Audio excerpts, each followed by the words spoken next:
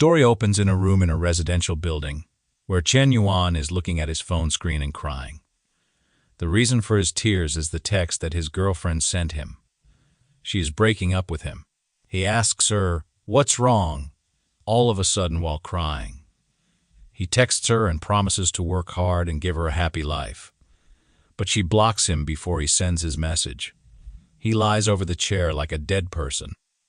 His roommates do not know what is happening to him and call him to play a game, but he ignores them and runs outside. Seeing his strange behavior, they think it is another case of a breakup. It is the 6th time this month he has faced a breakup.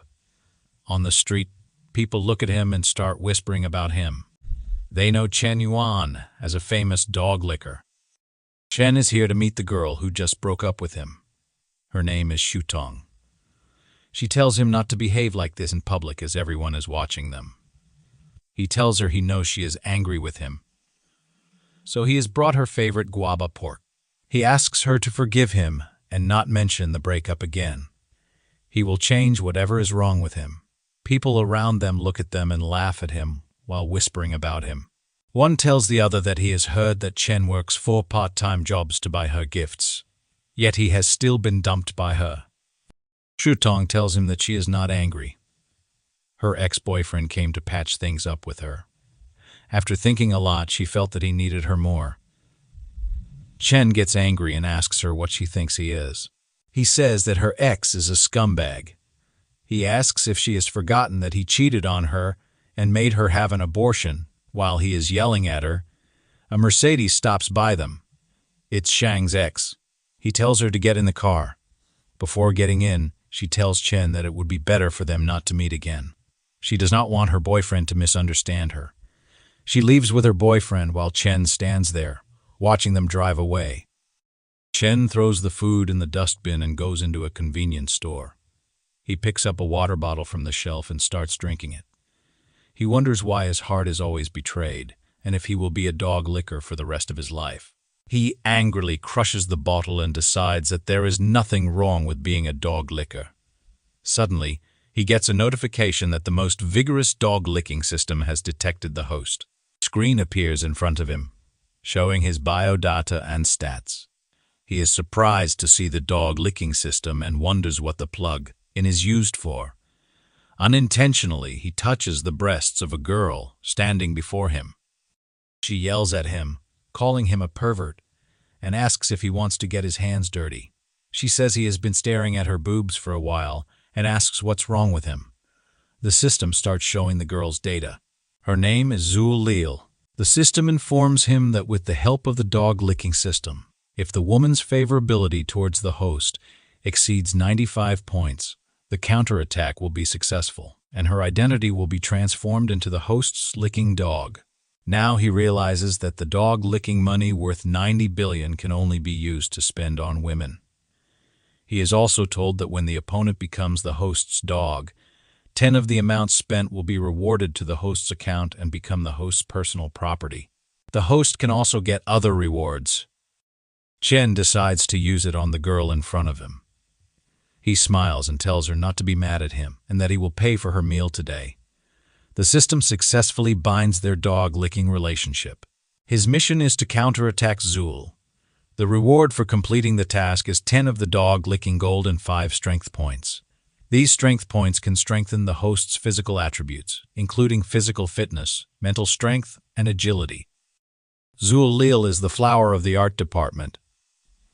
She is powerful, and once made a man spend 30,000 yuan on her with just 3 words. Zul smirks at him and asks if he wants to play rich and flirt with her.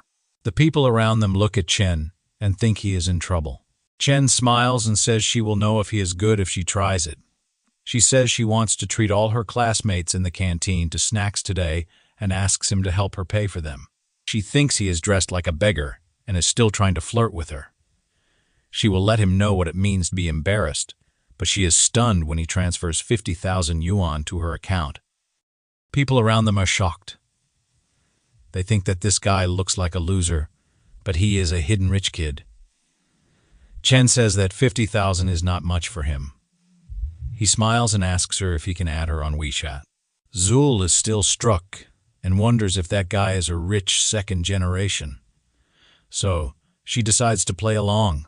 She tells him not to worry and that it is not impossible to add WeChat, but he has to come with her to a place. Chen is getting sweaty, as no girl has come so close to him before. She takes him to the brand store and tells him that she is not a gold digger. She just wants to see his sincerity and attitude.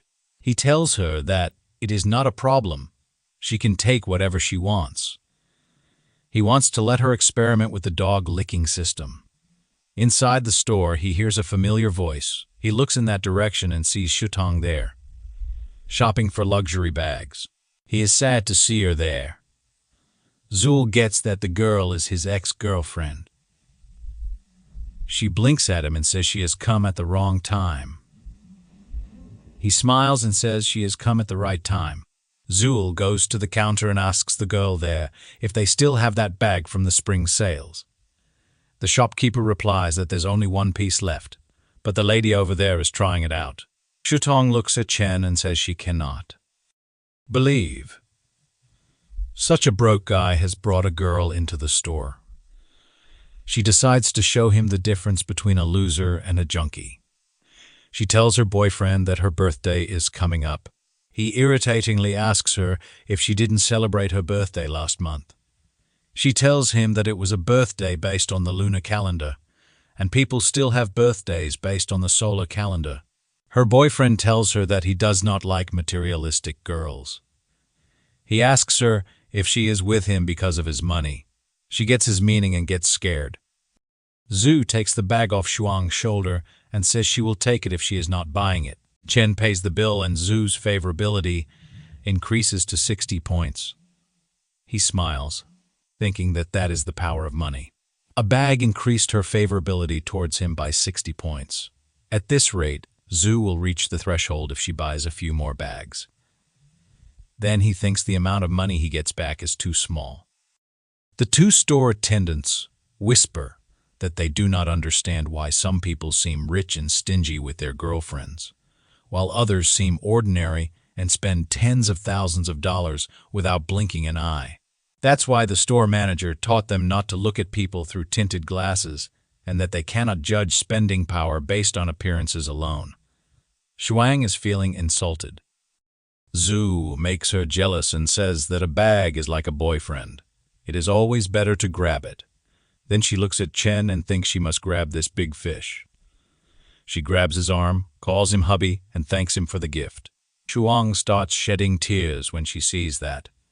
She pushes Chen in anger while going out of the store and tells him that he has gone too far. He looks at her, smirks, and thinks they still have a long way to go. The system tells him to bind the dog-licking relationship to Shutong. Her current favorability towards the host is 10. When the heroine's favorability towards the host exceeds 95 points, the counterattack will succeed, transforming her identity into the host's licking dog. The counterattack completion reward is 10 of the licking gold and 20 strengthening points. Zhu asks him if he is relieved now and if she has done an excellent job. She also asks where they are going next. He laughs and says they are going to do more shopping. She cannot be satisfied with just one bag. He enters a store, points at a dress and a bag, and tells the shopkeeper to pack everything except those two things. Zhu's favorability towards him is increasing. After that, he buys her designer perfumes and makeup. After buying so many things, she tells him it is almost enough. She cannot fit it in her rental house. If she buys more, he says that it is not a problem. He will buy her a house. She feels ashamed and says it is not good. He has already spent a lot of money, and it's too much for their first meeting. Her favorability decreases to him by 5. Chen thinks that he might have scared her. It's true. He would also feel upset if someone had to give away a multi-million-dollar house just like that. He goes closer to her and says that she is a junior at the College of Fine Arts, 21 years old, 165 km tall, weighs 49 kg. Her favorite color is black. Her favorite food is Korean food. Her zodiac sign is Capricorn. Her shoe size is 30. Size is 37 and she likes to watch horror movies. Walking at night. He says he wouldn't be so abrupt if he didn't like her. He tells the shopkeeper that he would like to fill their store value card for exclusive members up to 500,000. And when this lady comes to the store in the future, they will directly recommend the latest model to her. She obeys his order. He tells her that if he has scared her, she should consider this card a gift to make amends. She looks at him with affection and starts blushing. He goes near her ear and whispers that if she cannot bear it, she should give herself to him. She shies away and slaps him, calling him a bad boy. With that, her favorability increases by 30. Even the store girls start liking him. They say that despite his humble appearance, this boy is so generous, and he is also very considerate of the girls' feelings. Chen thinks that it is true. The effect of the rich flirting is the opposite of the loser flirting. Zhu says he has bought her so much, and asks if he does not want to buy something for himself. He replies that he has no money. She says that now it is her turn to give him a present. She thinks she cannot just ask for it. If she wants to play a long game and catch a big fish, she also needs to give something appropriately. She takes him to a men's clothing store and buys him a few clothes. Then she takes him to a salon and gets him a new haircut. His whole personality changes with his new look. Zhu thinks that this guy looks so handsome when dressed up. Her favorability towards him increases even more. When she looks at him with affection, he thinks that this is the first time in his life he has to take care of himself like this. Fortunately, he does not need to spend any money. She lifts his chin with her finger and says it is not strange that she thinks they are a good match now. Then she says that she had a great time today because of him. For a few moments, she thought she was in love. She gives him a flying kiss and bids him goodbye. He checks and finds that her current favorability towards him is 60-80. He returns to his room. His roommates look at his new look and are shocked. They ask him what he has been doing all day and why he is dressed like this. He casually tells them he went on a date with Zhu. They say he can pull it off, but he cannot even figure it out with Shutong, and still wants Zhu. One of them says that Zhu is the flower of the art department. Even if he gets dumped a fourth time, he must act according to his ability. Another one puts his arm on his shoulder and tells him to take his advice that he cannot handle these girls. After a while, he gets Shuang's text saying that they should delete each other's numbers if he hates her. Chen knows that she wants to mess with his mentality. If they delete each other's numbers, where can he go to increase his favorability? He will also point her to upgrade and make money. He replies that he can hate her when she has a special place in his heart. She tells him that she is being with a junkie because she is vain. Her mother is ill and she needs 50,000 yuan for medical expenses. Chen sends 50,000 yuan to her account. She is shocked and tells her friend that she casually said it to him. And he gave her money. Her friend asks, who is so generous as to send a transfer of 50,000. She shows him the chat. That girl is surprised to see Chen's name and asks if she did not dump him today. Shuang wonders if she made a mistake. She decides to ask him. She asks him where he got all that money from and if he is in a relationship with Zhu. She also asks if he is some hidden rich second generation. But she gets disappointed when she gets no reply. Chen has put her contact on Do Not Disturb mode. He thinks Shuang is too teared up while Zhu cannot act too hastily. He wonders if there is any other place where he can legally spend money on a woman. He decides to try the live streaming platform. The girl on the live stream tells her viewers there is still an hour left before she goes off the air. So if her viewers want to send gifts, they'll have to hurry.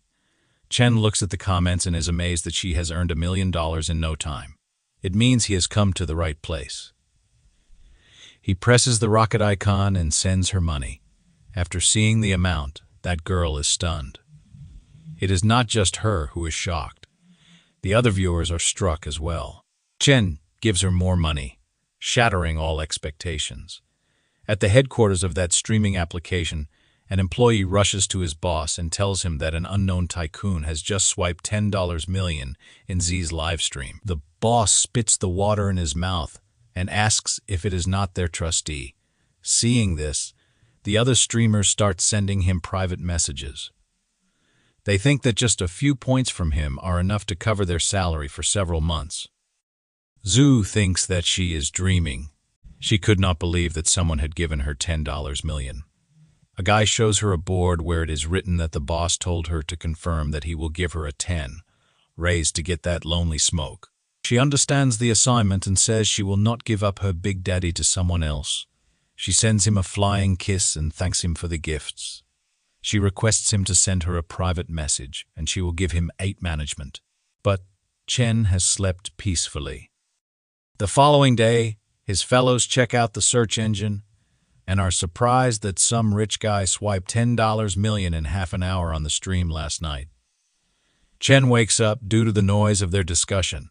While brushing his teeth, he thinks he spent so much money last night and wonders why Mr. did not have any binding relationship. It means the bonding has to be in real life. Also, he wasted his money last night. He opens the app and looks at all the texts he had received the night before. He wonders if he is digging a hole in the chicken coop. His fellows are going somewhere and seem excited about it. They are in a hurry. He watches them go and asks what those 3 are doing without him. One of them says they are going to class. He reminds him that today is a public class. They can appreciate the goddess Xiao Yuki up close. The second one tells him he used to run faster than them and did not want to leave after class. Xiao Yuki, the campus beauty of Hunan University and vice president of the student union, is the dream of all boys. She is a pianist, a ballet principal, and a second-level athlete. Her outstanding talents and superb looks make her so difficult to approach. Chen is sitting in one of the rows in the student hall. Some girls look at him and say, "That guy is so handsome." They wonder who he is, as they have never seen him before. Chen thinks that a beautiful woman at Lakeside stands apart from the rest of the world. For 3 years, no one has been able to reach the top of this lonely peak. It must be worth a lot of money if it is hard to track down. Shuang and her fellow are also sitting a few rows behind Chen. Her fellow looks at him and asks if he is Chen. She says she has not seen him so handsome in a few days. She asks Shuang if he is dressed up especially for her. Shuang says that it should be correct, but she has a junkie now. Her heart is in turmoil in case they get into a fight. Her favorability is continuously increasing for Chen. Chen looks at her with a side eye and thinks, he just changed his clothes and she is getting favorability. He says that she is such a shallow woman, but right now, he has to focus on how to bind Xiao Yuki. Suddenly, he hears a guy asking his boss to show them how to conquer Xiao. Their boss is bragging that he will show them how he got her to fall in love with him. That guy goes to her and asks her for her Webtoon account. She is surprised by his nonsense, but says nothing. Her roommate, Uzofi, asks that guy what he wants to do with that. That overconfident brat tells him to add them on WeChat so they can get to know each other. Who grabs that guy by his shirt, pulls him closer, and asks if he is looking for his death. He threatens him with the tip of a ballpoint pen. That guy gets scared and says there is a misunderstanding. He just wants to join the student union. Xiao is the vice president, so he wants to ask for advice. Then that guy starts crying. Wu tells him he is a wimp with no good excuse for picking up girls. That guy runs away from there. Wu looks at Xiao with anger. Chen comes there and says he also wants to add her on WeChat. He shows her his phone and asks her to add him. The students are enjoying the incident today. They say that Chen is so brave. He is giving his face to others to step on. Ooh, says this guy is more handsome than the last one, and asks if he wants to join the student union too. Chen replies that he is not interested in the student union. Wu asks why he wants Jaya's WeChat. He replies that he wants to chase her. She starts blushing over his words. The whole crowd is stunned and calls him a fierce guy. They think this confident guy will cry when she rejects him, but Xiao agrees to share the Weichuan. Shuang's friend asks her if he is not her fish. Shuang is furious to see Chen doing this. Chen thinks everyone loves beauty, so there is no need to hide it. He says that sometimes the simplest means are the most effective. No woman dislikes being chased. The system has successfully bound the dog-licking relationship of those two, but her current favorability is 0. After the class, when they leave the university, his friends tell him he is so good today. He got Xiao Yuki's WeChat. He has changed so much recently, and he looks like a dog. One of them asks Chen if he can ask Xiao to introduce some of her friends to them. He replies that he does not have a single horoscope. She is the school beauty, and he is nothing. He tells his friends that they are exaggerating. Suddenly, someone tells him he is a loser with a sense of self-awareness. It is the guy whom you threatened. He tells Chen that he is wise. Chen tells him that he is the one who is more professional and that he will learn from him. That guy gets furious and asks Chen what he is talking about. He calls him a blind cat running into a dead rat. He tells him not to be so proud. Suddenly, Zhu comes there and says Chen is so slow. She has been waiting for him for a long time. The boys standing around are shocked to see Zhu talking to him. Chen replies that he will be damned if he is going to keep a girl waiting for so long. He asks her to allow him to buy her dinner and make amends. She likes his words and asks if she looks good in the clothes he bought for her. He replies that those clothes were made for her, and that the bag looks best when she carries it. He keeps praising her, and they walk away while talking. The crowd watches them go away together. That guy from earlier starts crying and wonders why he is one step behind. Shuang is crying with tears and wonders who Zhu thinks she is. It was Shuang who came first. Zhu and Chen go to a restaurant. There, she gives him a portrait of himself. She says that she stayed up all night to draw it. She also threatens him that she cannot spare him if he dares to throw her away casually. Chen is surprised and thinks this is the first time since birth that he has ever received a gift from a girl. Zhu smiles and asks him if he likes it. He wonders if this is a bait that she has prepared for him. She planned to trap him from the moment he spent money on her. He smirks and thinks it is a shame he is not the person he used to be. Zhu looks at him and thinks he does not seem very happy. It means he did not like her gift. Chen asks her why she is giving that portrait to him. He says that she made it by staying up late for him. He takes it from her hand, looks into her eyes, and asks how she should be responsible to him if she does not give him such a good gift in the future. She yells that he scared her and asks him to return her painting. He says he wants to collect it and use it as a family heirloom. He grabs her hand, pulls her closer, and says he likes her better in person than in her gifts. She starts blushing and thinks Chen is an expert in flirting. Her favorability also increases by 5 points. Seeing this, he thinks that if she wants him to be her dog, she should be a good toolman and blow up the gold. Suddenly, someone comes between them and pushes them away. That guy is almost crying, and his nose is running as well. He asks her if she did not say she is getting her nails done with her girlfriends and who that guy is. He says she is so good at getting her nails done that she can hug each other. He points at Chen and says he must be wealthy. Therefore, she even hugs him. He adds that he has been chasing her for so long, and she will not even let him touch her hand. Chen looks at that kid and thinks this unlucky kid must be Zhu's licking dog. Chen is too familiar with this kind of treatment. Zhu asks that kid who he thinks he is to her. She says it is none of his business whether she falls in love. Suddenly Chen comes in between them and introduces himself. Then he asks the name of the guy standing before him and how long he has been chasing Zhu. That guy replies that his name is Wang Yu, and he is from the Department of Fine Arts. He has been chasing after Zhu for half a year. Chen behaves coolly and tells that guy that he chased a girl for 3 years. He worked 4 odd jobs and ate 8 steamed buns and pickles every day, but she finally chose to sit in someone else's Mercedes Benz. He tells him that those who have turned their backs on them will be their motivation for self-improvement. A real man should focus on getting a wife. He tells him to return to his dormitory, forget about her, work hard, make a name for himself, and make her regret her choice. That guy gets motivated and even starts crying. Zhu wonders what they are talking about as Wang starts crying. He calls Chen and tells him that he is just her friend. Chen replies that he does not care about her past, but he feels like she does not respect him very much, nor does she respect herself. He tears that painting in front of her. He says she can still use yesterday's card, but they will not meet until she gets her relationship in order. He leaves her there and walks out of the cafe. He laughs devilishly and thinks he wants to see how she will cope. She starts shedding tears, standing there, and thinks this is the first time someone is tolerating her like this. She thinks she likes him, but she screwed up things. Her favorability increased again by 5 points.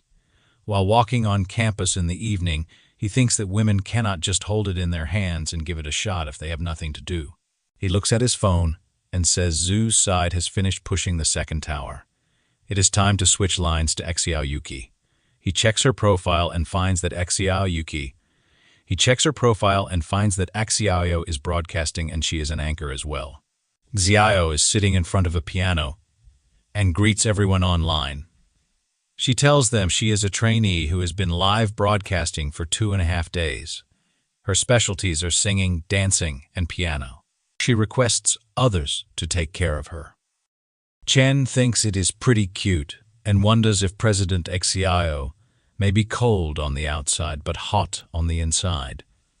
He looks at the money she generated and thinks it is too low. Suddenly, he gets a text from Zia.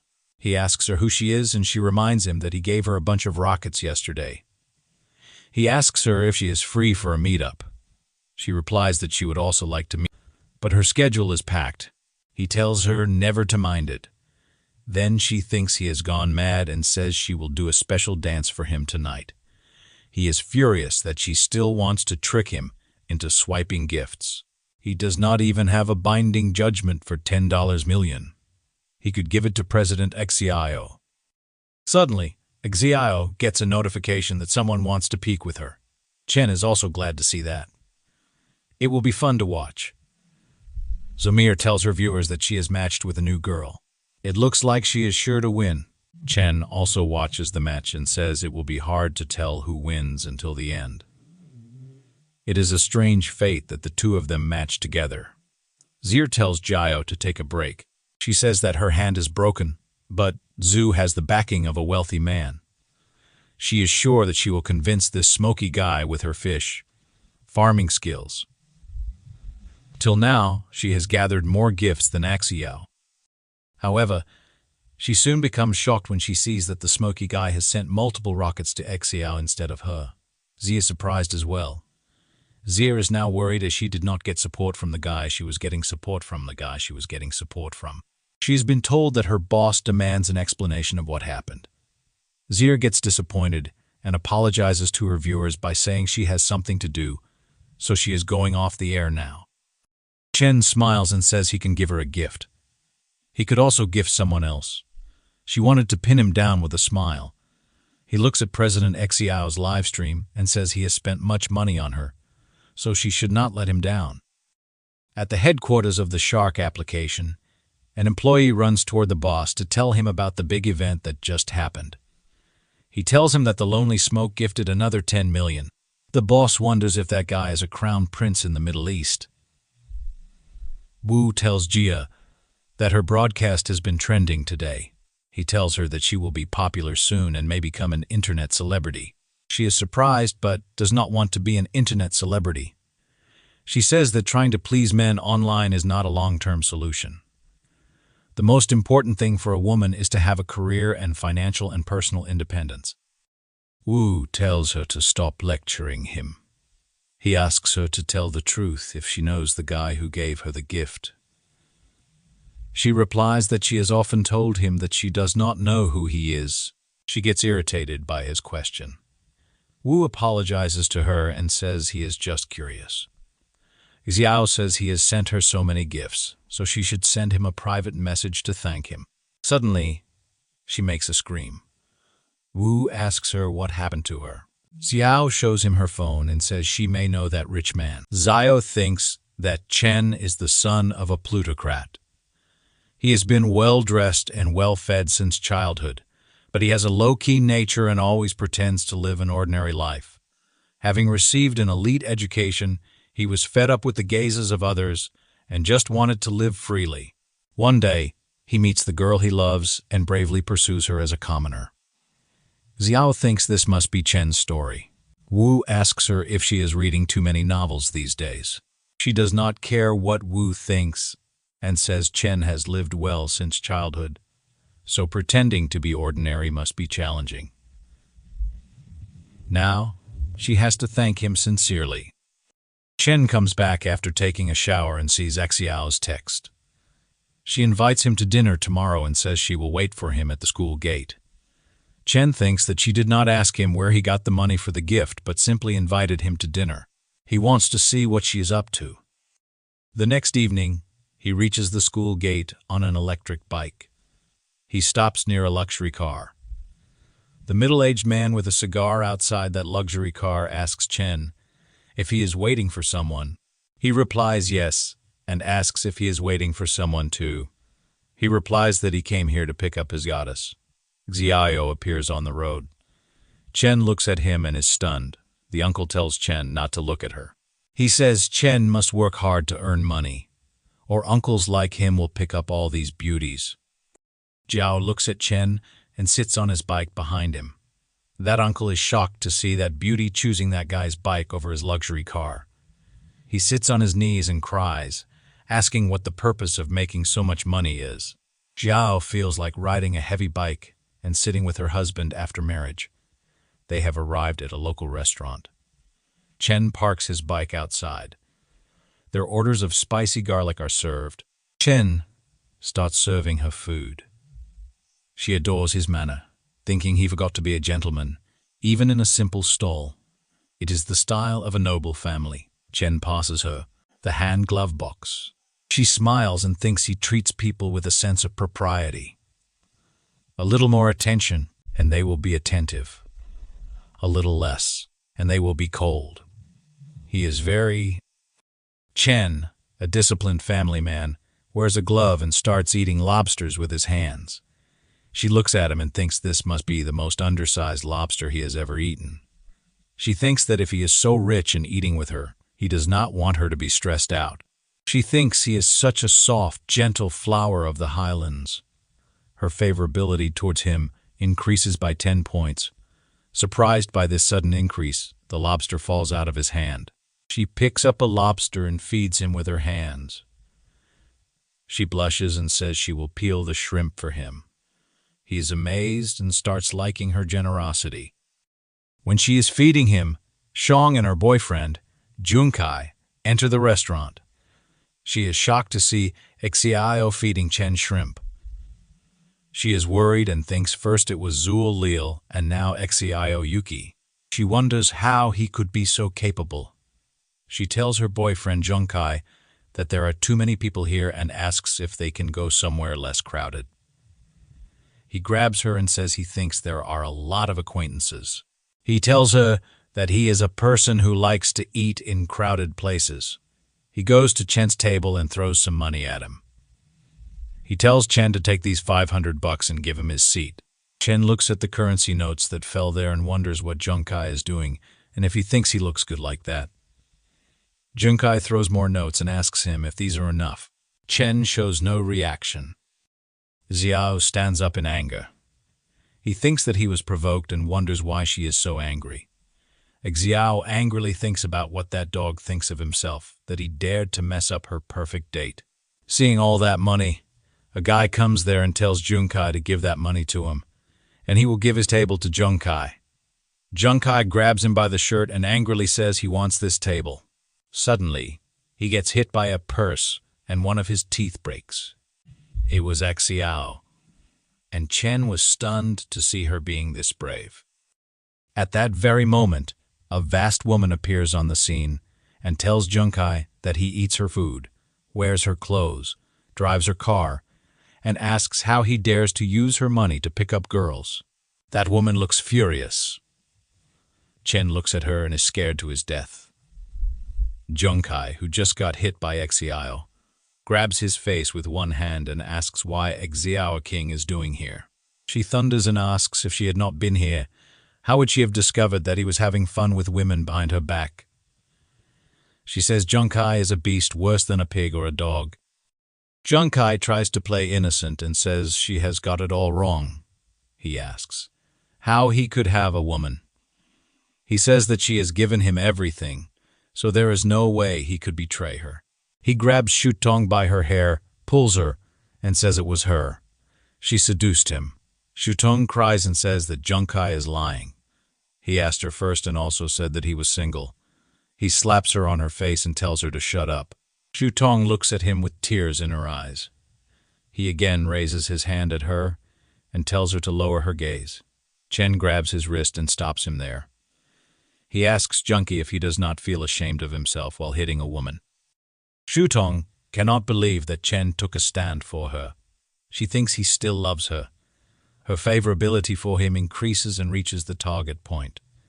The system informs him that Lin Shutong, the dog-licking partner number 2, has a favorability score of 95 for the host.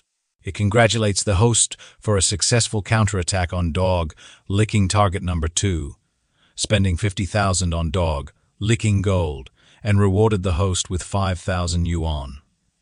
Lin Shutong is transferred into a licking dog, and the host is rewarded with 20 enhancement points as well.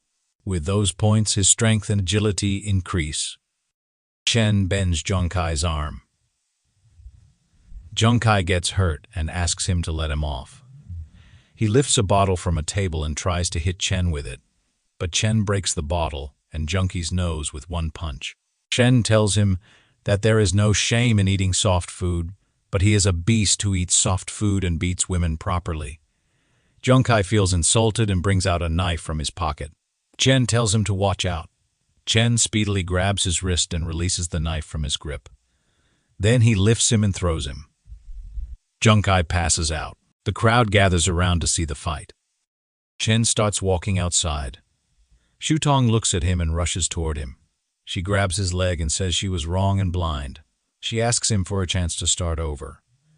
He asks her if Chen, whom she is talking to, is the person who once carried her over 10 km to the emergency room at 3's.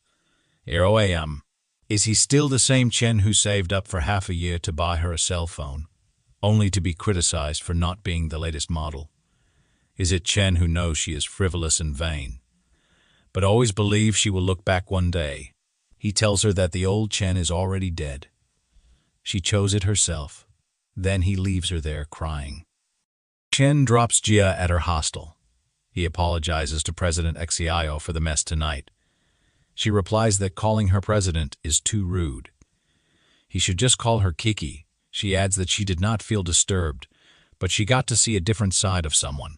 She thinks that Chen is a person who is more and more impressive, the more someone looks at him.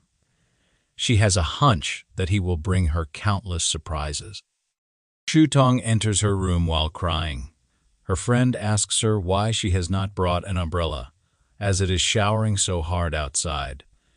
Shutong just calls Chen Yuan's name and says nothing else. Her friend thinks that she has heard that Chen swiped over 10 million for Xiao's live broadcast yesterday. She says this kid looks like a beggar but is so rich. Shutong is shocked to hear that and asks her where she heard that news. She replies that Wufia's dorm roommate said it, which is all over the women's dormitory. She thought Shutong knew. Shutong starts screaming after hearing everything. Chen is playing a video game. His friend asks him if he is outrageous. He is 118. Chen's friends ask him if he is a gaming genius after winning 18 times in a row tonight. Chen thinks that he did not expect that after adding 20 attributes, even playing games would become more accessible. This is a surprise. He replies to his friends that he is in good condition. One of his friends asks him why he does not become an anchor. He says that when Chen makes 1 million a month, he can fly with him. Chen removes his shirt and looks at himself in the washroom's mirror. He thinks the attribute points have made qualitative changes in his body, and he is in better shape. He focuses on his jawline and says that calling himself Pang Yuan of Hunan University should not be too much. He looks at his abs and says that with such a perfect body, he does not know which woman would be cheapened. Suddenly, his friend calls him and asks if he has fallen into the toilet hole. He tells him that the phone is ringing continuously. He comes out and checks his phone and wonders why Zul is calling him so late. He wonders if she is thinking of some new tricks to trick him. He calls her and asks why she called him so late. She is crying on the other side. She tells him that she does not know what to do and could only think of him. She asks him if he can give her $500,000. She explains that her dad owes a lot of money because of gambling. The family, which was initially relatively wealthy, has plummeted, and they have to deal with loan sharks daily. Zul says she is not a very materialistic girl, but she has to pay off her debts. Chen asks her to give her card number. He instantly sends her the money. She is shocked to see the figure, as it is 5 million instead of $500,000. She asks him why it is 5 million. He replies that it is okay. He accidentally hit an extra zero. Her favorability increases towards him multiple times. She thanks him for helping her and says she will repay him. Zul's current favorability score is 94. Chen wonders why it is still 94, and if his sudden help did not win her heart. He wonders if she wants to confess her feelings. Then he thinks that it might not be the case. The person who reveals his neediness first is often at a disadvantage. Whoever confesses first will lose. The next day, when Chen is outside the cafeteria with his fellows, Shang comes there and tells him that she has brought him a bun from the cafeteria. She invites him to go to the classroom together. His friends are stunned to see her bringing breakfast for him. Suddenly, Zul comes there too and says she has brought him breakfast. She guesses he is tired of eating in the cafeteria, which is why she made him seafood porridge. Both girls look at each other with hate in their eyes. Suddenly, someone else calls Chen at the same time. Now his friends wonder who the third candidate is. It's Yao. She says she has brought him beef noodles. Shong and Zul wonder why Xiao is there. It's like a boxing match between those three inside a ring. Her strong sense of oppression fears those two. They think that is the power of being number 2 on the school's beauty list. Chen asks Xiao how she knows that he likes to eat beef noodles. She says she just assumed he likes spicy food when they ate crayfish yesterday, and knows a great place that serves it. He replies that it feels so good to be cared about by others. He thanks Kiki. He thinks that he expected this from Xiao. She could gauge his taste through the details and without making a sound. Xiao welcomes him and says, of course, giving breakfast is a priority. She adds that if one does not care for the other party's liking, how can they say they like them? Shutong and Zul are annoyed to hear that. It feels like she is punching them very severely. Xiao gives him a gift and says it is to express her gratitude. Chen asks if it is the newly released F15 Pro Max. Chen's friends are shocked to see him getting the latest mobile phone model as a gift. Seeing him receive the gift makes them feel worse than the death of their fathers. Even Shang and Zul are surprised to see her willingness towards him, as that phone costs more than 10,000 yuan. This feels like she has knocked them in a single move. Chen tells her she does not need to spend so much on him. She replies that he has spent more on her. She does not have much money. It is a favor to him. He says that he will accept it. Then they both walk away, leaving the others standing there. Shutong says she wants Chen back and wonders why it is so hard. She is sad because it has only been a few days, and another girl has appeared. Zul comes to him and tells Shutong to find a place to chat. Shutong asks what she is talking about. She has nothing to discuss with her. She adds that it is all Zul's fault. Zul says that she wants to talk about forming alliances. Shutong startles and asks what kind of alliance. She replies that it is an alliance against their common enemy, Xiao. Chen checks the mobile features. It is hard to believe that she gave him such an expensive mobile phone which costs more than 10,000 yuan. Jiao asks him if he is okay, and if something is wrong with the phone. He smiles and says everything is fine, and the phone is handy. Her current favorability is 40. Chen thinks he would have already believed she loves him if he had not seen her favorability. She is indeed worthy of being the goddess. She is more skillful in making the hunter think she is the hunter. He has to find a way to push forward the progress as soon as possible. When he is busy thinking about this, his phone beeps. It is a text from Zir. She tells him that the last time she said she could not meet, it was not that she could not do it. She is a little bit afraid of society, but it does not mean she does not want to meet. Smokey. He looks at the message, laughs, and wonders what kind of attitude this is. He also wonders if she thinks him a. At the same time, he gets a notification that Dragon King wants him to join a group where all the anchors are ranked. He wonders if this is the legendary Big Daddy group of anchors. He joins the group and starts chatting with the other members. He realizes that these rich guys want to test his skills, so he plays with them. One of them says that Mr. PM Smokey seems rich. Ends of millions are just a tiny amount of money for him. He asks if he wants to do business with him. That guy adds him for a private chat. Here, he tells him that he has a villa. He plans to sell, but doesn't know if Mr. Giz Smokey is interested in it. Chen asks him about the location. He replies that it is located in Jianyu District, a river, View Villa. Chen searches the location on maps and is stunned to see that Jianyu District is a well-known wealthy area. A villa costs at least tens of millions. He replies that he has just planned to buy a villa to store some sundries. He will go to see the house tomorrow. The guy on the other side of the phone is shocked to see his reply. He says that this guy seems to be planning to buy it. He wonders if they guessed wrong. He tells Dragon King that Mr. Kin Smokey is not a shill. He is rich. Dragon King, who is drinking tea, replies that whether he is rich or fake, they will know when the time comes. Even if they guess wrong, there will be many benefits if they can make friends who will not frown, even if they throw tens of millions of dollars at others. He tells the other guy to send Mr. Smokey their address and learn more about him. Chen receives the address and wonders how much her favorability will increase if he gives her a villa. Xian brings Xiao to that location with him. She asks him why he has brought her here so mysteriously. The owner is waiting for them outside. He waves at Mr. P. Smokey. He thinks that Smokey looks ordinary, but he is accompanied by a woman who is a natural beauty. He wonders if he may be the son of a hidden family. It seems to him that the price today is challenging to negotiate. He extends his hand for a handshake and says his name is Chen Yuan. He has a small business, but recently he had to sell this villa due to financial problems. He welcomes them inside the villa and tells them to have a look. He says the entire villa has a construction area of 500 square meters.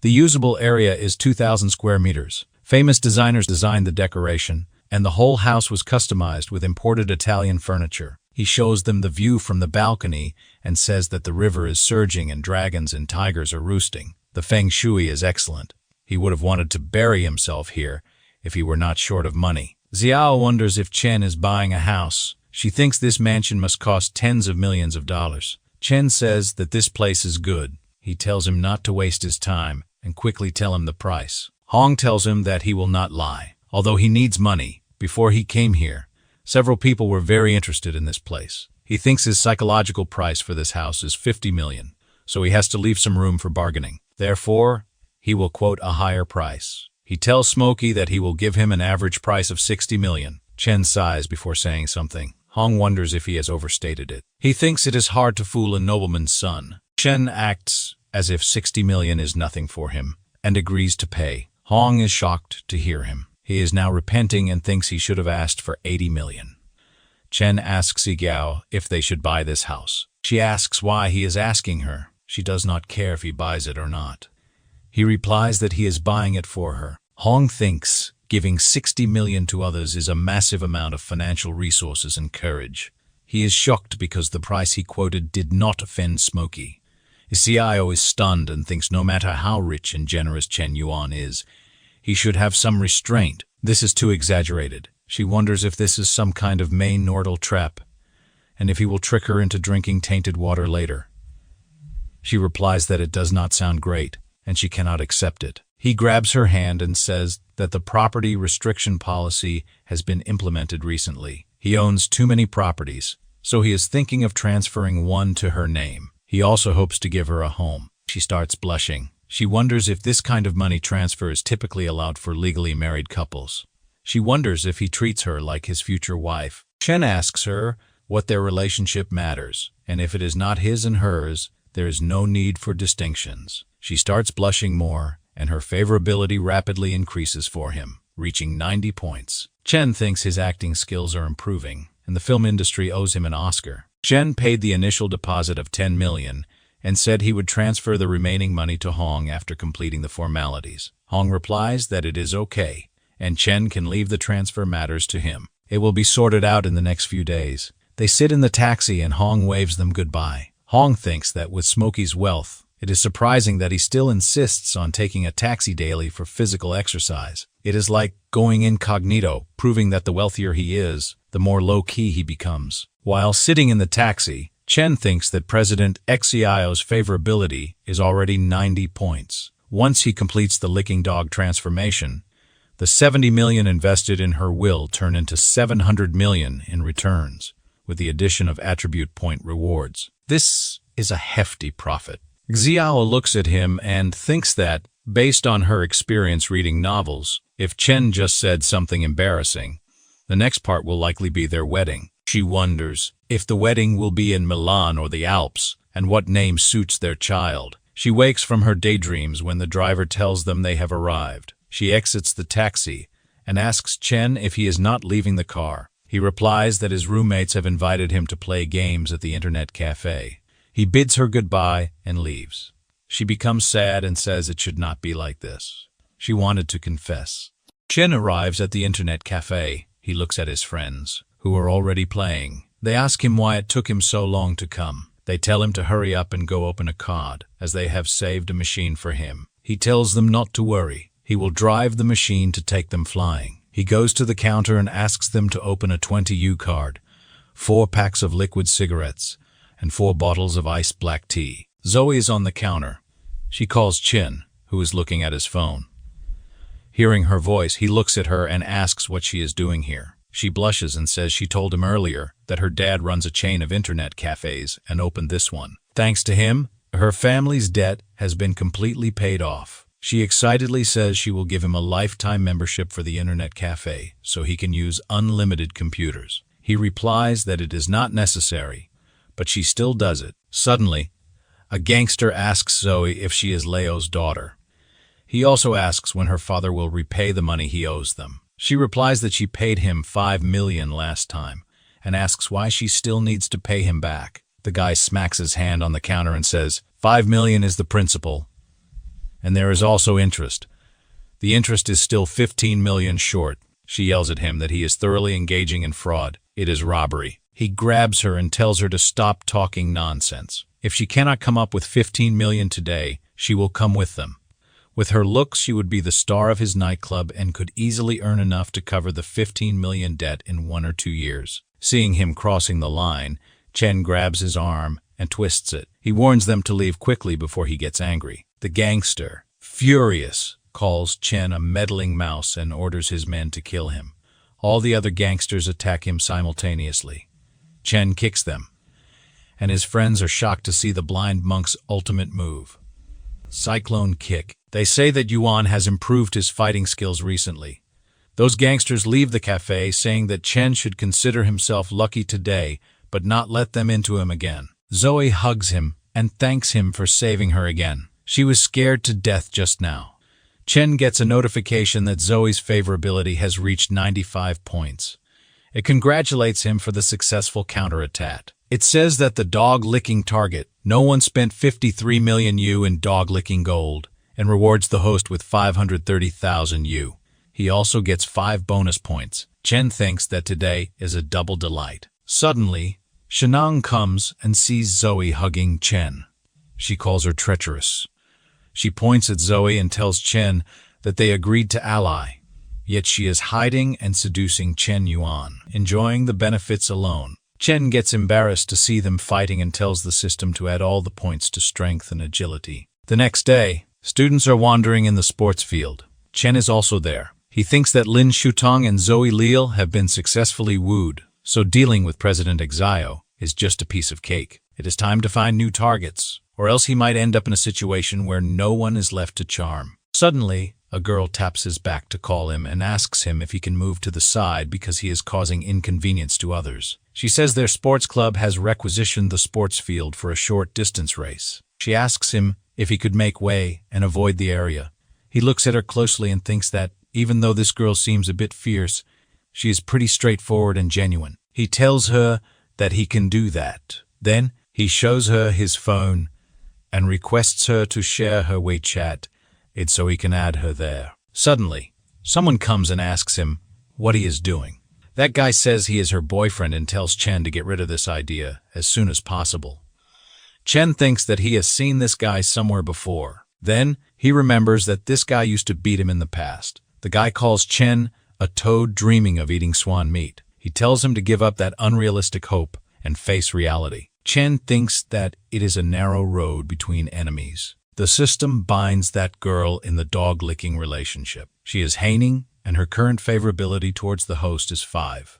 If he succeeds with this target, he will get a reward of tens of the dog-licking gold, along with an additional 22 enhancement points. Chen thinks that this target is attractive. The referee asks the players to get ready as the competition is about to begin. That guy also comes to the starting line. Jing roots for her boyfriend. The players take their positions. The referee gives the signal, and that guy is running faster than the other players, maintaining the first spot. He thinks the other players are a bunch of ants. Suddenly, a player crosses him. That guy is shocked and says someone can't be this fast. It is Chen who leaves that guy behind. He thinks that he will defeat Ling in his strongest field. Yang Gong thinks that he cannot be underestimated. He laughs and says that although he does not know who he is, he will show him what it means to be a great emperor. But then he looks around and wonders where Chen has gone. Chen appears on his left, and he is still running.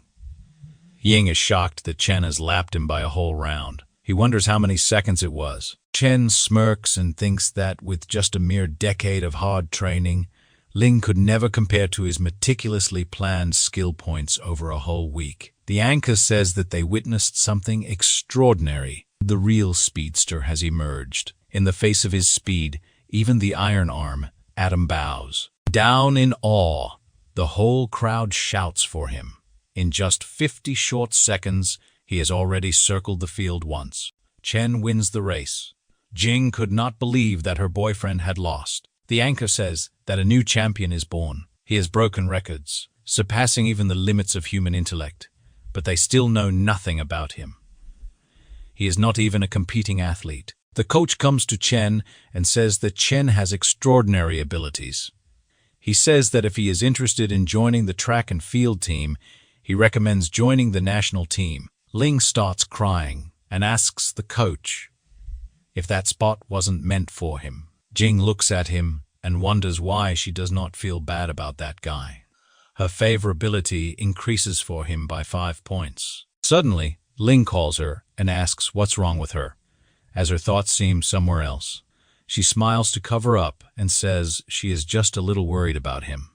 Meanwhile, her favorability keeps increasing for Chen. Xiao enters the room, and Wu asks her where she has been. She tells him that Chen bought her a house. Wu is shocked to hear this news. She replies that it is true. She went to see a house with him today. She tells him that Chen bought that house for 60 million. She asks him to help her check the house prices in Jianu district.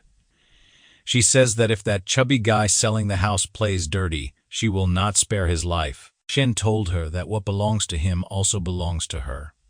Wu thinks that sometimes luck favors the naive. He wonders why he cannot encounter such good fortune. He is feeling jealous of her. Wu tells her not to show off. He will help her with this. Suddenly, he sees something on his phone and yells, "What is this?" Someone has posted an article about Chen, claiming that he is a top-tier scumbag juggling multiple relationships at the same time. At the 21st level, Chen's roommate shows him that article on the internet and makes fun of him. Chen is angry. He thinks that the writer of this article is kidding with him. He is obviously a money-splitting boy. It seems like he has been relatively high-profile lately, and someone might not be happy about it. He wonders who that person could be. 3 nerds are behind this scene. The one with the glasses tells the others that their article was pushed to the top of the list. The post has gone viral. His fellow laughs and says that now Chen's reputation is over. Suddenly, Ying comes to them and asks what those 3 are doing by drawing the curtains and turning off the lights in broad daylight. Firstly, those 3 get scared by his sudden appearance. They look at him and say he is so scary, as he always walks silently. The main culprit tells Ying that there is a guy named Chen Yuan in the School of Liberal Arts who is very arrogant. Recently, they are dealing with him. Ying looks at Chen's picture and wonders if he is not the guy from the sprint race.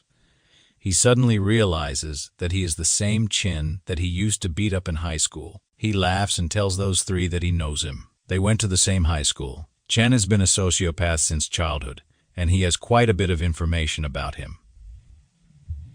Ling says that Chen is probably not worthy of being a good guy. He persistently clings to girls and harasses them. Those 3 start welcoming Ying to get more information about Chen so they can add more to their already viral article. Ling wants revenge as well. He smirks and thinks it does not matter if Chen wins the game, and the coach likes him. Ling wants him to be ruined.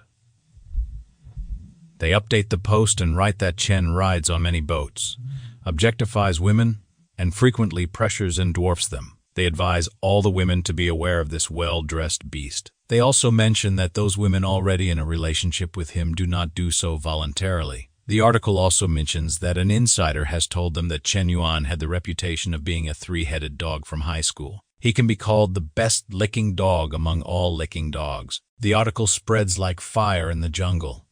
Everyone is shocked to read so much about Chen Yuan. Even the principal of the university reads it. He smashes the phone on the table in anger and says, "That is too much and is simply unreasonable." He adds that he will not allow such a black sheep to appear in his school. He will personally investigate and find out if it is true. He will expel this scum among students. Xiao tells the investigation team that Chen Yuan from Huda College of Liberal Arts is an exceptional person. What he hates the most is girls suffering. He comes from a famous family and possesses extraordinary wealth, yet he is generous and willing to help others, hoping to alleviate their worries and solve difficulties. He hates those who beat women. Whenever night falls, he transforms into a dark knight, pushing evil and striking with a heavy fist. He is powerful and mysterious, guarding this city entirely of desire and sin. Xiao says that from her perspective, Chen Yuan is a hero. Those officers ask if it is not an exaggeration to call him a hero. They ask her on what basis she draws this conclusion. She replies that she has drawn it with her woman's intuition. The principal asks his secretary if Xiao Yuki's testimony is credible. He looks at her profile and replies that she is the vice president of the student union. Although he thinks she is a bit weird, she should not lie. Chen Yuan is probably a good person. The principal orders the officers to ask Chen's classmates again. They go to Sheng, show her their ID, and say they have some questions about her classmate Chen Yuan. They need her help in their investigation and request that she come with them. In the investigation room, she starts crying while telling the officers that Chen Yuan is a good person, but it is a pity that she is not good enough for him. She says that she is greedy for him, working day and night, but Chen Yuan is not willing to choose her. She admits that she excuses herself for being emotional because it makes her heart ache when she thinks of him. The officer passes her another tissue and asks if she is saying she likes Chen Yuan, and he rejects her, but she still thinks he is a good person. She sobs and says she deserves it. She does not deserve to fall in love. Chen Yuan is undoubtedly a good person. He has not done anything wrong. He just does not love her. The principal also hears the testimony. After that, he leaves the room, smokes outside, and wonders if it is possible that Chen Yuan is innocent and the people on the forum are trying to smear him. Suddenly, he looks down from the window and sees 2 people coming that way. He wonders why they are presenting a banner. He meets them and introduces himself as the president of Hunan University. He asks them what those 2 are looking for. Zoil opens the banner and tells the principal that she is from the art department. She came today to present a banner to Chen Yuan from the Literature College. She adds that Chen acted bravely a few days ago and helped her family a lot. The principal is shocked to hear of another fan of Chen. He sees those two off and thinks that he has blamed Chen Yuan wrongly. He must have to look at that post again. Surprisingly, there are some videos in favor of Chen. Someone also posted a video of him winning the race. Other than that, there are many comments from girls speaking in favor of Chen Yuan just by seeing his innocent looks. Seeing all this, the principal grabs his head in worry and wonders if this man is a popular idol. He thinks that it is just like a set of light falcons. A tall tree stands out in forest, but the wind will break it. If a person is too good, he can easily be targeted and forced by others. The principal starts sighing and says he can understand Chen Yuan now. He says he will surely give him justice. He will be unruly. He cannot bear this grievance. He calls all the students in the hall. He tells them that recently there have been some rumors on the forum against Chen Yuan, a student of their school. But based on his thorough investigation, he found it to be completely a rumor. It's slander. He pulls Chen closer and says that today he is here to clear Chen's name. He adds that Chen not only has a correct lifestyle and is willing to help others, but he has even acted bravely for justice many times, but kept it secret. He sobs and says Chen has a majestic personality and a noble soul. He gives him a certificate and tells others to learn from Chen Yuan and become people who contribute positively to society. All the students applaud him. Chen wonders what is happening there and why he is being given this certificate. He is getting embarrassed, wondering when he has shown courage and been willing to help others. Ling is burning to see Chen getting all those praises. He cannot understand why Chen has not been ruined at this time. He thinks that everyone has gone blind. It is Ling who should be the one standing on the stage, accepting flowers and applause. Suddenly, he looks at his girlfriend Jing, who is enchanted by Chen's personality. Chen is surprised when he sees that Jing's favorability towards him has increased by more than 10 points. The students start leaving after the ceremony ends. Ling goes to Jing and says he has seen it all. She just enthusiastically applauded Chen Yuan. He asks her what the meaning behind that is. She asks him if he is not feeling well and why he is so jealous. She says that she only has genuine admiration for her classmate Chen Yuan. As a fellow university student, he has done many good deeds yet remains indifferent to fame and wealth. She quotes an example. After winning against Ying, he could have become the pride of the heavens, but instead he chose to return. These comments work as oil in the fire for Ying. He grabs her wrist with force and tells her to shut up. He says that Chen cannot beat him. She starts weeping and tells him that he is hurting her. Ying has gone crazy with hatred and says Chen Yuan is just a useless dog that he stepped on. It does not matter if the coach likes him. This society values those with money and power. His dad can buy him a Tesla. He asks her what Chen Yuan has in his possession. Suddenly, Chen passes them, talking on the phone, telling Hong he can drive in. He tells him that he keeps a low profile at school and instructs him not to come to pick him up in an overly expensive car. Jing and Ling forget about their fight and start looking at him. After a while, they see that a fancy car comes and stops by Chen. He tells the man who brought the car that he told him not to drive such a fancy car. He scolds him softly and tells him to pay attention next time. Hong apologizes to him and says he will from the next time. He explains that he rushed and forgot. Chen does not like it to be too flashy. Hong opens the door for him, and Chen gets in.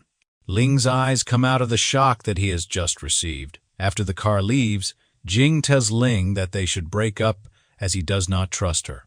Ling cannot believe that his girl is breaking up with him. Chen Yuan and Hong go to the office where he pays the remaining amount to Hong, and he gives him the villa papers. After completing all the legal procedures, Chen says that he is heading back to school. Hong offers him a lift. He refuses, saying that his car attracts too much attention. He will take a taxi back himself.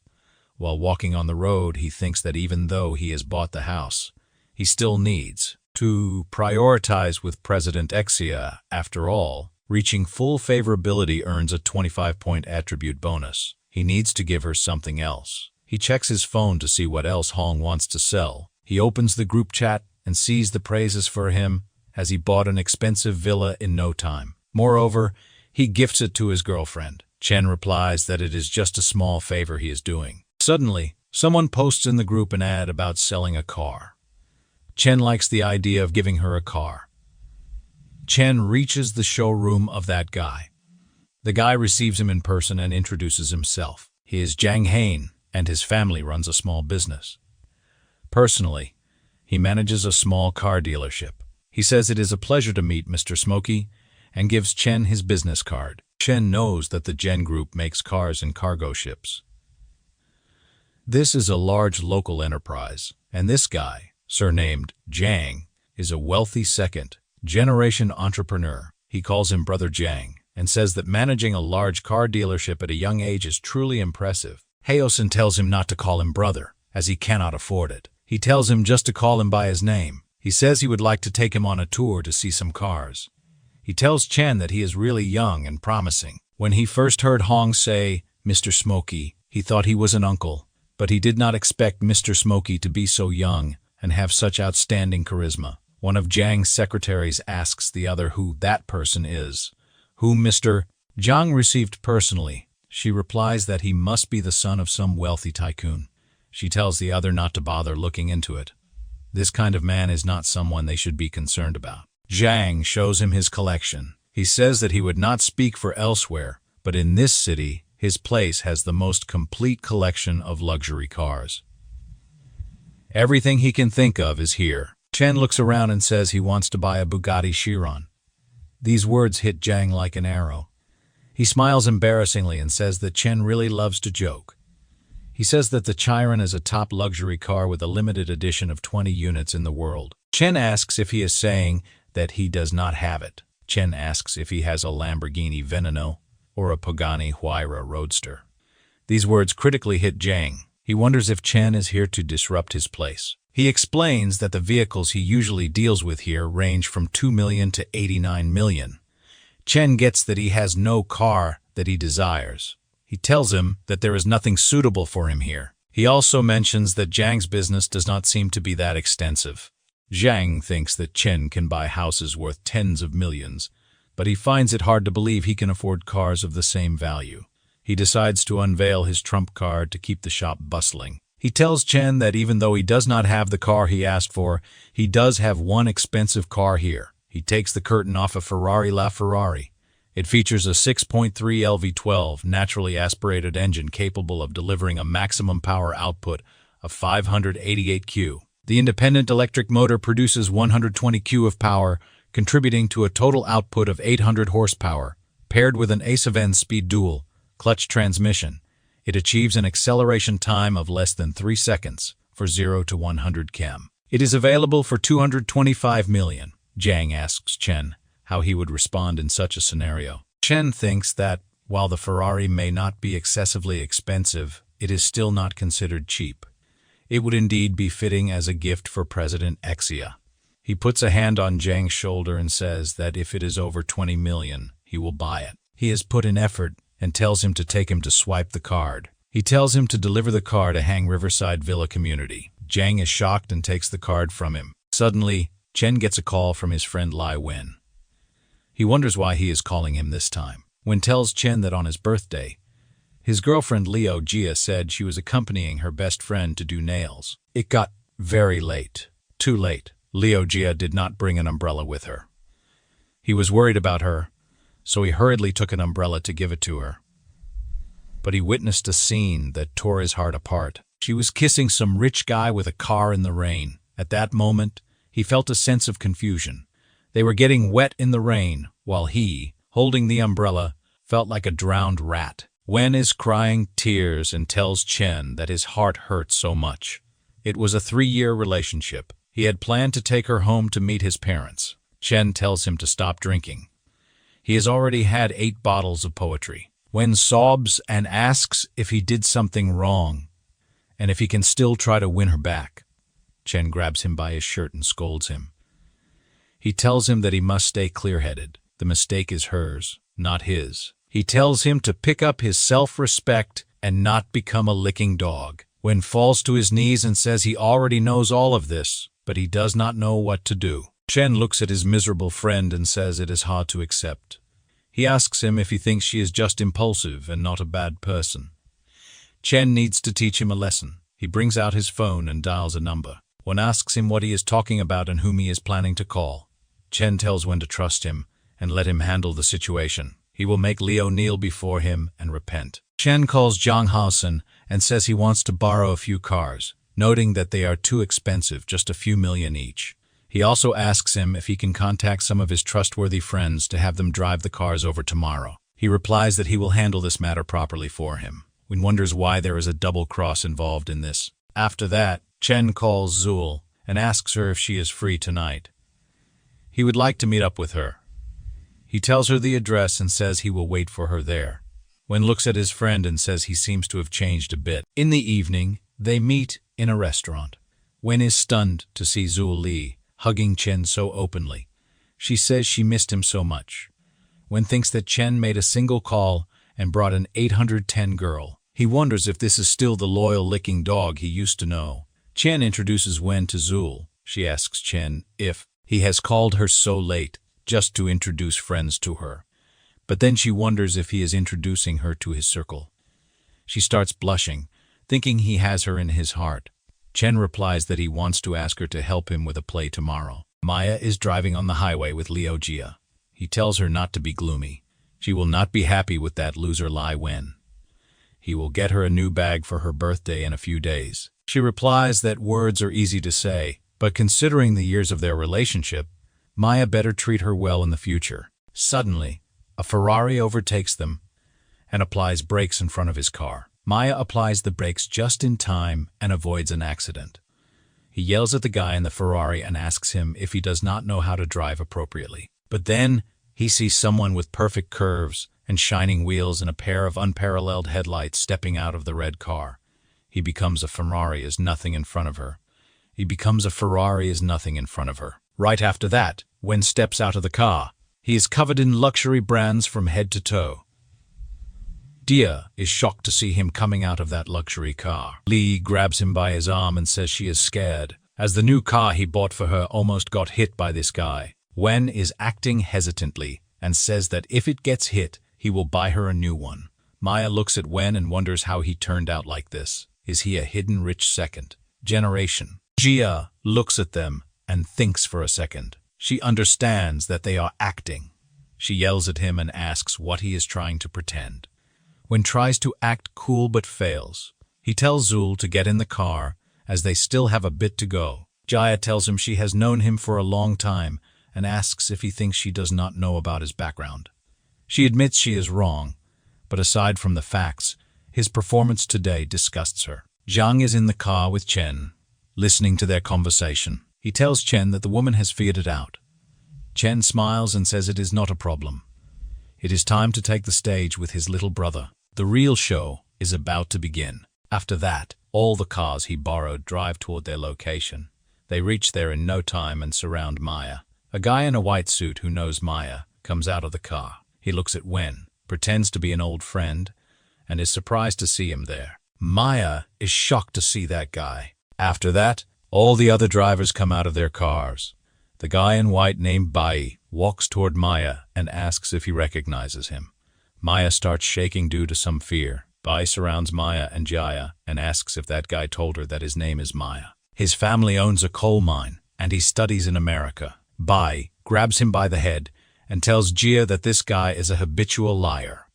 He pretends to be wealthy to deceive women into bed. He is nothing more than a gigolo. He laughs and asks her if she actually believes he is some rich second generation. Bowie says, Maya's tactics are so clumsy, he should have starved by now.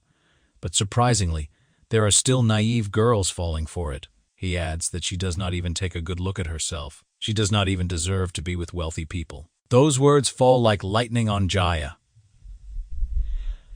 Jia runs to beat Maya with her sandals and says he is worse than a dog and that she will kill him. Maya starts crying and apologizes to her. Seeing this, Wen tells Zul to go from there. Jia grabs him by his leg and tells him not to leave her behind. It is not that she admires vanity, but she is just afraid of being poor.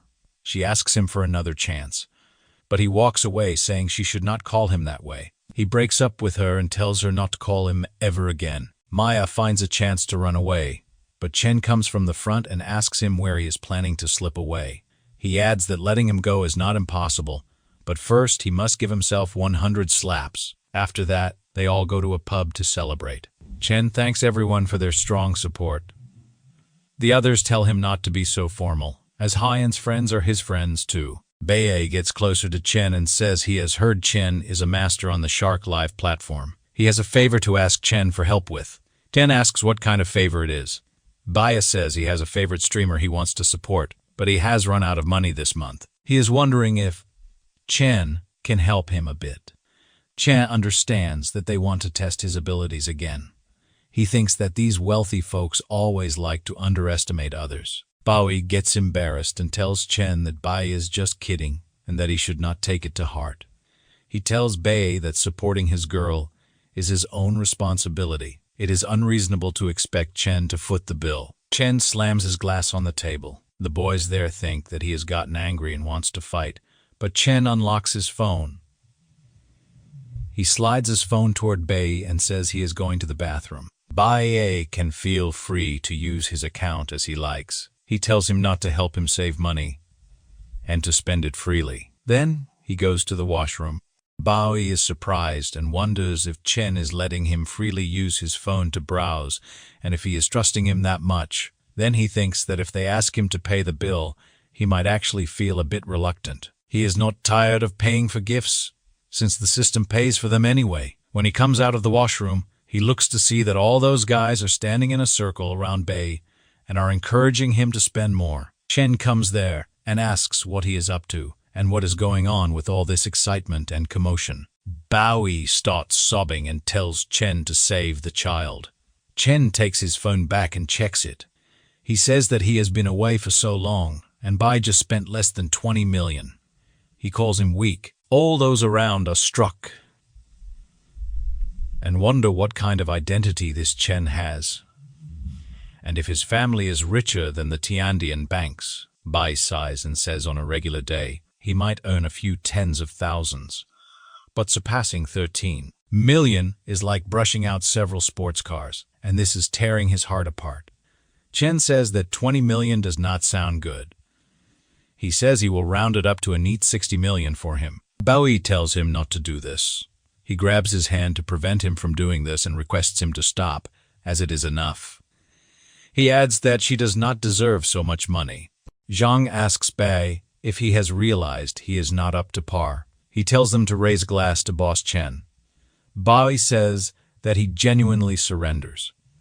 He will follow Chen's lead from now on. A girl in the bar asks others who that person is. He seems quite influential. She recognizes one with white hair. He is Bae, killing from the white real estate. The other girl says it sounds like a gathering of the elite generation in the top circles of Seoul. If she joins any of them, her life after that would be worry-free. Another girl asks if the one called Chen is that mysterious person who went viral for brushing 1 billion. She says that his life is her dream. Chen receives a text. He tells others that he has something to attend to, so he will take off now. They will plan for another meetup next time. That text is from Zarir.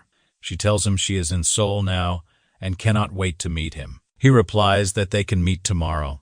He laughs and says that after leaving her hanging for so long, it is time to reap a harvest of goodwill. Zarir lands at the airport the next day. She thinks that it is just a meeting. As long as she exudes a little charm, Chen will end up just another catch in her fish pond. Chen looks at the messages he received on his phone from Shatum. She tries to fish him and apologizes for her past mistakes. He deletes the messages and blocks her contact. Zaire asks him what he is looking at. They are having tea at a cafe at the airport. Chen replies that it is nothing. He asks her what she is talking about. She recalls that her boss strictly asked her to capture him, even if she stripped herself naked and sent him to his bed. This time, she thinks it is hateful that he can stay indifferent, even in the face of beauty at her level. She says that Chen is so young and rich that she wonders where he can get a higher position. System peeks at her and tells about her details. Her original name is Zuan, but her professional name is Zaire. She is 26 years old, and her appearance is 78 points. The girl's favorability towards the host is 60 points. Because of the too high favorability, it is unable to bind with her. Chen cringes and wonders if all his money went down the drain. It seems like he needs to lower the favorability first. He starts pretending to be silly and puts his pinky in his nostril. He tells her that she has got him wrong. He has just come here as an unemployed wanderer. Zaire feels embarrassed and asks him if he does not have a job. It seems Chen is probably running his own business or has a company. Otherwise, where does the confidence to spend lavishly come from? He replies that the money he used to buy gifts was from his dad. Now his dad's company has gone bankrupt because of his spending, owing the bank tens of millions. He grabs her hand and says he is meeting her to ask if she can refund some of the money spent on gifts. She feels sick of him suddenly, and her favorability drastically starts falling. She yells at him and asks if he is broke and why he is pretending to be rich here. She has had enough of him throwing attitude at her time and again. She asks him if he is a man. He is a disappointment, asking for money to be refunded. She yells that she must be out of her mind wasting time with a loser like him. She dials someone's number, calls him Lan, and tells him she is at the coffee shop outside the airport. She tells him to hurry up and come pick her up. There is a loser bothering her, and she is scared. Chen looks at her and smirks, thinking he has met practical women in reality. But seeing someone so realistic and shamelessly distorting facts is genuinely a first. After a while, Lan enters the cafe roaring. He asks if he does not know who runs this territory in Seoul as he is harassing his woman in broad daylight. Zeri runs towards him to hug him and says she is so scared that the pervert even grabbed her hand. Lan is surprised to see Chen there. He ignores her and runs towards Chen to shake hands.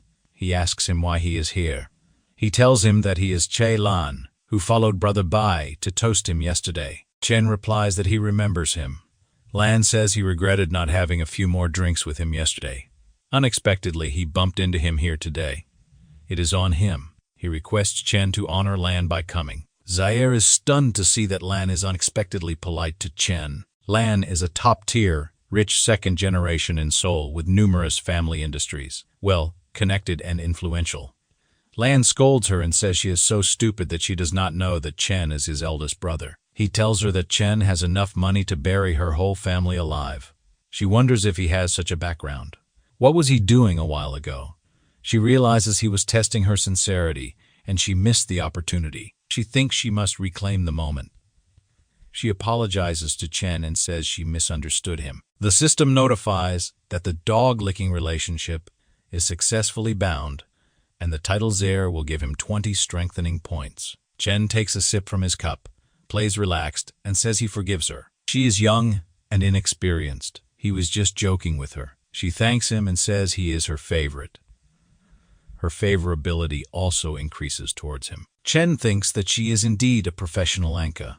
Her favorability will rise like chicken blood as long as she has money. Unfortunately, he will not simply let her go. Lan yells at her that he has boosted her popularity to millions, and he is treating his brother to this foreign soy milk. He tells Chen that they should make today an unexpected encounter. He is hosting, and Chen must honor them with his presence. Chen replies that it is not a problem at all.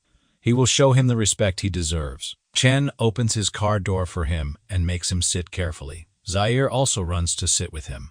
She grabs his arm inside the car and keeps her chest close. She asks him if he is still angry with her. He replies that she is worrying for nothing. He looks at his screen. She wonders why he is using the Shark Live app. Anchors live stream and sends her multiple gifts. She is shocked to see him. Chen keeps tapping the gift icon and almost sends 3,000 gifts. Even the host of that live stream feels stunned and falls unconscious. Zaire is stunned as it is her first time seeing someone receive gifts this quickly. She worries that the money should have been hers if she had seized the opportunity. She understands that this man is playing with her. However, the way he spends money is really good for her. She thinks that if his fingers were not tapping the screen, it might be hitting her body. Her favorability towards him increases unimaginably. Lan brings Chen to the most famous private restaurant in Seoul. It's called Black Pearl, and it is a 3-star restaurant. Lan says this place operates on a members-only reservation system, ensuring high privacy. But the most renowned aspects of this restaurant are its 3 main highlights. Chen says that one is the outstanding food, the other is the unique scenery, and asks, what about the third one? Lan says that Chen is genuinely experienced. He got the first two right. The third highlight is the boss's daughter, Xiao Yuki. Xiao is sitting there playing an instrument. When she looks at Chen, he's also shaken up to see her there. Xiao glances at Zer holding his arm, and her favorability for him decreases by 5 points. She gets furious and breaks her musical instrument. Her eyes tear up and she runs away from there. He is worried now as Xiao's side was so close to staging a counterattack.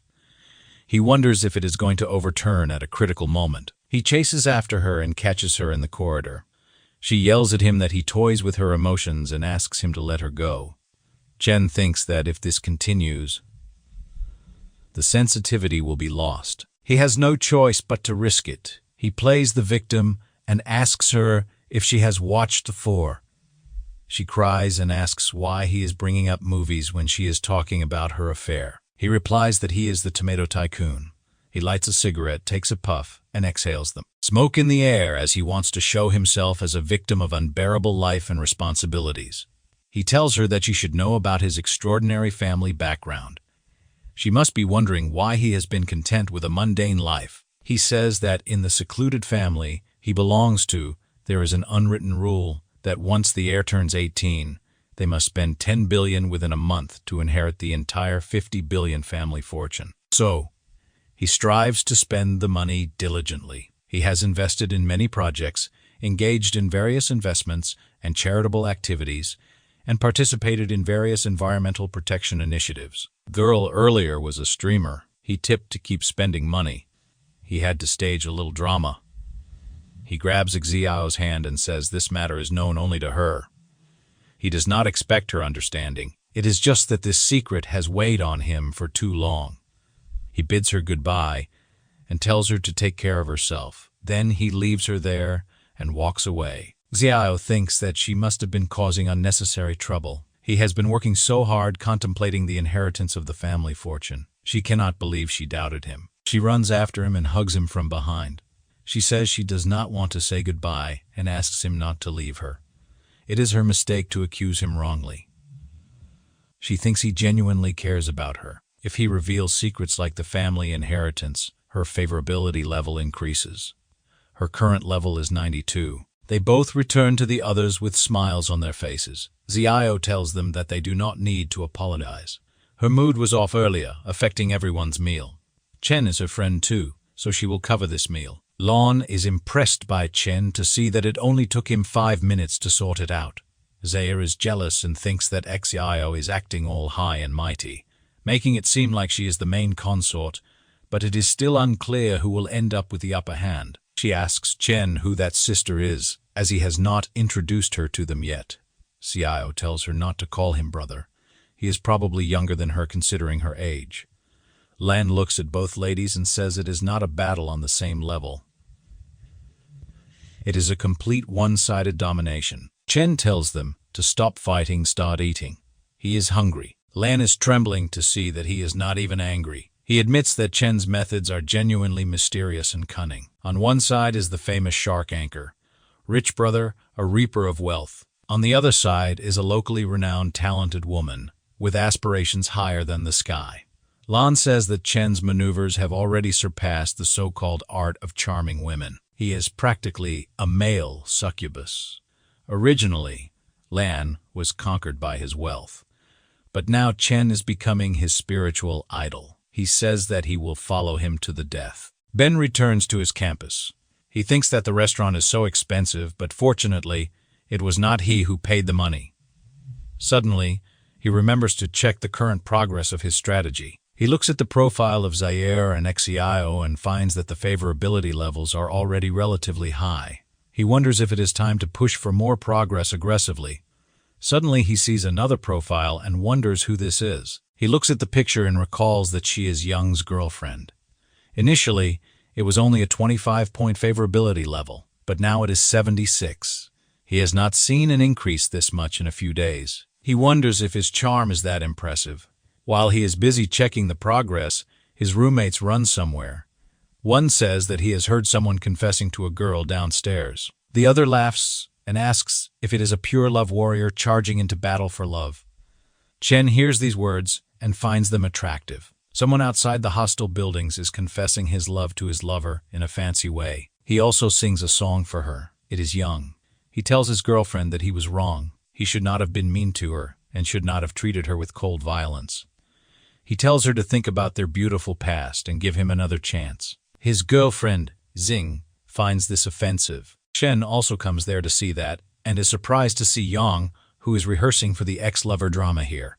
Jing looks at Chen and runs towards him, completely ignoring Yang Gong. He cries and asks her where she is going. She asks Chen if his anime is Chen Yuan.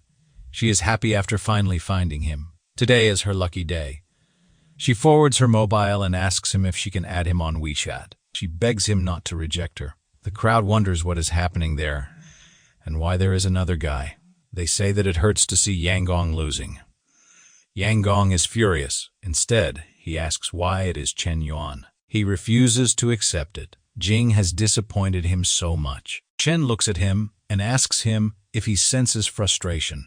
He finds it incomprehensible and feels that Jan is inconsistent. Yang asks him what he means by that and why he still humiliates him. Chen tells him honestly that he has always envied Yang, with his handsome appearance and athletic prowess, effortlessly winning the hearts of the opposite sex.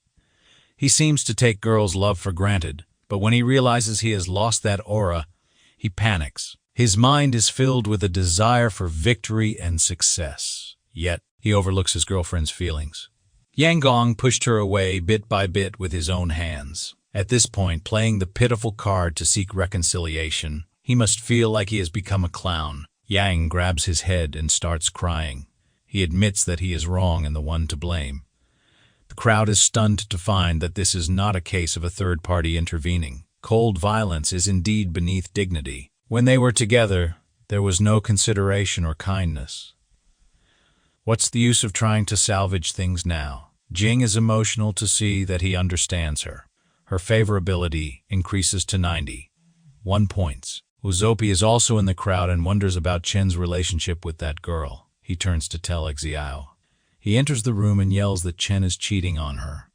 She almost gets scared by his sudden entrance. She tells him that he must stop messing around. Anyone can cheat, but Chen Yuan cannot. It is impossible. He replies that there is a girl downstairs confessing to Chen Yuan. They were exchanging meaningful glances. Xiao says that Chen Yuan cannot control others' expression of their feelings. Besides, it does not necessarily mean anything significant. He shows her the news and asks her how she explains this.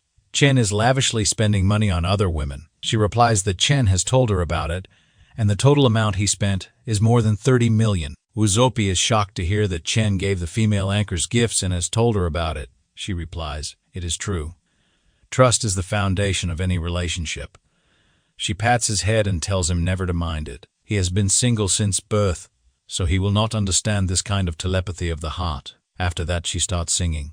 Uzopi wonders how such a sensible person ended up acting so foolish. Chen is yawning as he is feeling sleepy. His friend, China, asks him to focus and asks, "Who gets sleepy during a murder mystery game?" Chen replies that he did not want to come in the first place. He begged him to come here. Those girls there ask how or why he is being so loud. He might scare Chen Yuan. They just enjoy watching Chen Yuan sleep. One of them asks him if he has some time for her tonight. The other says that Chen seems tired and asks if he wants her to buy him a hazelnut tea. Taya tells him that if he does not come, these girls will not come either. A handsome guy like him will not understand the struggles of the ordinary guy. Chen points at Shang and asks Taya to explain why she is here. Shang is acting well in the play. She sobs and says she abandoned her childhood sweetheart and ran away with the wealthy man. Then she got killed, but she feels she deserves it. There is no need to look for a culprit. She deserves this punishment. Her classmate tells her to calm down and says they cannot continue playing this way. Tao tells Chen that if Lin Shutong hears that he is around, it is tough for Tao to avoid tagging along. He asks Chen what is wrong with her. He has also heard that she has been seeing a doctor lately. It is related to some health issues. Chen wonders if he went too far. Although she deeply hurt him, She also sincerely desires repentance. After forming a connection, he wonders if he is being too harsh, even if she is at fault and bears guilt. Suddenly, some random girl comes to him and says there is a rumor at school that he is the online sensation, Mr. Smokey. She asks if it is true because his online handles are the same. A man comes there instantly and says, if Chen Yuan is Mr. Smokey, he will take his head off and use it as a ball. That guy keeps going and says that Mr. Smokey has flaunted an incredible billion on Shark. But Chen Yuan is not even worth comparing himself to Mr. Smokey. Chen recognizes that guy. That guy goes to Shutong and introduces himself. His name is Lu No, and he owns this shop. He has noticed her for a while. He asks her if she would like to exchange WeChat contacts. Chen remembers that Lu No was his rival in high school. He often bullied him, taking advantage of his wealthy and influential family. He thinks that if he wants to show off, he will let him do it thoroughly. Fortunately, he does not want to be too high profile in front of his classmates. He also wants to give a stress test on someone. Chen moves forward and says he wants to introduce this guy to everyone. This wealthy guy is Lu No, his high school classmate. He is currently studying at a prestigious university and runs his own company with assets in the millions. He can be considered a genuinely high-profile, wealthy individual. All his classmates are charmed by Yao. As for Chen Yuan, he is not precisely Mr. Smokey. His family recently received some compensation from a demolition, around 3 to 5 million. There has been a misunderstanding. Lu No is surprised that Chen has a few million in family assets. Shutong is shocked to know that Chen is not Mr. Smokey. She thinks that, on one side, there is an elite with assets in the millions. Conversely, someone with some money used to have feelings for her. Her favorability starts to decrease drastically and reaches 15 points. She adds Lu No on her WeChat instantly. Lu No tells Chen Yuan that the world is strange. The girl Chen introduced Edit Yato on WeChat. He whispers in Chen's ear that in the past, hitting him was like beating a dog. Now he can only be stepped on by Yao. Then he tells his waiter that Chen Yuan is his classmate. He has made him very happy today, so the bill for his table is free. Chen puts his hands on his face and laughs hysterically. His classmates wonder what has happened to him. Suddenly he tells them that he is okay. It is just that he suddenly understood some things. He thinks he gave Shutong the opportunity she wanted. But unfortunately, a leopard cannot change its spots. He will not sympathize with her because she does not deserve it. Chen leaves the cafe. Lu No asks him why he is leaving so soon. He tells him they are having a high school reunion tomorrow at Kyushu restaurant. He asks Chen if he is daring enough to come there. He replies that since Lu No has invited him, he will come. At the reunion, Lu No tells everyone to enjoy food and drinks today. He will cover all expenses. He also says that those guys do not help him save money. It is meant to be spent. His friends praise him and say Lu No is generous. He welcomes them and tells them to give him a nice word when Ruo comes later. One stands and says he and Ruo are a perfect match. Talented and beautiful. They will all support him and help him succeed. Chen thinks that you never misses any opportunity to show off. After a while, Ruo enters the room. She apologizes for keeping everyone waiting. She says the driver at home took a day off today, so she took a taxi and arrived late. Chen looks at Ruo and thinks she is the only white moonlight that could illuminate his life. During the 3 years of high school, she is so mysterious and noble, like an unsolvable equation that makes all the boys in the school lose their composure. Chen goes to her and asks if he can add her on WeChat for easier communication. Yao gets irritated to see Chen doing this. He thinks he will make him regret that in no time. Royo thinks she has seen him somewhere before and replies that it's no problem. They can exchange contacts. With this, the boot-licking relationship was established, and she has an appearance score of 9.2. Someone shouts from the middle of the table that Chen Yuan has never been anything special, so why is he being so bold? One of the girls says that he's pretending to be rich and is actually shameful. She warns everyone that Chen Yuan hangs out with some second-generation rich kids who harm many women. One of Chen Yuan's friends says that she has no idea what she's talking about. She says that Chen Yuan made her get humiliated by her ex-boyfriend. I think it was that guy who delivered the car and made her suffer. Crying. She says she is sure that Chen Yuan only asks for Ruo's number to sell it to his friends. Ruo looks on and starts losing favorability because of this. I takes the opportunity to ask Chen Yuan if he is so poor that he needs to lean on others, and if he wants, he has a job for him. Chen Yuan, seeing the two insulting him at the same time, thinks that they are plotting together. But if they are showing their faces, he will have to step on them. He sends a message to Hen, telling him to come to this restaurant with a Ferrari. A while later, everyone is going downstairs to leave. Yi is confident that Chen Yuan and his friend will never show up here again. He asks Ruo if she wants him to take her home, but she declines. An attendant approaches Ai, asking him to move his car, and he gets angry. How come he has to move it from the restaurant parking lot? The guy tries to explain that after 9:00 p.m., the restaurant is reserved for VIPs only. I wonders who this so-called VIP is. Sitting in his car, he is impressed. In front of him is a Ferrari, one he has only seen in exhibits costing over 20 million. Suddenly, he sees Zhang Hosen getting out of the car and recognizes him. He starts sweating and feels embarrassed because he has heard how important this guy is. But then, Chen Yuan greets Hosen, who smiles. He thanks Hosen for bringing his car, and Hosen says it's always good to help the boss. Ai is in disbelief, wondering, wait a minute, this car belongs to Chen Yuan. People start questioning if Chen Yuan is really that rich, and the girls say that the one girl had lied, claiming he needed others. Ruo immediately realizes that this girl and Ai are trying to tarnish Chen Yuan's reputation. However, despite being humiliated, he didn't bother defending himself against these people. She finds this quite interesting, and her favorability rises by 20 points.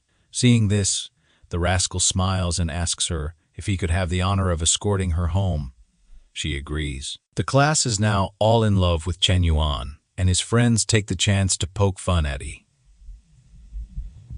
I will image photos of a busy avenue, copy, and paste them inside. Ruo feels a bit uneasy. Perhaps she was too hasty in getting into this car. Chen Yuan tells her that he has been paying attention to the pendant on her bag. It's a diet. She is impressed that he recognizes it. It's a character from a Chinese cartoon. He tells her that he loves watching that series and seeing the transformations. And she says she has always liked it too. She glances at him, feeling a bit embarrassed and smiling, while he thinks she's very cute. Perhaps her cold attitude is just a protective measure. Seeing her beautiful face makes it irresistible to want to protect her. The boy didn't last 3 words. He says he is experiencing the feeling of love for the first time in his life. At her house, he makes a gesture representing that, and she thanks him for bringing her home. They stand there like 2 idiots, laughing as he leaves. She says that he is interesting, different from the rich guys. He doesn't try to boss her around and just has fun. She then enters her house and is immediately scolded by her mother, who wants to know how the blind date her mother set up went. She must remember that her father's business is at a crucial moment, and they have no choice. However, Ruo cries, saying she won't marry just to help the company. Her feelings are important. But her mother says it is her duty since everything she eats or wears is paid for by them. If her father's company goes bankrupt, they will all be ruined. The boy from the Han family may not seem that interesting, but the situation is more important than feelings. Crying, she says she understands, and a tear falls on the little doll. Chen Yuan is just watching the group of millionaires when the guy with the car mentions he has some crazy news. Chen Yuan gets curious. Then he finds out that Ruo is going to marry a chubby guy with horrible hair just because of her family's bankruptcy. He starts wondering if he got involved in this whole mess, but remembering her, he questions whether she will really get married. Ever since high school, he couldn't take his eyes off her. No, he won't let this happen. This time he will be decisive and won't let life pass him by like this. A girl with glasses asks if it was Chen Yuan passing by, and the guy says it seems like it was indeed him. Suddenly she stops him, introduces herself as Shen Shu, and asks if he wants to become an internet celebrity. Chen Yuan takes a look at the car and apologizes, saying he's not interested. She responded so quickly that she believes he has already received offers from other companies and decides to try something different. Carrying 3 bags full of content, She starts talking about how their company is huge and extremely competitive in terms of the payment they offer. Besides, he might not know, but on their platform, they have the famous loose cigarette. If he doesn't sign with them, he better be careful not to be hated by the cigarette guy. Chen Yuan gets angry. The damn girl doesn't even know he is the loose cigarette and is here wasting his time. She's in his face while he wonders if she thinks he won't do anything. So he grabs his phone, thinking that since he won't do anything, someone else will do it for him. He goes to the rich kids group and talks about her name and her company, asking if anyone can help and resolve this. She keeps insisting when her boss calls her, ordering her to return to the company immediately or she will be out of a job. Confused, she tells her boss she didn't do anything. Meanwhile, Chen Yuan is just angry with this hand group trying to steal Ruo from him. In the car, the mother says they are just going to meet. She doesn't mean to be so sad. She doesn't mean to be so sad. Besides, this will help a lot with the financial crisis. Suddenly, she receives a message from Chen Yuan asking where she is. She mentions the restaurant, and he says he'll be there to help her. She wonders if Chen Yuan already knows about the blind date. If she were to compare that disgusting hand guy with Chen Yuan, he seems much more attractive. Her father says he has never asked her for anything, so he hopes she will consider things. Everyone in the car stays silent, and she says she understands. The car then stops in front of the luxurious restaurant, and someone comes to guide them. However, the guy is already drooling, saying that soon she will become the property of the Han family. Seeing a briefcase in the guy's hand, she finds it strange that they are bringing so many documents to a blind date. They then enter the room. The father of the Han family greets them with his son, Pineapple Head, who is already drooling on the side. Ruo immediately notices a lot of documents on the table. This is clearly not a blind date. She wants to know what her father is planning. That father is filthy trash, right? You can't sell your daughter, even if you're eating dirt and mud. Ruo knows how influential this group is in the city, and Sanu, Pineapple Head's father, is a very perverse guy. He approaches Ruo and says she is much prettier in person. She says she doesn't deserve such compliments while sending a message to Chen Yuan, informing him that she is in room 35. Pineapple Head approaches her, saying he is excited about their relationship and that she doesn't need to worry. Her family's business will be very successful. She pulls her hand away, saying thanks awkwardly. He puts his hand on her back, saying she doesn't need to be polite, and gives her a squeeze, saying they will be family. But she slaps him, asking who said they would become family, and tells him to take his hand off. The worst father she has ever seen argues with her, saying she's being rude. With tears in her eyes, she doesn't have much to say. Her father turns to Sanu and says that his daughter is very young and doesn't know what's best for her, but they can take a look at the contract. A man arrives and begins to explain all the details. They will buy 20 of her father's company for 100 million, on the condition that she marries Pineapple Head. However, this money will be invested in stocks they control, and they will only be able to access the 100 million once she gives birth to a child with Pineapple Head. She is shocked and immediately grabs the document, asking if they are seriously talking about having a child in this. She cries, looking at her father, asking if he really brought her there to sell her this way. Her mother tells her to calm down, but she refuses. Crying, she asks why their failure has to affect her life. She declares that she knows Pineapple Head is addicted to alcohol, prostitution, and gambling. She will never marry him. The disgraceful father slaps her across the face, leaving her in disbelief with a red cheek. This story is getting better than a Mexican soap opera, folks. Her father yells that he spoiled her too much and she only thinks of herself. He raised a child. Apparently, she is confused by his words, saying she only thinks of herself. Her mother says she needs to be more sincere and understand that if she doesn't do this, the whole family will collapse. But Ruo argues that it doesn't make sense. If things go wrong, they can start over together and rebuild everything. Her mother shows that she is also despicable and falls to her knees, begging her daughter, begging her to have mercy on her poor mother. Everyone in the room is shocked by this. Ruo tells her to get up and asks what she's doing. But her mother says she has no other choice. She will only get up if Ruo agrees to this. Ruo doesn't know what to say. The poor girl is lost. Pineapple Head says she can trust him to deliver the heavens and stars to her. At this moment, the poor girl gives up and realizes that this is her fate. Being born into this rich family means she has to sacrifice certain parts of her life. Without any expression, she tells her mother she will accept, and her mother can get up immediately. Her mother's tears stop as genuinely as my promise to stop looking at 3Ds on family-friendly sites. She stands up, congratulating her daughter.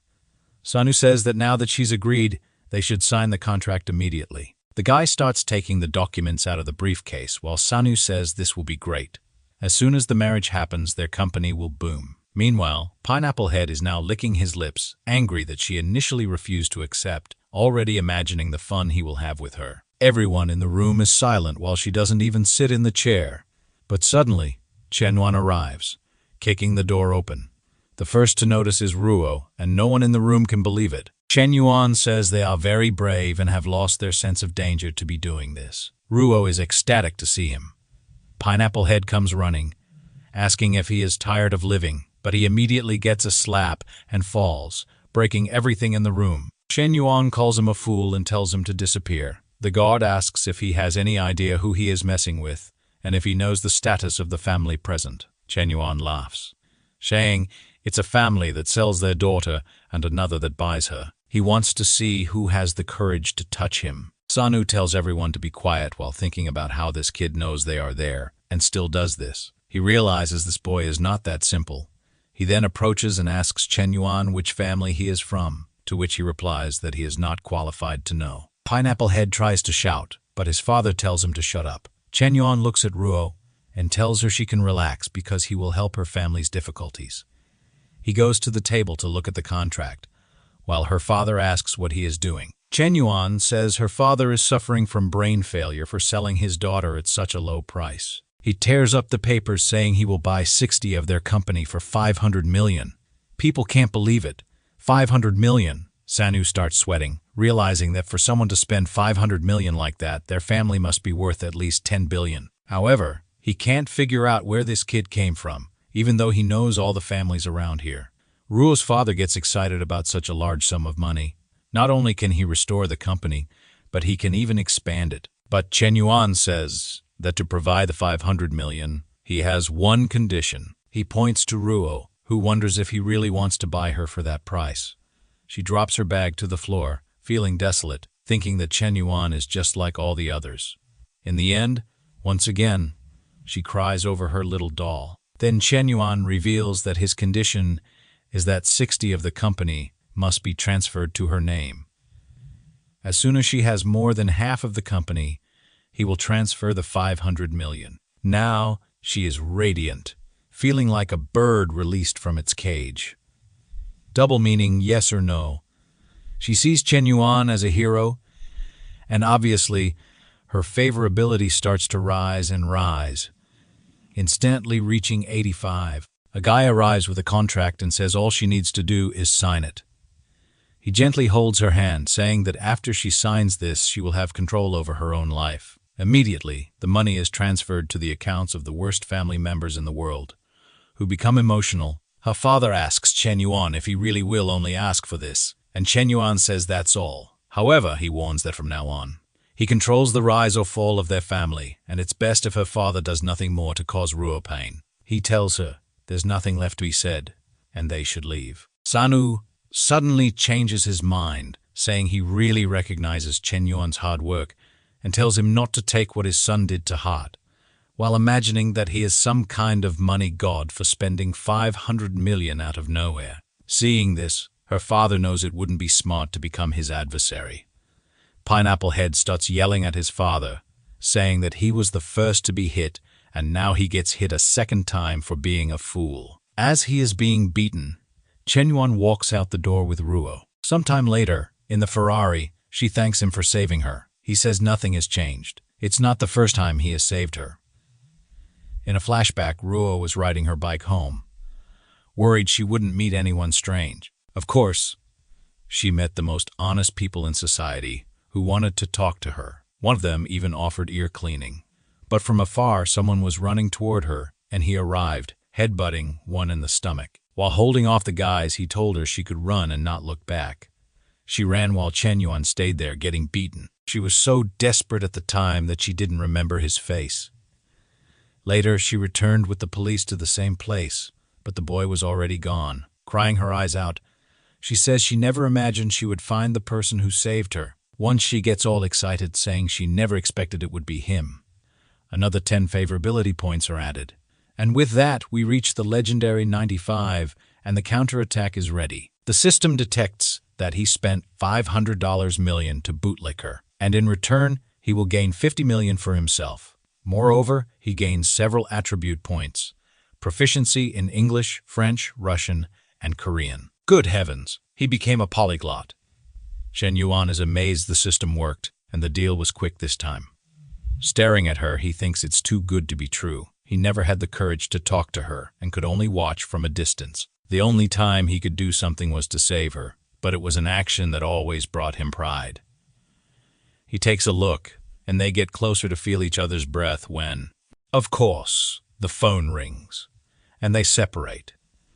It's Zi Yuan, and now it's complicated. She says she has already moved into the house and bought some furniture. Does he know what day tomorrow is? He says yes.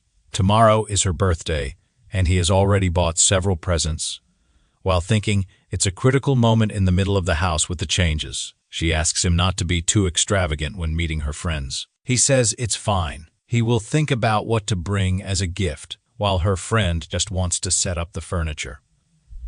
She never revealed it, but she finds it wonderful to have a house worth $60 million. Crazy in the head. Chen Yuan says his friend is organizing a birthday party and asks if she wants to go. His strategy is that he leaves things very exposed. No one will doubt him since he isn't hiding anything. However, she tells him not to worry and to go ahead. She has plenty to handle, but she isn't foolish and isn't asking questions. She knows won't get answered. He says it's a pity because she would be the most beautiful one there. She replies that when she has a chance, she will visit, but he's just being polite. He knows that if she really accepts, things will get complicated. Meanwhile, she is confident in her charm, believing she can win, even if there are more beautiful women. She loves competition. Getting out of the car, she thanks Chen Yuan for everything he did today. He tells her that if she feels bad for not being able to accompany him today, she can repay him in another way. She gives him a $500 million kiss on the cheek. However, she warns him that now he is marked by her and belongs to her. Chen Yuan suffers as he's getting back in the car, thinking about going home to play some games. Someone suddenly asks if that's his car. When he looks back, it's Chuang, shocked with her thumb out. The door closed and the car on the road. She was ignored. Her friend then says it looks like he lied last time and was just testing her again. Chuang is shocked for the 10th time. She messed up again and asks her friend what she should do to get him back. Her friend says it's not possible. She missed her chance, but maybe she can. Chuang is stunned. She gets angry, asking if she really is thinking of trying something with Chen Yuan. Her friend says he is amazing, so why wouldn't she try, since Chuang can't anymore? Chuang starts radiating like Goku, pulling her hair, and now they're fighting over nothing. Our boy just closed the door. They're fighting, getting uglier and uglier, lying on the ground with everyone recording. A while later, she is desolate, having lost the man, and her friend can keep improving. The distance between them keeps growing, and this way, she has no more chance. Suddenly, someone tells her to stop crying. It's Shen Shu from Dreamin', asking if she's interested in becoming an internet celebrity, and that she knows a way to help her get Chen Yuan back. At home, Chen Yuan is just wondering what to give Kiki as a present when, just as he was about to leave his room, one of his friends mentions that Chuang was starting a live stream. In the stream, she talks about everything that happened between her and the top spender on that platform.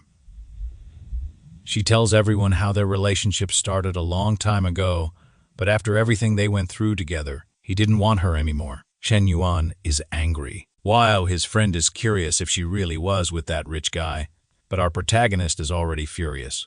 She still wants to play the victim, but he thinks this plan doesn't suit her. There's definitely someone behind it. He then calls one of his friends and asks about who is sponsoring her live stream. Shortly after, he calls one of his friends and asks about who is sponsoring her live stream. Shortly after, he is informed that it's Dreamland Sheen's company. Chen Yuan is outraged. The damn girl provoked him and now thinks he won't do anything. At Dreamland Shen, Shu is impressed that her live stream was so successful on its first try. When she proposed this idea to her boss, she was reprimanded. But one of her employees found out about his childhood love, Lin Shutong, and that's where she saw the chance to win him over. She thinks she is a genius. Then, she gets a call from her boss informing her that their company has been banned from the platform. He went to the group of billionaires and told everyone to be careful and remove any investments or involvement with that company, since that group is only for the ultra-rich who trust each other. Everyone just followed the information and made several calls to withdraw everything they had. This caused a storm in the place, and in the end, they were banned from everything and had to terminate operations. One of the guys came to inform her that since everyone withdrew their investments, it would need 10 million to keep the place running. But they didn't have that. She was trembling and furious, wondering who was messing with her. Seeing the initial downfall of the company, some investors came to talk to her and withdrew everything they had. Even the streamers working for her left since it wasn't worth staying at a banned company without any investors. The company also lost the lease they had, leaving with boxes in hand and place desolate. She didn't know what to do. She was sure that to have so much power, it could only be Mr. Yuan. But why did he do that? Even Chuang was banned from the platforms, all obviously because of the bald contacts he had. Now, it was time to buy something for Kiki when suddenly, Shu smacked her face against the glass, giving him a scare. With tears in her eyes, she said she was foolish and begged for forgiveness. And with that, the counterattack began, with zero favorability. However, he thought he wasn't interested in an older woman. Even though she always came back from the market with 2 giant bags, he lowered his head. The window, in full gigachad mode, told her it would be best if she didn't bother him anymore. Strangely, she collapsed to the ground, reeling and wondering why she hadn't realized he was so handsome, especially when he spoke so coldly to her. Her favorability increased, and he sped up the Ferrari on the road. At Kiki's mansion, her friends were all impressed with the new house. Suddenly, one of them questioned. A girl with green hair asked if that place was really her house. As far as she had heard, the owner of the place was an old man. Kiki's friend told them to shut up, saying it was ridiculous to think she would be with an old man.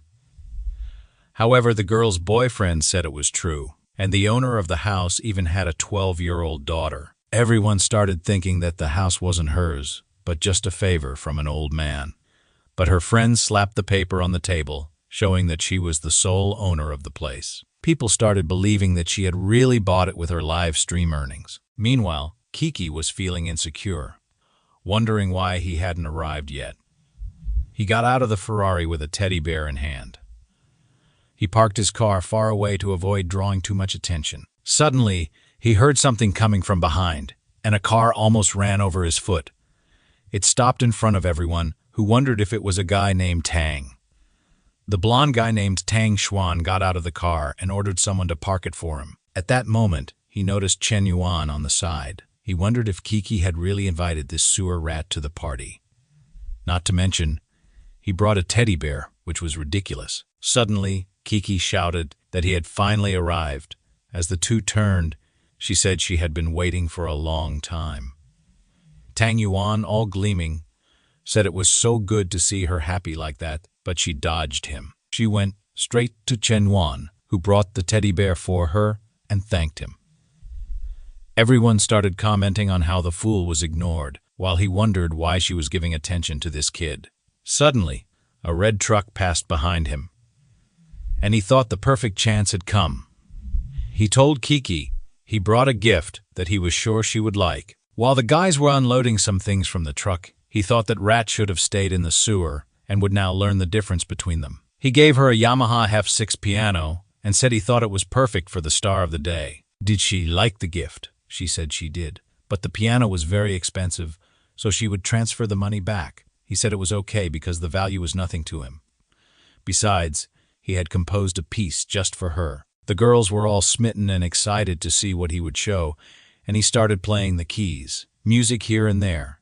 The other girls kept saying the two were a perfect match with that piano talent. Kiki strangely complimented him, saying she couldn't compare to such talent, and he said she was flattering him too much.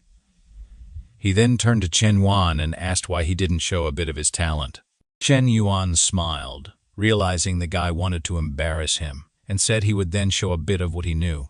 Kiki wondered if Chen Yuan really knew how to play the piano, but obviously he knew nothing. However, with 35 enhancement points, any skill could be improved. The system notified him that it would take 10 points to learn, and he used them immediately while thinking he would make that guy look foolish. He asked the system for 50 years of piano experience. He started glowing at the piano, and Xuan noticed his vibe had changed. He started playing, and the guy was stunned. It was the same piece he had just played, but the kid had already memorized it. Chen Yuan was confident, saying the surprise was yet to come. He started accelerating the music even more without missing a single note. The boy was on fire. People were sweating, wondering if it was normal, and if he had 4 hands by any chance. He had to be the new Beethoven in front of them. In their minds, to have that talent, Chen Yuan must have undergone brutal training. He was like a machine gun, firing at each note. When he finished, smoke even rose from the boy. At the party, everyone was silent. Like the legendary loose cigarette, he pulled one from the pack and placed it on the piano string, which was so hot it lit the cigarette. The Chinese no limits. He put his hand on Xuan's shoulder and told him, "Your skills are good. Just keep working hard." He then placed the cigarette in the guy's mouth and said that playing the piano was about expressing emotions, not creating competition. The guy seemed to fall in love, saying he understood. Everyone was impressed, and suddenly Kiki made a mischievous face, saying she had chosen the right person. Sitting on the couch, she thought he was a treasure among men, and her favorability kept rising. It finally reached 95, and now the counterattack was successful, automatically evolving him to a level 60 piano maestro. Kiki was now becoming a loyal follower of the boy. Since he spent 78 million on her, he received 7 million on her, he received 7 million in return. The guy was finally managing to take advantage of this system to get rich. With 25 more enhancement points, he didn't even know where to use them. Suddenly, someone came from behind, saying he was full of incredible surprises. It was Kiki, saying he made her very happy that night. He said that this performance was his second gift, so how would she thank him? A new girl appeared. Kim Bing-soo, known as the Ice Beauty. She wasn't famous for her looks, but for her hostile attitude toward all men. Because of this, everyone speculated she was a lover of women. Besides, she was always close to the president, so they even thought they had a relationship. But the truth is that she was kidnapped in her childhood. Even though the police arrived in time and nothing happened, it created a trauma in her. And since then, she hates men. Kiki asked Chen Yuan who he thought was more beautiful between the two. He told Kiki that, of all the women he had met, she was the most beautiful, while thinking he wanted to avoid women like Bing-soo as much as possible because they're all crazy. At that moment, Kiki called her friend over to meet him. She apologized, saying she was stuck in traffic. Kiki quickly introduced Chen Yuan, who asked if he was the guy who had played the piano. He said yes, but she said she had heard he was the type of guy who had relationships with several girls. Really, a man with no morals, even if he had some talent. Chen Yuan wanted to strangle her, but Kiki told him to calm down, saying she had always been like that. However, the system doesn't forgive, and another target was found. Kim Bing-soo, 25 years old, 52 kilos and 9.3 in appearance, with -80 in favorability. You would gain combat skills if he completed everything. Chen Yuan threw the system on the ground, saying that last time it was the ant, and now it's another woman. He doesn't want to bootlick. The night passed, and it was time for the birthday wishes. She celebrated, they cut the cake, and everyone was happy until Bing-soo called Kiki for a little chat outside. She warned Kiki that it would be good for her to stay away from Chen Yuan. Kiki asked why. Bing-soo said that Chen Yuan was involved with many girls, and she didn't want to see her friend in a toxic relationship. Besides, she was about to graduate and wanted to pass the president's position to her. Kiki seemed to want that president's position. She remembered that when she arrived, she always competed with Bing-soo, and they argued a lot. But now in the end, Bing-su wanted to pass the president's position to her. Were the rumors about Bing-su true? Was she looking for some fun in the capital? Embarrassed, Kiki responded that she really didn't deserve the position, and it was better to find someone else. But Bing-su approached and said that love really blinds people because Kiki wasn't acting like the person she knew. Kiki said she was even thinking about leaving the student council to spend more time with Chen Yuan. Bing-su got angry, saying she was losing all ambition and being stupid because of that guy. Her favorability kept dropping while he wondered if he couldn't even eat cake without losing points. The party was about to end, and everyone was leaving. Suddenly, she told Chen Yuan to wait a minute. There was something she wanted to tell him. He was about to leave, thinking she was getting more adorable with more favorability.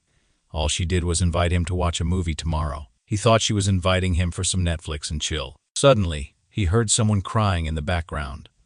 It was Xuan, leaning against his car, devastated and wondering why he had practiced piano his whole life. Chen Yuan felt awkward seeing the guy there and went to talk to him, surprising him.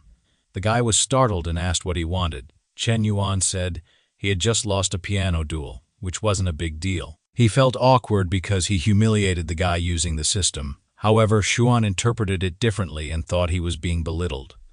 Chen Yuan said that wasn't the case, but Xuan replied, saying he admitted Chen Yuan's skills were good. However, it didn't matter because his family was extremely wealthy, and he had everything good. He pulled out his car key and said he was sure Chen Yuan was a poor guy who didn't even have a place to fall dead. But Chen Yuan was heading to the Ferrari. The poor guy even broke his car key lying on the ground. He wondered why the god wore simple clothes and drove a Ferrari. As he was leaving, wondering what movie to watch with Kiki tomorrow, he suddenly saw Bing-su standing in the middle of nowhere. She clearly looked cold, and he imagined she might catch a cold. But he didn't care about that, letting the ice princess freeze, and sped away. However, when he looked in the rearview mirror, she was surrounded by some guys. They asked if she was alone and if she needed a bodyguard. By any chance, if she made them happy, they would even do it for free. She got angry and said if they touched her one more time, she would call the police. The guys laughed in her face and said the angrier she got, the more fun it was. However, they stopped laughing when she kicked one in the balls. She turned and ran, leaving the guy in agony. He told his friends to capture her, who was already fleeing. Looking back, she was confident she could outrun them, but there were too many of them. However, suddenly she ran into Chen Yuan, who asked if she was okay. She was curious to see him, but now the guys had already surrounded them both. The guy who had been kicked told his friends to capture her quickly. She thought that men were indeed bastards, and now she was trapped because she bumped into this damn Chen Yuan. But he warned the guys they had 2 minutes to get out of there. The guy with the mohawk asked what would happen if they didn't leave. Sometime later, everyone was lying beaten on the ground. Chen Yuan wiped his hands, saying he had given advice. He turned to Bing-su and asked if she was okay, but he lost 5 favorability points. The poor guy was in disbelief. He was now at -95 after saving her. She was glaring at him with fiery eyes. He had no idea how this happened. She asked him if he thought she was amazed at how he was acting like that. Did he think such a trick would work on her? She was waiting for a car when some gangster showed up, and he saved her. Clearly, he had orchestrated everything. Not only did she underestimate his intelligence, but he also underestimated hers. She grabbed him by the collar and said that Kiki was willing to give up the president's position just to be with a guy who deceived everyone just to be with her. She turned and said that trash like him made her even angrier. Chen Yuan was in disbelief that she invented this whole story. What madness was this? He called after her, saying he would explain, but she said she didn't want any explanations and just hoped he wouldn't use such a trick again. Our boy was left there not knowing what to do, and the guys were getting up from the ground. He vented his anger on the guy who was waking up. With that, he left, cursing everyone, in disbelief that such a thing happened, until his phone rang, and he wondered who was calling. It was Royo from her presidential bed. She wanted to know if he was free tomorrow. He wanted to know why, and she said she was free and wanted to watch a movie with him. But now, things got complicated for the guy because he had already planned a movie with the president. Before he could respond, She said it was the first time she had invited someone like this and just hoped he wouldn't reject her. Please. So he devised a devious plan. He would have one movie in the morning and one at night. The next morning, his friend sent him a message wanting to talk to him. When he met his friend, he explained that he had bought tickets to watch with a girl, but got stood up and wanted Chen Yuan to accompany him. Unfortunately, there was a friend he couldn't refuse because when he was poor, his friend was always there. The plan was to watch with the friend at 2:00 p.m., with Kiki at 5:00 p.m., and with Royo at 8:00 p.m. He knew this wouldn't be an easy day. Suddenly, he looked to the side and was startled by a crazy girl. There was a girl putting on makeup inside his car. Out of nowhere, she apologized, saying she was distracted with her makeup and accidentally got in without noticing. He said that since she had regained her senses, she could get out, but she said that maybe she had entered by accident, but found the right person in her mind. She wouldn't miss this chance and asked for his contact because she felt a connection. But with his phone in hand, he said he didn't have a phone, clearly not wanting to give a chance to the stranger. She said it was fine, then she would get out of the car. As she was leaving, the guy outside recognized her and asked what she was doing there. Chen Yuan and the girl recognized him as Li Weenie, a friend of Chen Yuan who they were going to the cinema with, and he asked why she was getting out of the car. Did the two of them have something going on? Chen Yuan was worried his friend would get the wrong idea. He got out of the car and tried to explain to his friend, but his friend got angry at the girl and told her he was sure she saw his friend driving a luxury car and threw herself at him. Chen Yuan confirmed that was exactly what happened. They locked the car and left. She was in disbelief at Li Weenie, knowing such rich people. While they were watching the movie, a friend asked him why he couldn't get any women. He was so unlucky. Chen Yuan told him not to worry too much about it. Two girls behind them said they were strange for watching a movie together like that. Chen Yuan then told his friend that he should never expose his needs. He explained that the more you chase after women, the worse they will treat you. A real man doesn't spend his money on women, but on himself to impress women. That's what he said. And his friend was impressed, saying he had heard a confession from the gods. He grabbed Chen Yuan's hand and said he really understood how things work now. Chen Yuan told him to be careful. People might think the wrong things. He explained that to attract more women, you just had to be a bit more handsome, a bit richer, and have a few more girlfriends. That's how it works. His friend was frustrated with these obviously impractical tips. As they left the cinema, his friend thanked him, and Chen Yuan said he had a favor to ask in about 2 hours. The girls behind them left, convinced they were a couple, all part of Chen Yuan's plan to escape and go on a dangerous adventure.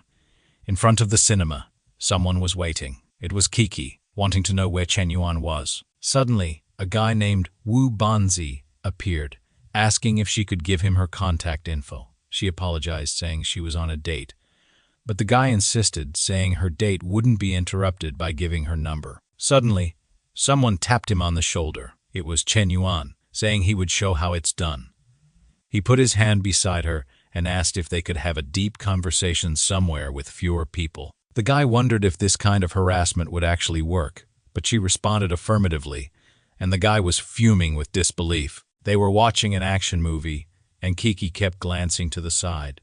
She asked if he wasn't interested in the movie since he was always on his phone. He tried to explain that it was some family business that had been troubling him a lot lately. She believed him, imagining that to have so much money, he must have many problems. His life was different. People only see his extraordinary skills but don't see the countless drops of sweat he sheds while practicing every day. He had been training tirelessly since childhood. He should be training for his future now, but here he was, being monopolized by her. Okay. Suddenly, she placed her hand on his, and he was startled. When he looked over, she was crying, wondering why she was so emotional. As they left the cinema and walked down the street, she asked if he wanted to recommend something. But just as he was about to answer, he received a call. He had asked his friend to call right after the movie so he could escape. He answered and asked what it was, changing his expression.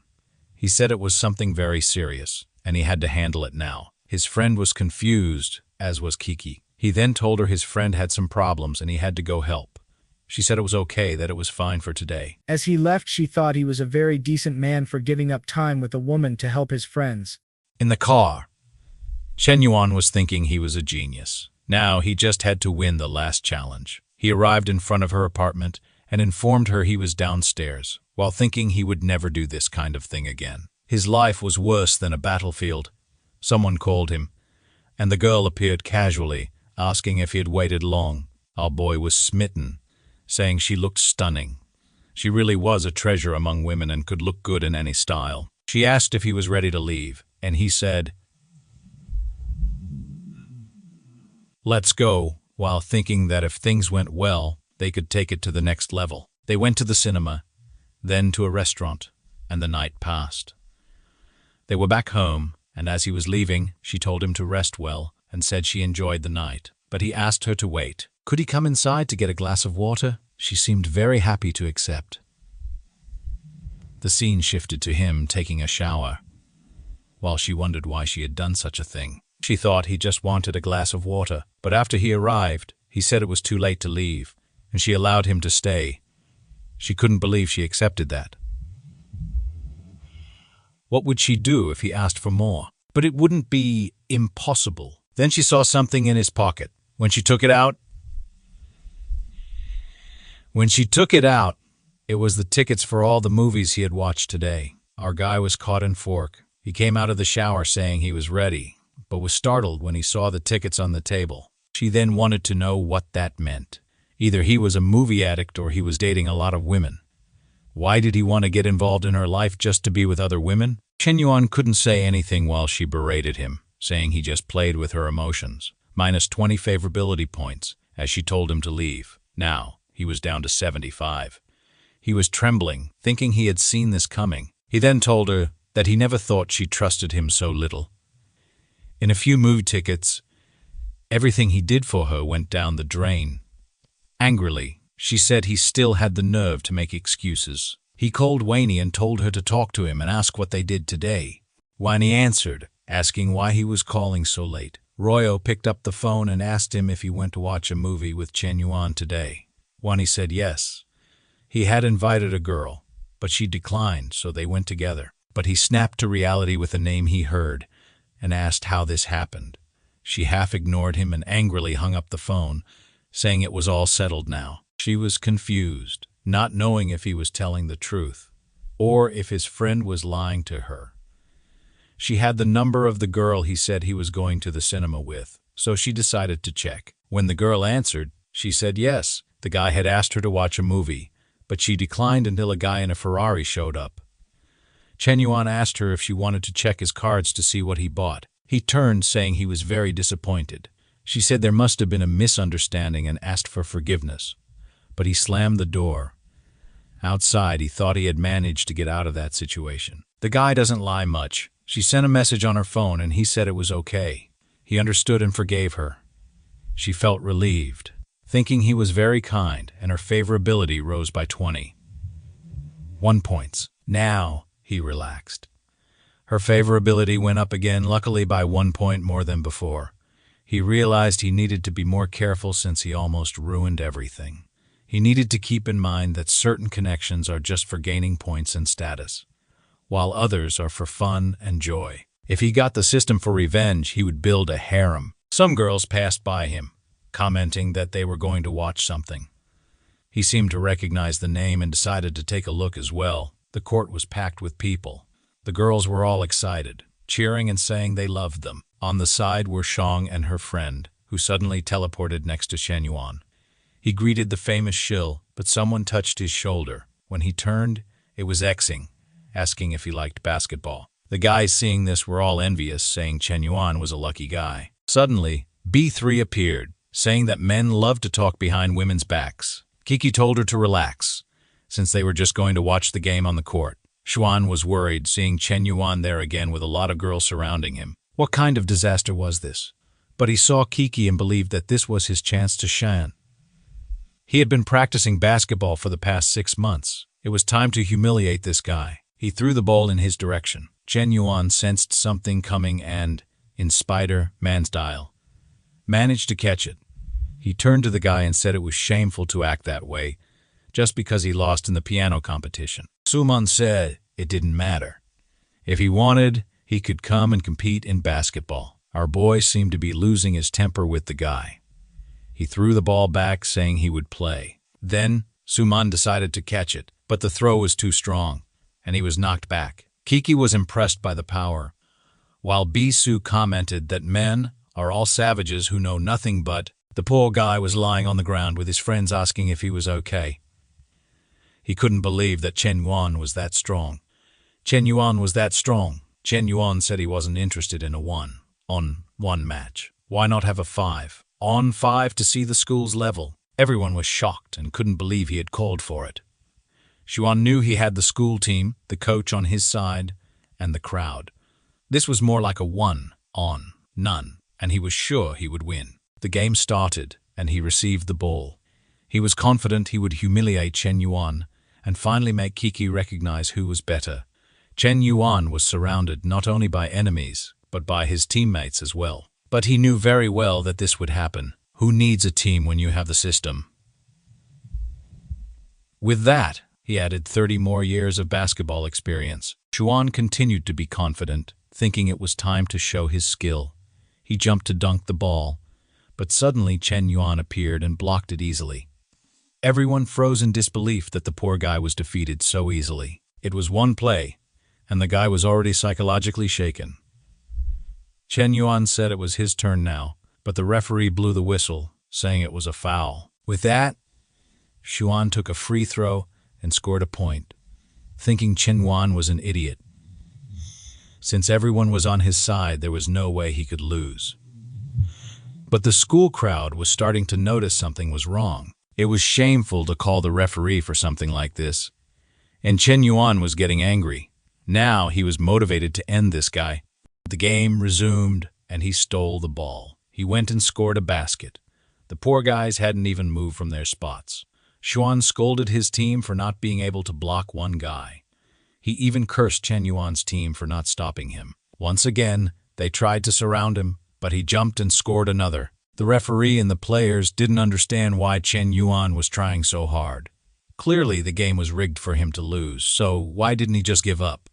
The referee started to remember what he had taught his students about respect and how, when entering a court, you should always give your all. Seeing Chen Yuan trying so hard left everyone in the basketball community emotional. Chen Yuan advanced once more, not understanding why everyone was standing still.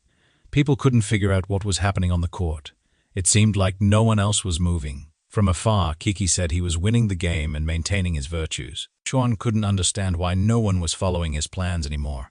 The score was now 60-2. Xuan was exhausted, and Chen Yuan was advancing once again to humiliate him.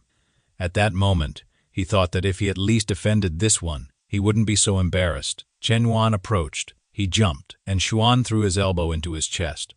But it was his arm that got broken. He fell to the ground, writhing in pain, and Chen Yuan slammed the dunk. With that, he gained points with Kiki.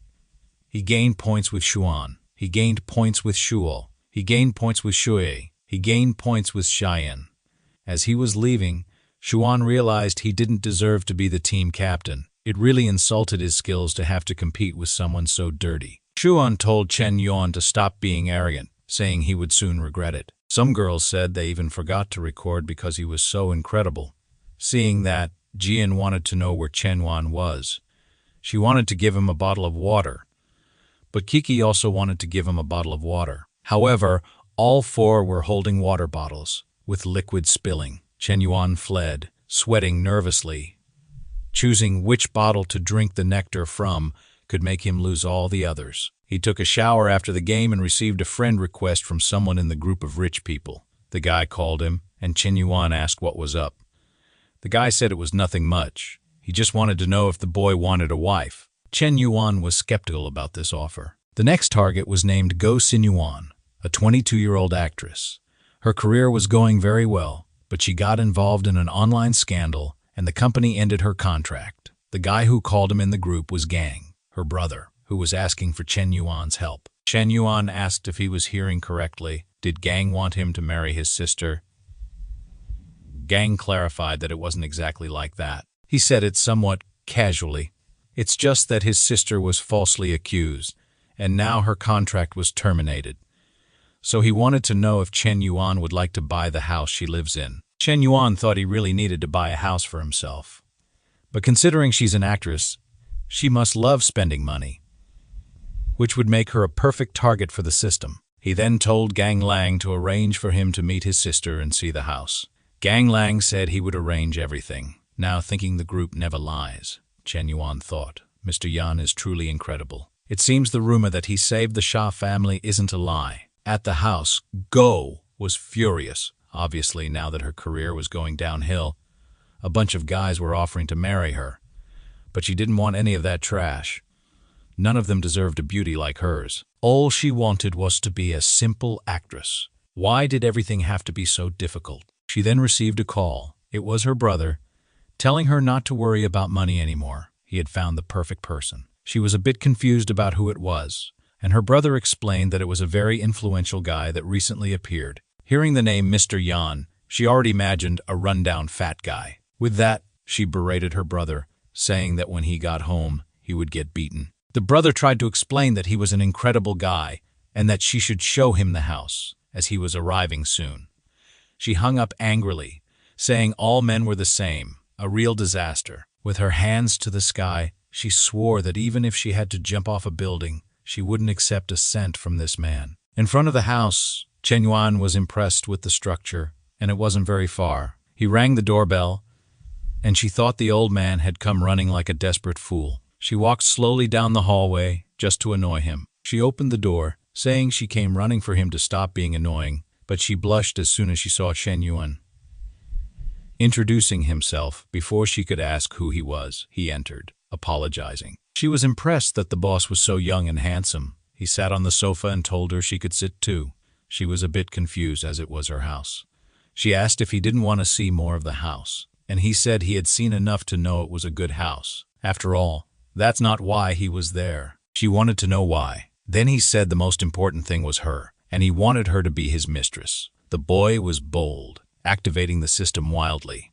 Gon's appearance was 9.2, but his favorability dropped by 35. Chen Yuan thought this time he wouldn't waste time. He would go on the offensive. But hearing this, she wasn't pleased. The guy came in, asked her to be his mistress, and she would have to humiliate him. She said he was very direct, but it wasn't impossible if he accepted some conditions first. A car worth 10 million, an amazing apartment, and he had to invest 2 billion in 2 films where she would be a lead actress. Before she finished, he said that was very little. It seemed simpler than he thought. She was in disbelief. Obviously, the boy would like it. He was eager to spend all the system's money. Returning home, Goang was shocked. Chen Yuan's car was still there. Why hadn't he left? He entered the room and asked his sister why the expensive car was still there. Despondent, she said she actually got it as a gift from him. Besides that, he deposited a lot of money into her account. The brother then asked if everything went well with the house sale, and if she at least got the 2 million. Showing her phone, she said she got 1 billion. The boy's eyes sparkled, imagining that Chen Yuan really liked his sister. Finally, he could retire and become an uncle who only smoked cigarettes. Goang couldn't forget about Chen Yuan. He handed over the money, said he transferred the card to her name, and left saying he had other things to do. He only came to help her because he didn't like seeing beautiful women suffer. Wow, what a hero. With that, she couldn't forget the boy. She thought he wasn't so bad after all, and her favorability kept rising. At Bingu's graduation, she warned Kiki to be careful with Chen Yuan. Kiki tried to explain that Chen Yuan wasn't what she thought, but Bisu was clearly determined to hate the guy. She then revealed to her that on her birthday, he orchestrated some gangsters just to try and win her over. Kiki said it seemed like she had a very troubled mind. Chen Yuan was a hero that everyone at school liked, showing a photo of Shui and her dad holding a poster.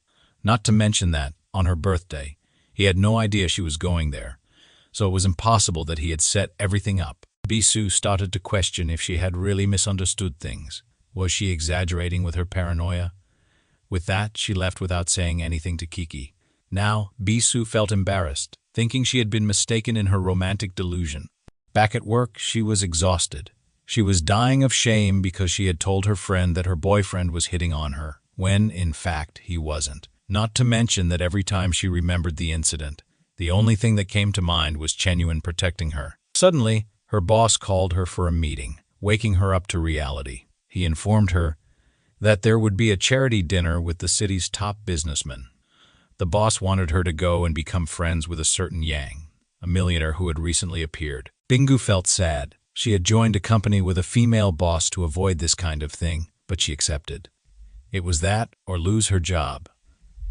Back at home, Chen Yuan was talking with the guys from the millionaire group. After he gave infinite money to Goang, she had been able to defend herself against the false accusation, and Chen Yuan was impressed with how well she handled things. On the other end of the phone was Chang K, inviting him to the charity dinner. Thinking that it would only be rich people, he knew he could find a way or someone to spend a lot of money on, so of course he would go. At Go's mansion, Renan was doing her best to defend herself from the accusations, but it wasn't easy.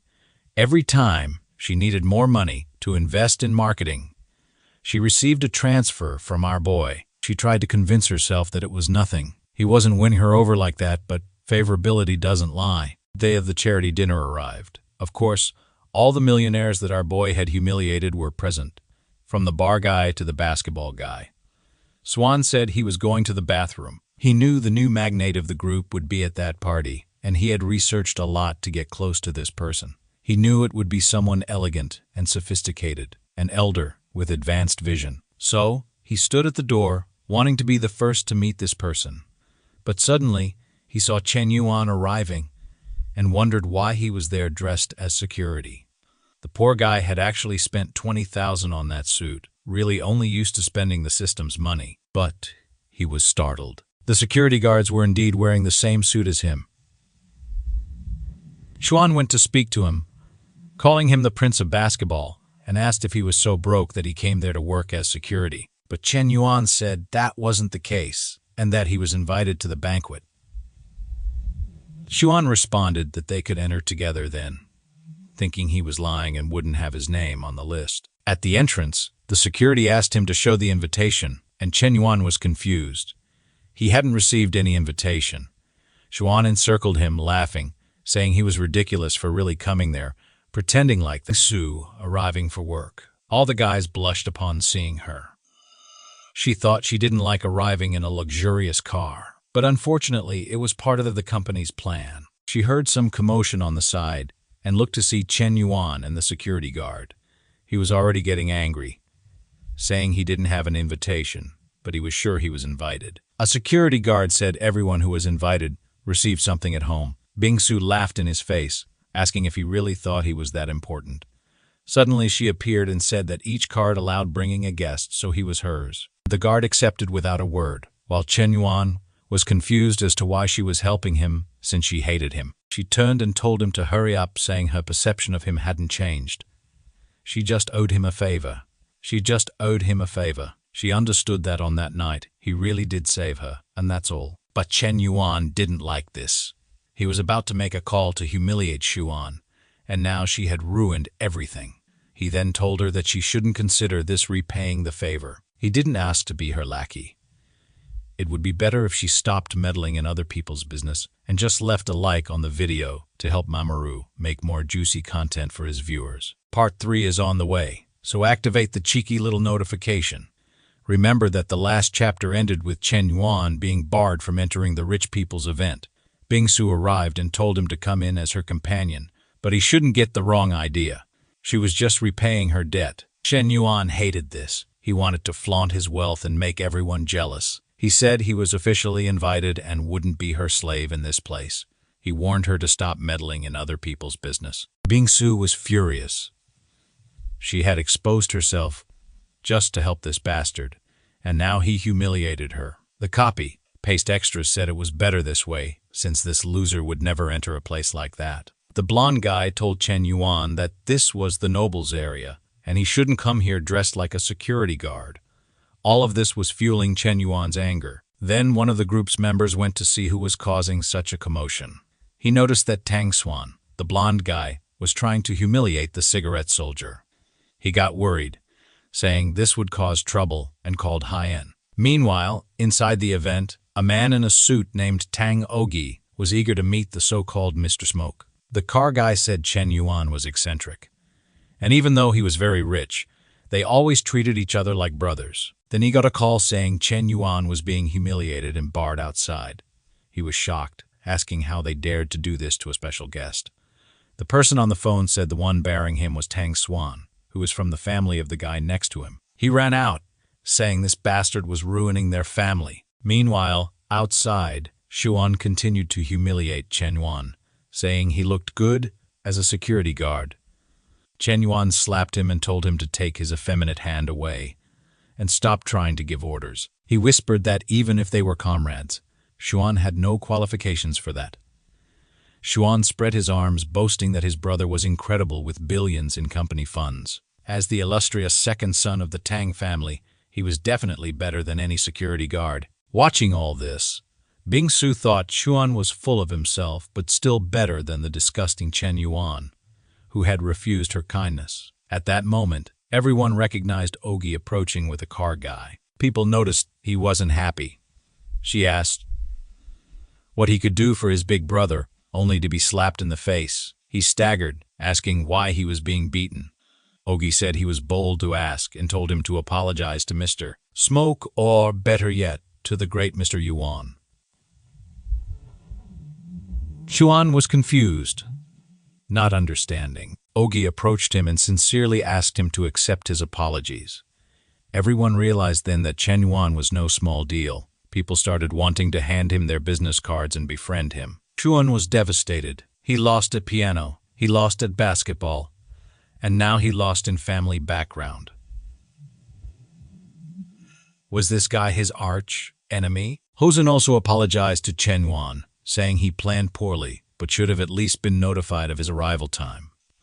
Chen Yuan said they were friends and Hosen didn't need to worry about those details. Then he was guided into the event. Bing-su was impressed because Chen Yuan really seemed to have a lot of money but didn't flaunt it. She knew that someone with such status would be chased by all the girls at the university. Now, she felt ashamed for being so presumptuous and thinking he was following her. She covered her face, wondering how she would complete the mission her boss had given her, especially since the guy she had to talk to was called the Smoke Soldier. She started to wonder if she would have to use her physical appearance. Meanwhile, inside the charity auction, Hosen said there would be jewels, paintings, and even pieces of an island. Chen Yuan was impressed, and the guy said it was all too. Support the auction. Our guy now had the face of a crazy psychopath, eager to spend money buying a piece of land in the middle of the city to build something which surely cost a lot.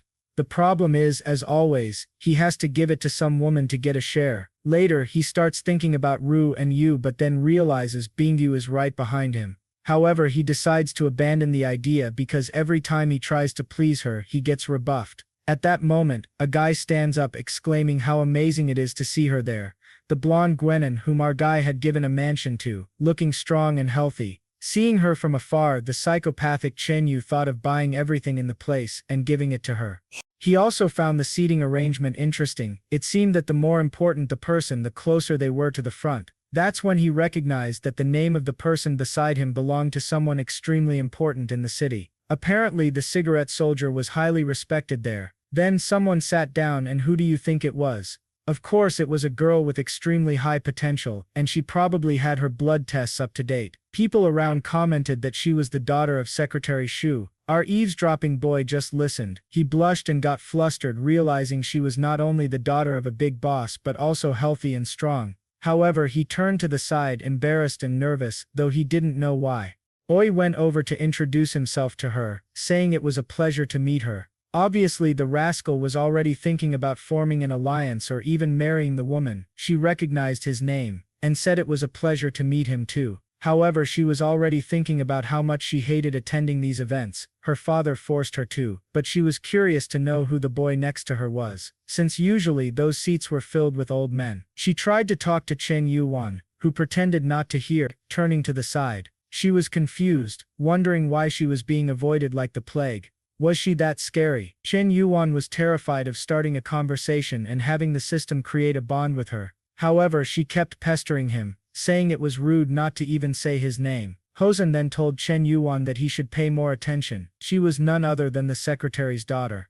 He offered to help if Chen Yuan was unwilling. Our boy turned around and introduced himself immediately. The system started its operation. Chen Yumo, 22 years old, 1.73 m tall, 54 kilos, 9.1 appearance, and 0 in favorability. The counterattack gives 10% of what he spends, 35 points, and mastery with firearms. But our boy was devastated. This damn system screwed him again. Upon hearing the name, she said she would remember this, Chen Yuan. With that the auction began. The first item was a replica of the Titanic necklace made with diamond and platinum. Someone immediately offered 20 million. The girls were all fretting, saying they needed to receive that from their fathers or they would die. The bids kept increasing to 130, 150 million. Then Chen Yuan raised the paddle and said he would pay 3 billion. People were impressed with his audacity. Chen Yuan thought that he seemed to control his own money. No father would let their son spend that much.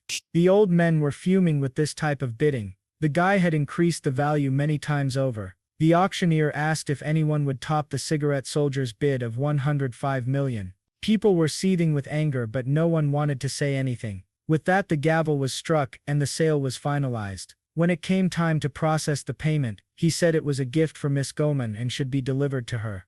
Everyone heard this, and her favorability immediately increased by 10. Her brother immediately said the gift she was about to receive was incredible. Favorability kept rising. The poor girl knew he was doing this just to mess with her, but unfortunately she couldn't resist, and her favorability was already at 35. She got angry, saying she couldn't be swayed by such things. She was a woman with dreams and aspirations. She made a dark face, asking if Chen Yuan really thought he could win her over with money. She was showing how formidable she could be. At that moment, the woman brought out the second item for sale. Who would he give this to? It was a crystal piano. The announcer said the bidding would start at 30 million. Someone offered 35 million, and another 40 million, and another 45 million. Of course Chen Yuan raised it to 200 million. He thought this would be the perfect gift for Miss Kiki. Then from the background, someone said they would offer 210 million. He looked back and saw a mage carrying 2 fire spheres. He recognized her as the heir to the fire group, and the owner of several gaming industries. He then raised the bid to 300 million, and she increased it to 310 million. He gave her a hard look and raised it to 500 million. The old men were all crying. Even the auctioneer was angry with this kid. He then asked if anyone would top Mr. Cigarette's offer. The item was sold to him, and she was fuming. The guy thanked him for supporting the city's philanthropy so generously. The woman from the fire group admitted she was defeated, but said buying a piano just to show off without knowing how to play was foolish. Chen Yuan asked why she thought he couldn't play. He stood up and said he would perform on the musical instrument. Of course the rascal was confident, since he had 60 years of mastery. As soon as he started playing, the girls were moved. This time they really cried. Their eyes lit up as they said his music was nectar to their ears. Everyone in the hall was moved, reminiscing about their lives. Chen Yumo, who also had some professional techniques, wanted to add him. Chen Yuan noticed she was starting to like him. However, he seemed uninterested, and bluntly said he forgot his phone. But this psychopath loved being rejected and gained another 30 points. He wondered why he only encountered crazy people these days. She extended her hand and said it didn't matter that he forgot. He could just give her his number, and she would write it down. He apologized, saying he had a poor memory. She replied that she would send someone to investigate his number. They stood there staring at each other. After realizing he had no way out, he said he was defeated, and would add her. She said she always knew he had his phone, but was just trying to mess with her. The crazy girl thought that good things never fall into your lap. If you want something good you have to go after it. At that moment, the auctioneer announced they would be selling failing companies. Chen Yuan's eyes lit up. The woman then announced a streamer company that had recently faced some problems and shut down. The bid started at 50 million, probably the one Chen Yuan tricked the fool into losing, and he immediately offered 60 million. Our boy was confused as to why no one wanted to compete with him. However, everyone was thinking the same thing. The bastard would triple the value. The presenter said Mr. Chen Yuan was trying to take everything from this place. Was no one willing to make an offer? He struck the gavel 3 times, and it was sold. He then announced he hoped Mr. Chen Yuan could rebuild this company and restore it to its former glory. However, one of the guys there had received information about Chen Yuan and was eager to wipe that smile off his face. He went to the corner of the room and told someone to give him all the details to bring this kid down. He discovered that our boy was 21 years old and came from Hue province. His parents collected oranges and had a pond. The guys looked up all the schools he attended, from high school to university, but the hacker revealed that the bank account he used was a global VIP type. Less than 50 people in the world have access to that type of card, usually used for transactions between countries. The old man wondered what kind of joke this was. A farm boy had a card that only country leaders had. He was sure even the hacker's information was being manipulated. He realized Chen Yuan had enough influence to alter even government records, and told the hacker to stop investigating this dangerous guy. AI saw the guy investigating Chen Yuan and discovered something that scared him. He wondered if Chen Yuan was really a descendant of a secret family. However, the guy was a gossip, like an old woman with nothing better to do, and started spreading the news. Soon everyone thought Yuan came from the secret Chen Yu family, one of the 4 hidden families throughout China, with worldwide influence. The guys were babbling like idiots, saying the world was about to face a storm. Even Hosen was uneasy, saying only a dynasty could have such finances. Meanwhile, Chen Yuan was walking around thinking about who spread this rumor since his father was just a fruit seller. At that moment, many were surrounding our boy.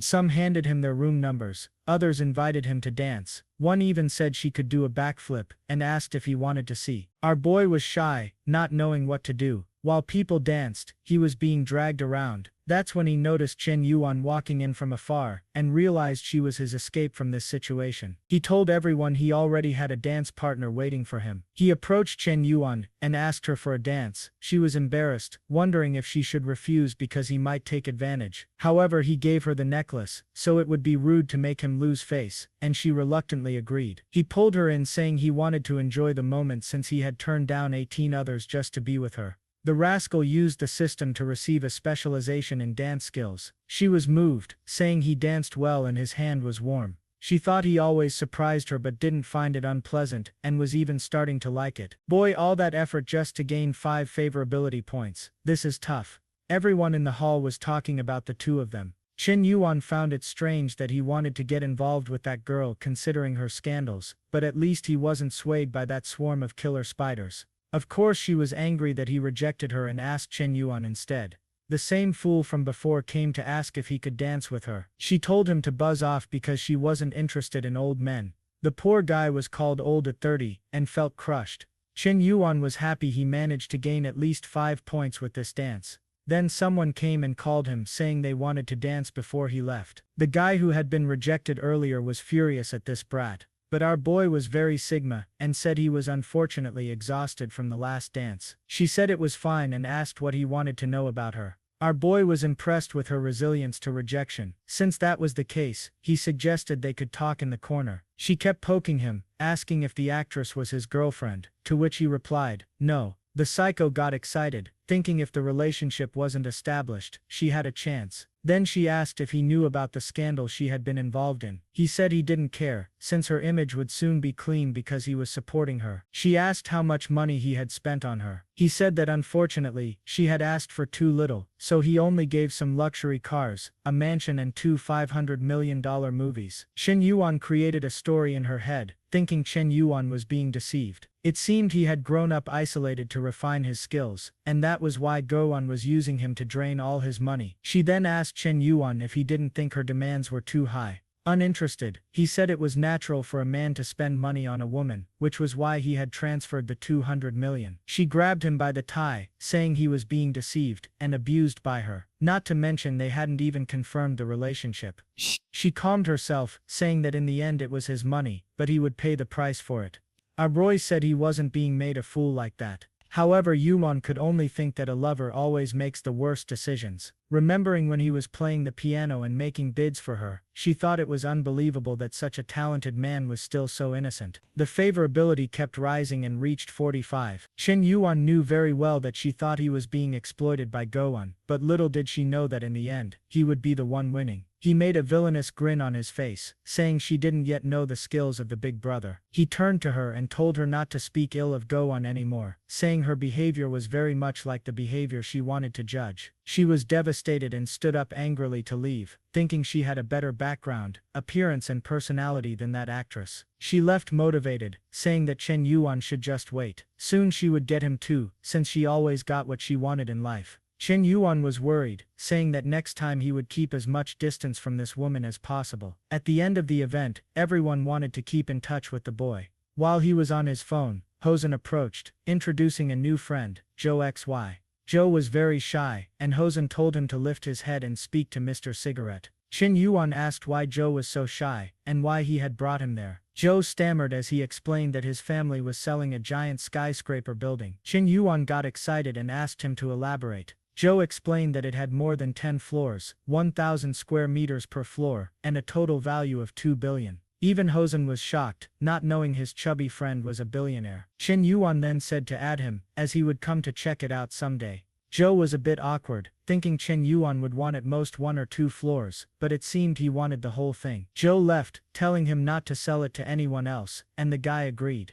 In the taxi, Chen Yuan was thinking about who he would give a $2 billion building to. It couldn't be a regular girl, or she'd collapse. It had to be someone with very high mental resilience. The taxi sped up, and he hit his face. The driver stepped out and told the woman to get out of the way. Chen Yuan wondered what Bingu was doing there. She walked over, opened the door and got in with our boy, confusing everyone. She turned to the driver and told him to start driving. The poor driver had no choice. Roy was looking at her, wondering why she was there. Bingu was motivated. It was her first job after graduation, and she couldn't disappoint her boss. Chen Yuan, embarrassed, tried to be polite to her, thinking he had just gotten rid of that damn Yumo, and now he was stuck with the worst one. She said she was there as a representative of the Carpfish app, seeking an investment and claiming they already had millions of downloads. Yuan cut her off, asking if she was asking for help. She said it could be seen that way, but it was a win-win situation as they had great potential. Chen Yuan then asked if she was begging for his help. She said yes, she was begging for help, and asked him to stop. Almost crying, she wondered why he was using money to humiliate her like this. Now the rascal was satisfied, finally she was yielding. But he knew exactly what she disliked and approached, saying that if she came seeking something, she should offer something in return. He asked if she understood what he meant. Even the taxi driver thought he was a disgusting jerk. However, Bingu slapped him, telling him to get off, saying that's why he didn't deserve Kiki. The 10 favorability points he had gained went down to -5. He moved to the side, saying he had no intention of sleeping with her. He was just provoking but admitted he didn't like cold women like her.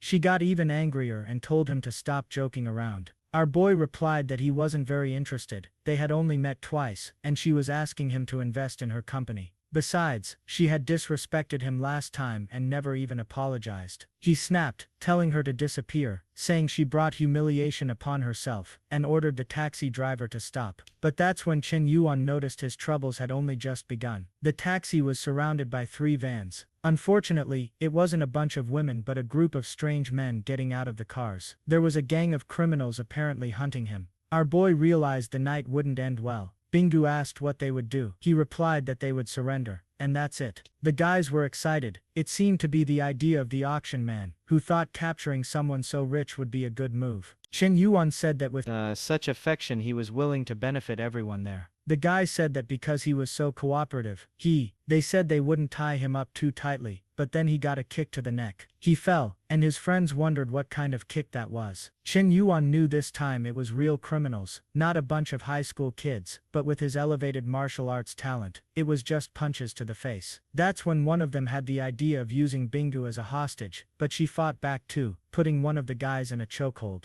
The man lost a tooth, wondering what kind of cursed woman she was. Chen Yuan thought he had it under control, but with her involved, things had gotten dangerous. With no other option, he spent all the points he'd been accumulating. 10 in strength and constitution, and 20 in agility. Now even his system said he'd be extremely dangerous on a battlefield. Oh my god, the display of millions of punches was horrible, but it hit everyone's face. The leader ordered them to capture Bingu again, but she kneed him in the groin, saying many men needed to learn their place. Then the guy pulled out an apple peeler and lunged at her, saying she had to die. Bingu was scared, thinking her life was over, but someone grabbed the blade with his hand. It was Chen Yuan, Who said the habit of threatening women was shameful. Dropping to the floor as Bingu trembled, realizing she almost died, Chen Yuan kicked the guy, calling him disgraceful. Moments later, everyone was lying in red puddles. Bingu was mumbling incomprehensible things to herself. Then she jumped into Chen Yuan's arms, saying she almost died. That's when our boy realized the iceberg had an adorable side.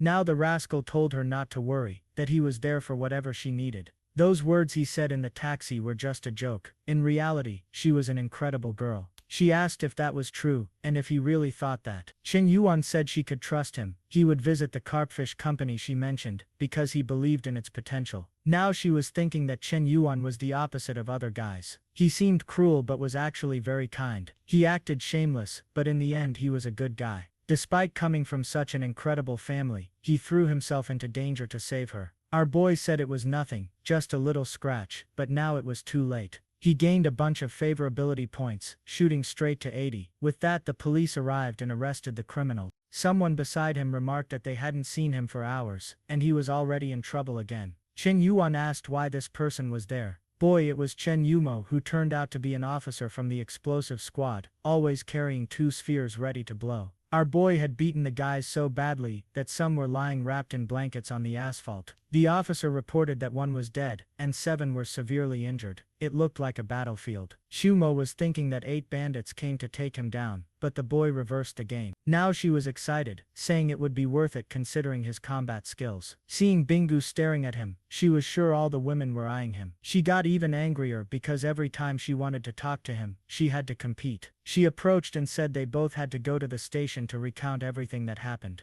Later at 3 a.m., an officer approached Bingu and told her she could go. She asked if Chen Yuan was coming too. The officer explained that unfortunately no, because Chen Yuan was being interviewed by the captain. Bingu said if that was the case, she would wait for him, and the officer said she could stay. Another officer found it strange because she seemed very eager to wait for the guy. The captain asked to turn off all the cameras for his interview. She wondered if the game was turning against the boy. Sitting in the chair, Chen Yuan wondered what Chen Yumo was planning. Someone opened the door and handed him some food. He ate the noodles, saying he never imagined she would be a police officer. He gained another 5 favorability points, and she said the possibilities were limitless. Our boy wondered why eating noodles increased the favorability. Then he asked why he, the victim of the attack, was being detained. She approached and said it seemed he was eager to escape her, but couldn't forget. He took a life today. She grabbed his chin and asked what his relationship with Bingu was. Embarrassed, he said she came to talk to him about investing in a company, but out of nowhere the psycho started tearing everything apart.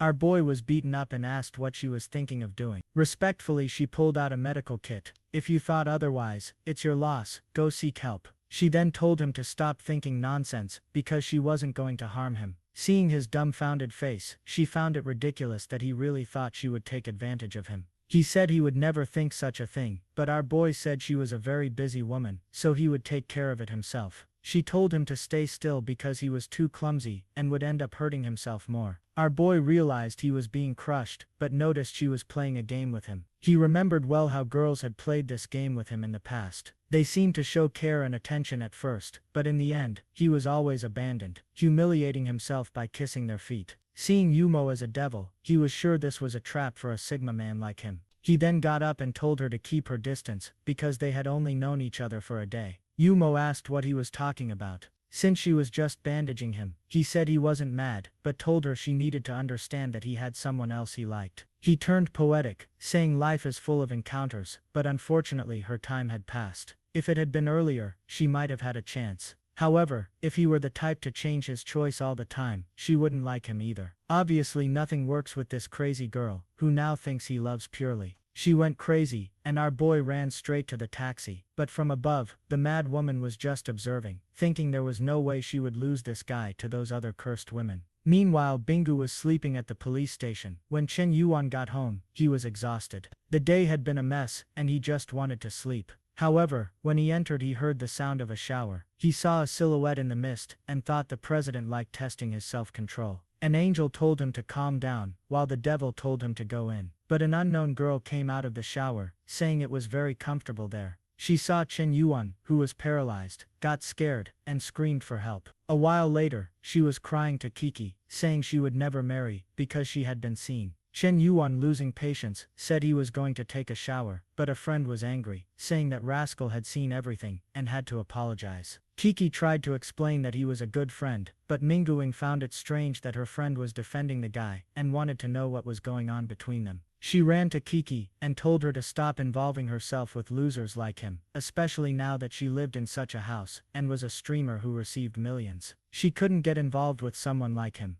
Embarrassed, the president said her friend was thinking wrong. Chen Yuan was an extraordinary man. Kiki hadn't explained to her friend that the house wasn't really hers, but Minguing kept trash-talking Chen Yuan, saying that yesterday there was an auction, and a guy bought a bunch of stuff. Only that type of man should be with her. At that moment, someone knocked on the door, saying they had a delivery. Minguing asked what it was, and they replied it was a piano Chen Yuan had bought. The friend was sure it would be an old piano they brought, but strangely, there was a helicopter in front of the house. An armed battalion arrived in an armored car, and they wondered what kind of piano this was. A while later, it was in the middle of the living room, still covered. By now she was scared, wondering what kind of national treasure this was. Minguing got tired of waiting and pulled the cover off. She was blinded by the shine. Obviously it was the crystal piano, and she was completely stunned. Minguing tapped it, and realized it was genuine, wondering if she was wrong about that guy. Then a news report about the auction was on TV, showing Chen Yuan being called the mysterious millionaire, who spent over 500 million.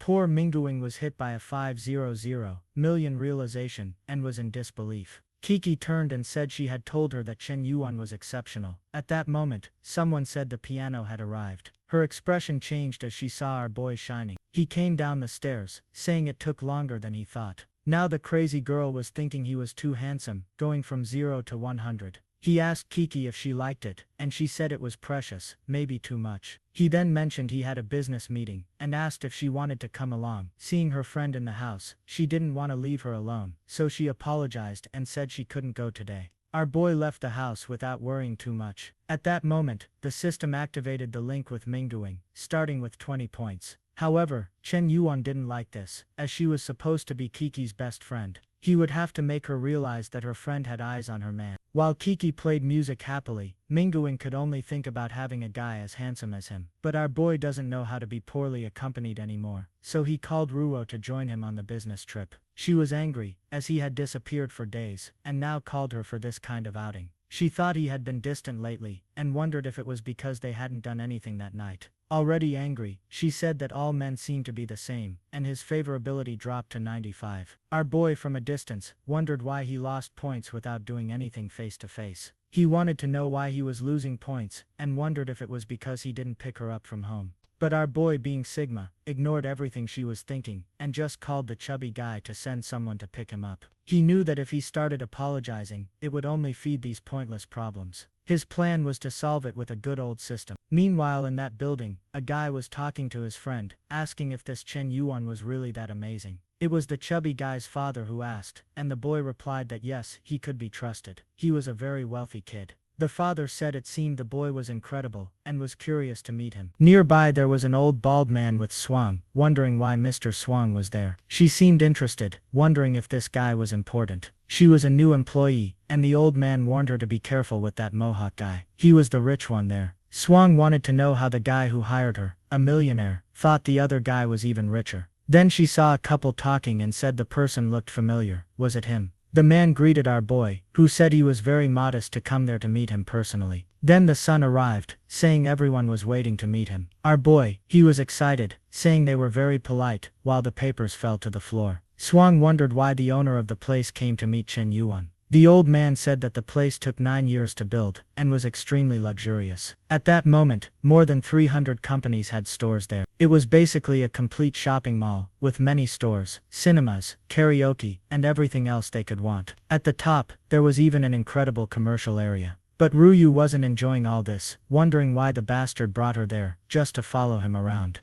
The old man said he would show him all the floors, and he asked Ruyu what she thought of the building. She said it didn't seem that bad. Chen Yuan then told the old man that if she liked it, he liked it too. He told him to just name the price and he would buy it and give it to her. The father asked if he would really put the entire building in her name. Our boy said yes, as long as she liked it, nothing was a problem. The old man couldn't understand how the young man's mind worked. Ruyu was hesitant to accept, saying it was too much. After all, it was an entire building. But our boy wanted to convince her, saying that if she had it, she would never have any financial problems again. At that moment, she would have to take care of her parents' company, which would be a lot of work, but this building would ensure she had no more problems. Now she thought she understood why she was brought there, and wondered if she should maybe stop acting like a princess, because he gained 3 points, passing 98. He gained another 20 strength points. The chubby guy intervened and said it was all set, informing Chen Yuan that the selling price was 2.6 billion. He pulled out his black card and said if the papers were correct, the 2.6 billion would be in their account. A while later, everyone was clapping. A contract was sealed. Our boy then said he was just an investor because the true owner was Miss Ruyu. Everyone congratulated her, and she felt embarrassed, wondering if this was the life of a boss. It explained why her parents enjoyed being in the office so much. It wasn't so bad being pampered. However, she already showed a psychopathic side, saying that seeing so many people bowing was a delightful feeling. Meanwhile, poor Swang asked why so many people were gathering. Her friend informed her that the entire building was bought and given to a girl in her 20s. Swang observed from a distance. The friend went to talk to her, but the girl had already disappeared. The poor girl was running off somewhere, saying all this should be hers, no matter the cost or what she had to do. She was determined to get Chen Yuan back. Meanwhile, on the subway, Ruyu was impressed and asked where he was. He said he loved the everyday life, and it was nice to spend more time with her this way. Ruyu then asked if he knew a woman named Gwenin. He got a bit flustered, asking if she meant the actress. Ruyu asked if he knew about the rumors regarding her disputes with the guys, and he said no, he didn't care about celebrity life. She responded that she didn't care much about it either. Recently there was news about a guy who bought a piano to give as a gift, but she didn't even look at it. Our boy was sweating, saying it was interesting to know. She asked what the problem was, and he said he wasn't ready for the subway's heat. After a while he said goodbye to her, thinking it felt like a prison, but he wondered if she was testing him.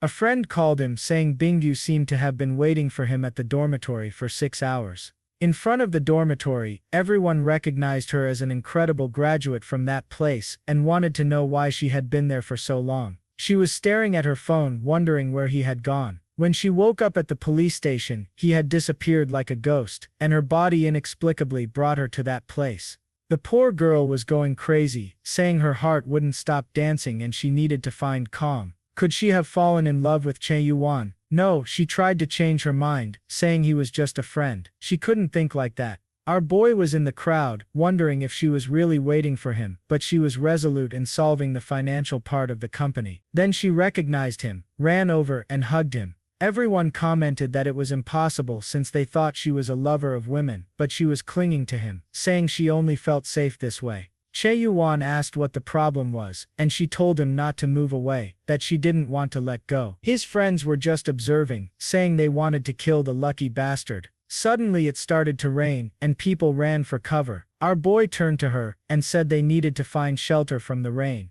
The next moment, they were in the dormitory, and his friends were shocked. She sat in the chair, thinking it wasn't as dirty as she imagined. The friends wanted to know how the hell he managed to get someone like her. Suddenly she asked why his laundry basket had so many dirty clothes. When the rain stopped, she wondered why she had taken that without thinking straight. Chen Yuan didn't worry much, and said he would take her back home. On the way, he asked if all this was because of the help the company needed. She remembered the company and said yes, it was all for the company, which is why she was there. She mentioned that she hadn't sent a message because she didn't have his number. Could he give it to her? He said it wasn't a problem, and told her she could contact him whenever she wanted. She asked if it was only about the financing he was talking about, but our boy was already leaving, saying not to worry, he would check the company tomorrow. The poor girl kept saying she was indeed a bad woman for doing this, but she felt at peace. When she was close to him, she just didn't know how she would be treated. When Kiki found out the next day, he received a message from Royu asking for help to receive the company's funds, but he told her to put someone else in charge now that she was the boss, since he had things to do.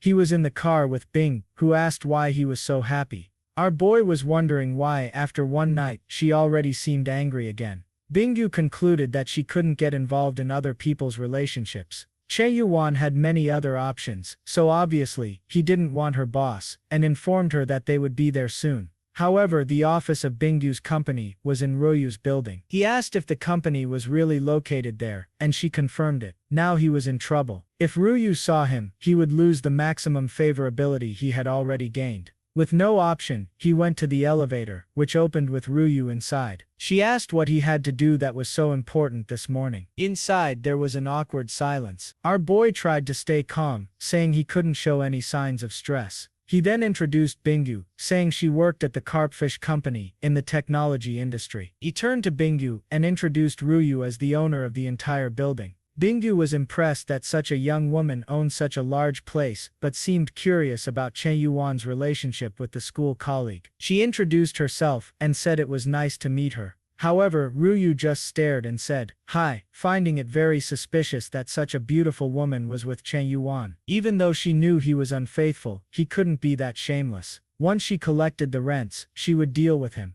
Bingyu then left the elevator, saying she would call the company boss and that they should wait. Our boy didn't want her to go, knowing he would be humiliated. Now he turned to Royu, saying he wanted to explain something, but she wasn't in the mood to be fooled, and told him to speak up. He whispered to Royu to be careful with Bingyu, saying she was a well-known lover of women at school, and might try to seduce her. She asked if it was true and confirmed that everyone at school knew. With that, she called Chen Yuan, and he went. However, Royu didn't believe him, and said she needed to find someone to confirm it. She decided to call some people she knew from university. When the guy saw the number, he was shocked, wondering who he had offended to get a call from her. When he answered, he asked what the adorable classmate wanted to talk about. She asked about the rumors regarding Bingyu. He mentioned that people said the student council was her playground. Royu got excited, thinking Chen Yuan hadn't lied. The friend asked if she was talking about the same Chen Yuan he knew. However, she just thanked him and hung up. The guy got angry, saying he needed to inform her about the kind of person Chen Yuan was. He tried sending some messages but got blocked. Poor Royu was all excited, thinking that Chen Yuan really didn't lie, when the guy started sending a bunch of messages. She blocked him.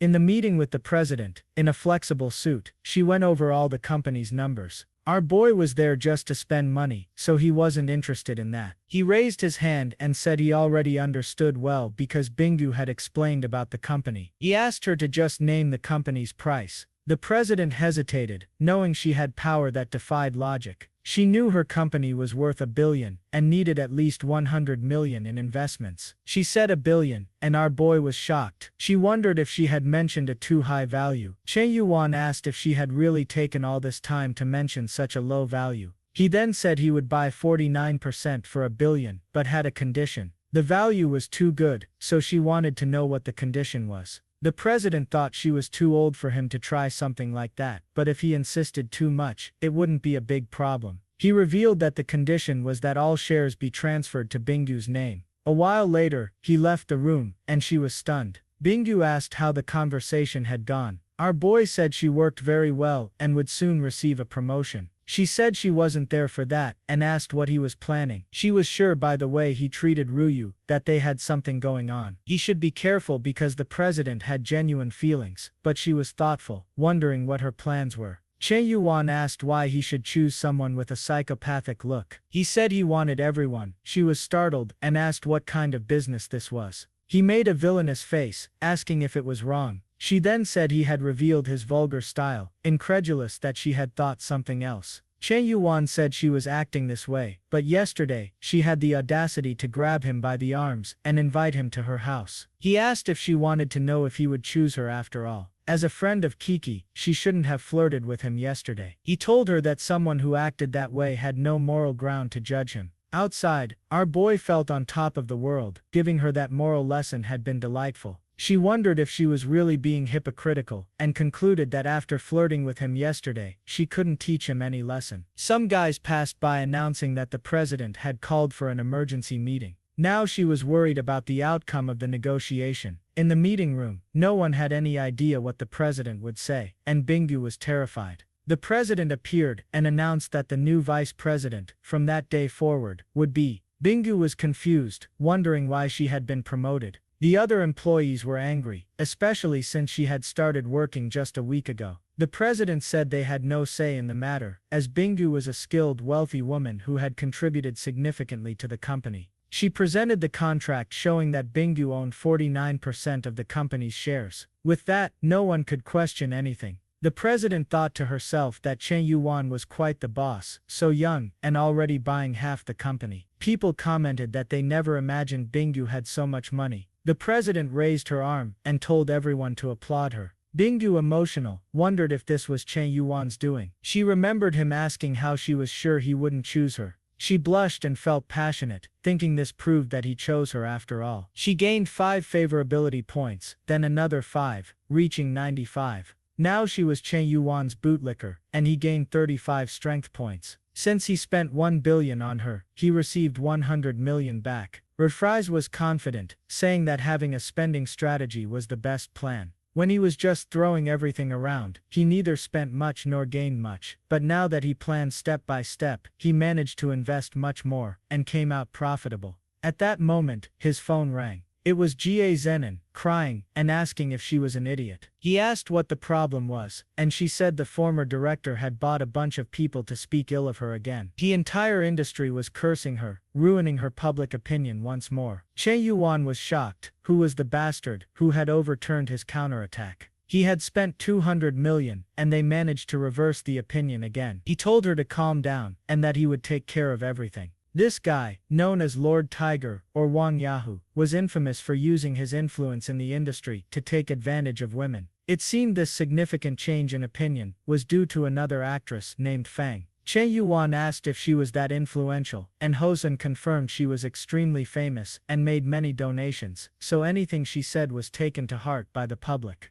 Hosen warned Chen Yuan that to take down a guy like Wang Yahoo, they would need unconventional methods. Our boy asked what the plan was, and Hosen handed him a card of someone who had information that could ruin Wang Yahoo's career. All they needed was to find this person. The scene shifted to a busy street, where our boy wondered who would work in a place like that. Climbing some floors, he heard someone shouting about receiving payment next month. Approaching, he wondered why this guy was there. It was the pineapple-headed chubby guy cursing a man on the ground, saying they would cut his hand off. The bespectacled man, Sigun, apologized, saying he was about to finish a film and would make a lot of money to pay off his debts. But the pineapple guy said this kid had offended Wang Yahoo, the so-called tiger, so it would be impossible for his film to succeed. Sigun insisted that his film had a lot of potential, and that this time it would succeed. The chubby guy was about to strike him when someone ordered him to stop. The chubby guy got punched in the face and fell to the ground again. The kid got up, asking who was brave enough to do that. Chen Yuan asked if he had forgotten him, and immediately the chubby guy started crying, remembering his father's warning never to provoke this kid. He quickly apologized, saying he would leave if that was the case, and they ran away. Seeing the chubby guy get scared, was excited to meet this person. Chen Yuan turned to him and said he was there to ask a favor. Sigun adjusted his glasses and said he had something to say too. He fell to the ground, pleading to be adopted as his son because he needed help. After everything was explained, he asked if Chen Yuan really wanted to destroy the Tiger King. Chen Yuan replied that he had no plans to be anyone's sugar daddy, but yes, he wanted to destroy Wang Yahoo. Sein thought that with Chen Yuan's potential, it might be possible. He then revealed that he did know something that could ruin Wang Yahoo. Our boy asked for the price. Sein said the price was to be his sugar daddy and invest in his films. Chen Yuan was moved by the guy's determination to pursue an artistic career. He then revealed that he was starting a film agency with Gwenin, and that Sang could join. If he needed money, he could just ask. Sigun agreed, saying the deal was set, and now they were loyal comrades. He handed over a USB drive, saying it contained his secret weapon. Not only Wang Yahoo, but the entire entertainment industry would be shaken. Chen Yuan asked what kind of video it was, and Sang said things would become crystal clear when he saw it. The video showed Wang Yahoo with a popular actress. Our boy said that with such information, they could really threaten both of them. Sein warned that it would be terrifying, but Chen Yuan assured him that with his support, nothing would go wrong.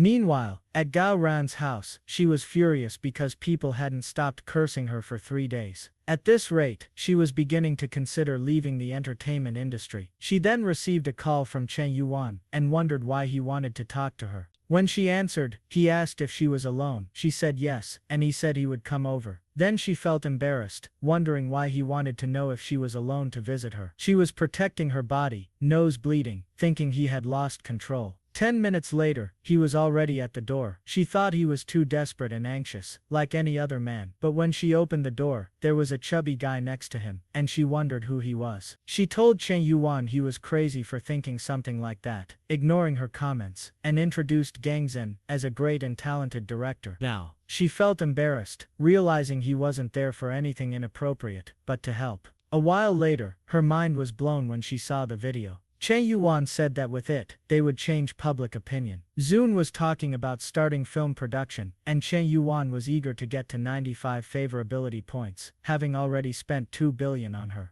The video of the interactions between the actress and the director was published online, and the press tore her apart. She was furious, wondering who had gotten that damn video. The police set up a plan and caught the director red-handed with another woman, leading to his arrest. As soon as he saw the handcuffs, he knew it was all over. Taking advantage of the shift in public opinion, Guanan held a press conference with the company, announcing that in partnership with director Sein, she would launch her own film company. They received 2 billion from investors to create a masterpiece. All the journalists were impressed by the amount, while our boy was just smiling. He felt like the boss behind the scenes, which wasn't a bad thing for him. However, the guy blocked by roofs wasn't going to leave Chen Yuan in peace. He called President Kiki, saying he had something to tell her about Chen Yuan. Soon after, she was angrily questioning him. Even though her traitor friend suggested she calm down a bit, Kiki said that all these accusations about him having so many women might not be true. However, she also found it strange that lately, he had been speaking to her, and she was feeling a bit impatient. Mei Mei understood that someone like him would attract many women, but he seemed like a man of absolute devotion. Then she saw Bingu standing nearby, wondering whether to accept his proposal. When she saw the president, she wondered how she knew she'd be there. The president asked why Bingu, a graduate, was there and why she hadn't informed her about her visit. Bingu revealed that she was there to talk to Chen Yuan, but it was strictly business. However, Kiki knew very well that Bingu used to hate him, so why did it seem like she was now willing to collaborate? A car stopped in front of the dormitory, and everyone wondered who had arrived in that portion. Roos got out of the car, and the drama was brewing. Even the girls competing for Chen Yuan were impressed by her. Roosgu asked if anyone there knew a boy named Chen Yuan who lived in those dormitories. Kiki wondered what she wanted with Chen Yuan. Roosgu noticed this and asked Kiki what her relationship with Chen Yuan was. The tension between them rose, and Mangu Ming tried to calm them down. Later, the four of them gathered in a restaurant. Roosgu decided to break the ice, asking Kiki if she liked Chen Yuan. Kiki replied that Chen Yuan liked her too, so it didn't matter. Roosgu told her to stop being delusional. Chen Yuan had been following her for 5 years, and even got beaten up for her in high school, so obviously he liked her more. Meng Buming, who once wanted to steal Chen Yuan, now defended the president, saying that Chen Yuan had given her a mansion and an extremely expensive piano. Remembering the news about the piano, Roosgu wondered if Chen Yuan was really involved with 2 women, but she got angry, saying she could lose to these women. She revealed that Chen Yuan had bought an entire building for her, valuing at 2.6 billion. This made the president think deeply. Was everything Chen Yuan had told her a lie?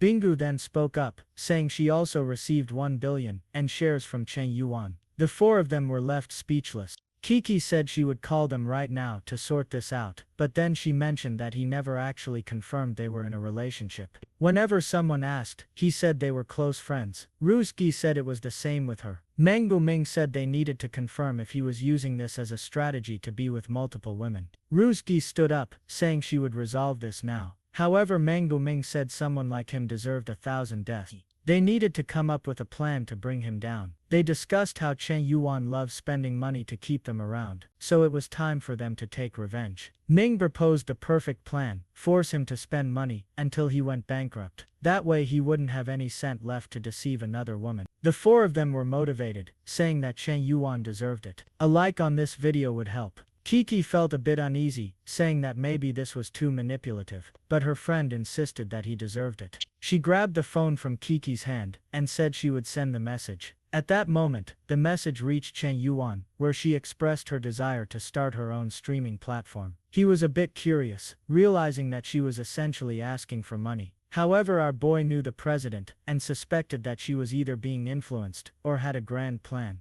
He had just bought that failing platform, so he told her that their thoughts aligned and he would help. Now the two girls were a bit embarrassed. He was not only going to provide a streaming platform, but also invest 5 billion as initial funding. Instead of being angry with the boy, she became even more intrigued. More enamored, she said that he always plans everything for her future. She felt moved, thinking that no matter how wrong his actions seemed, he always cared about her growth. In the end, Mang Buming told her to accept quickly, before Chen Yuan changed his mind, and Kiki said he never does that. While she was sending the message for Chen Yuan to start the process immediately, she was seething with anger, because she couldn't find a man like him. In his room, the protagonist knew very well that it wasn't Kiki sending the messages. The way of talking and the style of words were completely different. He already suspected it was Mang Buming, which was perfect because he would end up spending even more money. At Ruski's house, her mother asked if Chen Yuan was cheating on her. She said yes because he was involved with a lot of girls. Even though their relationship wasn't confirmed, they were already very close. She received a message and said that the group was active. Her mother asked what group it was, and she explained that it was one formed by his girls to get revenge. In the group, Kiki sent a message saying she was going to receive a streaming platform.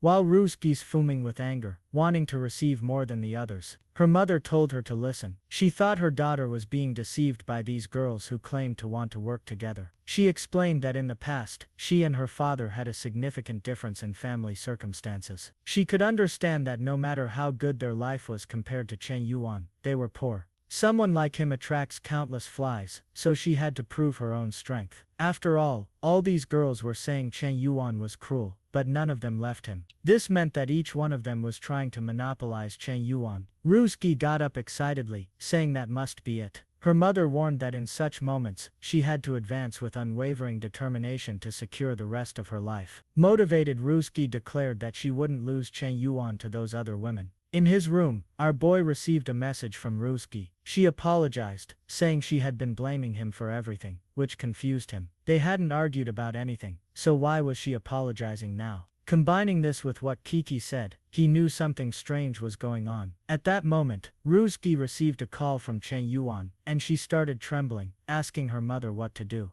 Her mother told her to accept it quickly and do her best. When Ruski answered, our boy said he had something to tell her. He mentioned that he had recently invested in a streaming platform and made a senior named Xiao Kiki the manager. Ruski got excited that he told her the truth. Her mother asked what he said, and she replied that he had told her everything the girls had put in the group. With this, her mother beamed, saying her daughter should realize that to him, she was the most important girl. Ruski got all creamy and happy, thinking that Chen Yuan really wasn't as bad as she thought, and that he liked her. She was now emotional, thinking she was reciprocating his love by teaming up with other women. She began to realize that she needed to learn to treat him well. Her mother asked why she was crying, and she said she knew she had messed up and wanted to fix things. She planned to give him a gift that would surprise him. Haha, what could this little present be? Tell us. Our boy was still clueless. The next day, a guy was already delivering the platform's papers for Kiki to sign. With that, she became the owner of the streaming platform, called Big Cat. Seeing how much they owed, she understood why Chen Yuan sent 5 billion. However, she was a bit conflicted, thinking that no matter how much he considered her, he didn't have a good personality. But her mood changed instantly when she realized he transferred 2 billion without hesitation, so she felt she had to show gratitude.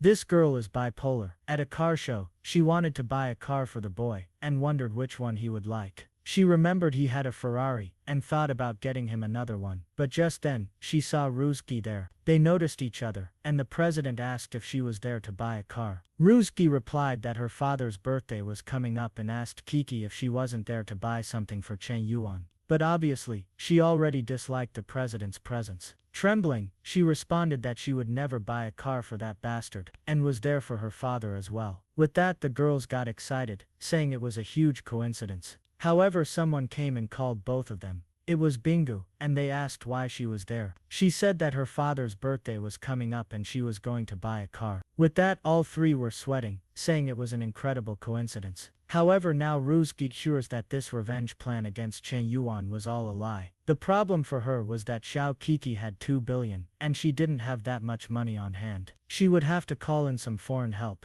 She called her mother and told her everything, who said not to worry. She immediately told the guy at home to transfer the money to Ruzgi. The guy explained that the funds were being saved for the younger boy's wedding. However, the mother sent him to leave immediately, since the priority at the moment was keeping Chen Yuan with Ruzgi. With that, she received 60 million from the family. She was already emotional, realizing that now her family was valuing her. If that's the case, she would win against Xiao Kiki. Elsewhere at the fair, Hosen was talking to our boy, saying he would take him to the VIP area, where there were a lot of expensive things that were not cars. Our boy was drooling, saying that this fair was amazing. However, that's when he wondered. Ruzgi Toltsig were talking right in front of him, and even Bingu came to bring water. At that moment, Chen Yuan wondered if they were forming some kind of alliance. Bingu felt like something, and turned around, but there was only Hosen, and she found it strange. Our boy had hidden behind him. He knew that things would go wrong one day or another, but didn't expect it to be so soon. Now he was sure they all knew what he was doing. The good part was that none of them had left him. However, he made an evil face, saying that they had favorability above 95, so it was a chance to change things. Acting very masculine, he told Hosan that he was interested in the most expensive cars in that place. At that moment, Hosan replied not to worry because they had brought everything he could want, a Pagani, a Lamborghini Aronian, and a Bugatti Veyron. Instantly, our boy said he wanted all three, and asked for the price. Hosan felt a bit embarrassed, asking why he wanted all of them. His plan was to use these 3 cars to test the strength of this supposed alliance. Hosan felt uneasy, saying that selling all 3 was a bit difficult. Chen Yuan said that money was not a problem, but the guy explained that they had been reserved by someone else. Our boy asked by whom, and Hosan said to take a look. The eldest son of the richest family, Mr. Lin, had reserved those 2 cars last year to give to his sister. Chen Yuan knew how powerful that family was, and Hosan said there were many others to look at. With that, this guy went to Ruyu and approached her. He introduced himself as Lin, and asked if he could get her contact information, saying that she reminded him of a friend he lost, which was a great regret. At that moment, she noticed Chen Yuan on the side. Seeing his angry face, she wondered why he was like that. She had no intention of giving her number to this guy, so why was he acting this way? She got angry, because he played with her and then looked at her like that.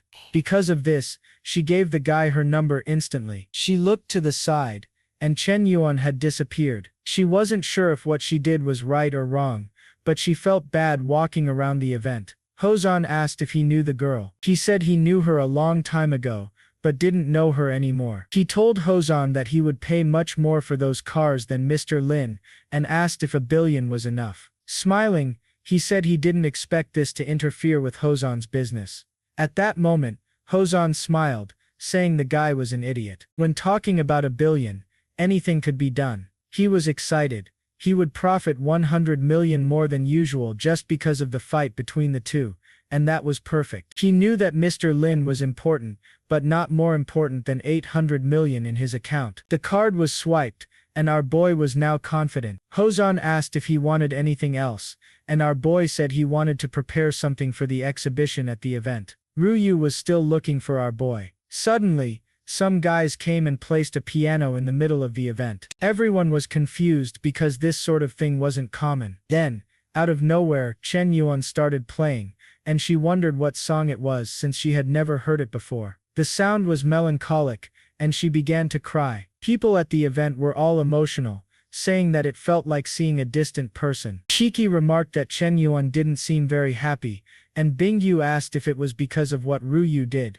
Ruyu herself began to realize that his music conveyed a sense of disappointment. Chen Yuan finished playing, and stood up, saying that when you love people, you let them do what they want, even if it means getting hurt yourself. He walked away, saying that Ruyu was now free. She started crying, saying she was wrong, and begged him not to leave her. She tried to run after him desperately, but Hosan told her to wait. He asked if she was Ruyu, and she confirmed. With that, he handed her a document, saying that she had received a Lamborghini Eronian from Chen Yuan. She stood there trembling, not understanding what was happening. Hozan explained that Chen Yuan had bought the car for her, without much thought. Apparently, he had deep feelings and was very generous. Now she was all distraught, crying, wondering what she had done. She had destroyed all his trust out of selfishness, and was left abandoned at the event. The other two girls approached her, telling her not to cry. Then Hozan arrived, and also informed them that they both received multi-million-dollar cars. They stared at each other, thinking about our boy. Bingyu said it seemed Chen Yuan knew everything. Shiki confirmed, saying that even though he knew, he never questioned what they would do. In the end, he tried to maintain the balance of their relationships. Despite being a jerk, he was still a jerk who cared about them emotionally. Shiki said he gave everything without expecting anything in return. Bingyu added that, in the end, they could always rely on him. Ruyu said she felt horrible for trying to deceive him, just for money. With that, he gained another point of favorability with all three, reaching 99. In a taxi on the way home, he was excited that 1 billion had brought him to the brink of reaching 100 with all three, and he was curious to know what would happen at the maximum score. At the university, Ruyu apologized, but he said he wanted to be alone for a while. The boy wasn't stupid, and knew that if he spoiled her too much, she would always cause trouble. While walking around, someone asked if it was really him. It was Shu, whom they hadn't seen in a long time. She looked very casual. She seemed a bit different today. She grabbed his arm and started pulling him, saying she wanted to show him something. He asked what it was, and she said it was a secret. He already suspected she probably wanted some branded bag. In the end, they're all the same, but he was curious to see what it was this time. In front of the apartment, he asked what she was planning, and she told him not to be impatient. She opened the place, revealing a bunch of portraits of Chen Yuan hanging on the walls. He felt a bit embarrassed, and asked if she had done all that. She said yes, the place was too empty, so she made some portraits. He asked if that was the surprise, and she said no, it was just part of it. She told him that the house was the gift she would give him. He felt awkward, asking if she was really going to give him the entire house. She said yes. After the donation he made, her father stopped getting involved in gambling and managed to rebuild a family. Because of that, his business kept improving with her father's change. She realized she also had to reflect on her actions. She said she used to be very materialistic and understood why our boy didn't like her. She announced that she would become a woman deserving of him and win him over again. Man, what a plot twist. Our boy was confused. As far as he knew, this girl was only interested in material things. He said the house was too extravagant, but she replied that he had already given her 5 million, and this house only cost 3.5 million. If you thought about it, she was still taking 1.5 million from him. The crafty girl had even done the math, and I believe she's the least in debt. She handed over the key, saying she knew it might not mean much to him, but it was the best way for her to repay him.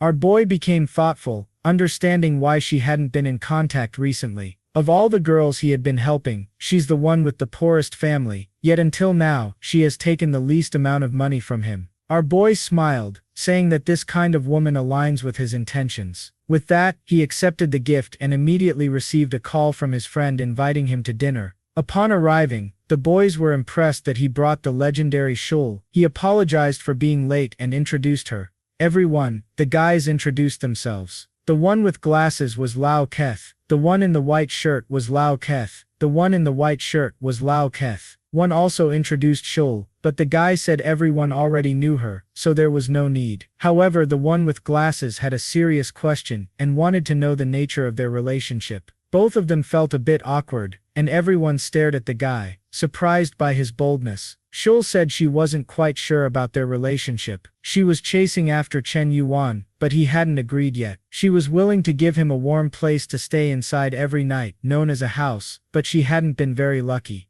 The friend said that even in the most fantastical story, they wouldn't have dared to think of such a plot. At that moment, a cup fell nearby. Bingu was there, disguised, not wanting to be seen. She thought it was crazy that the woman had given Chen Yuan a house, while she had never done anything. At this rate, his impression of her would only worsen, while this new girl would surpass everyone. She quickly went to the group chat to inform the others, telling them about a girl named Shul, who gave Chen Yuan a house. She also mentioned the restaurant. Ru, who said she was heading there now, finished eating, and the group asked for the bill. However, Shul said she would pay for everything, since it was the first time they were eating together. Chen Yuan thanked her for the kindness, but informed her that he had already paid. She thanked him and said she had to return to work at the internet cafe, and would see him later. Chen Yuan started to like her, saying that she was surprising, but not annoying. Meanwhile, Bingu thought this girl was a master of several tactics. Clearly, she was at least an S-rank opponent.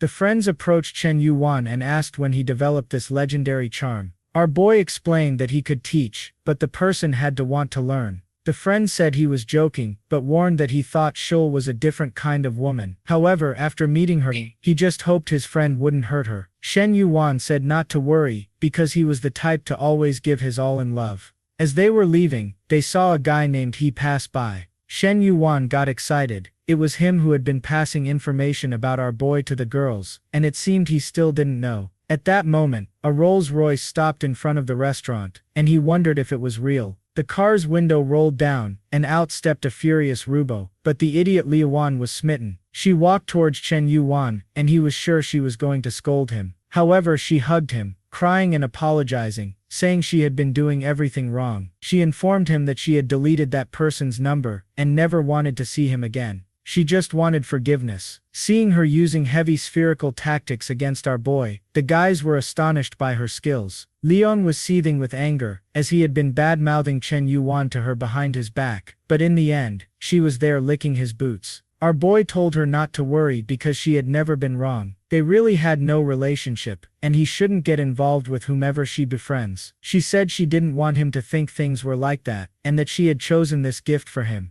Besides the cars he bought, this Rolls-Royce was the most useful. It was expensive at the event, and she hoped he would accept it. Man, it's daytime, but this girl was shooting high beams on her boy. Leon was fuming while Chen Yuan realized that she had been learning, but he turned to her and said it was a shame. He no longer believed in love. He would accept the car just so she wouldn't be embarrassed and invited Bingu for a ride. Bingu said it wasn't right to invite her to ride in a car that was Rubo's gift. Chen Yuan replied that a gift, once received, was now his and told her to get in. She agreed, saying it was fine, but that he didn't need to be so insistent. With that, our boy sped off, leaving Rubo in the dust. Leon told her to wake up to reality, because Chen Yuan was just playing with her. However, she responded that Chen Yuan had already sacrificed a lot for her. The guy kept insisting, saying it was all for her father's sake, but she told him to stop talking to her as if she wanted Chen Yuan to play with her. If she did, she would let him. She was sure Chen Yuan was deliberately trying to irritate her, but this only proved that, in the end, he still hadn't forgotten their relationship.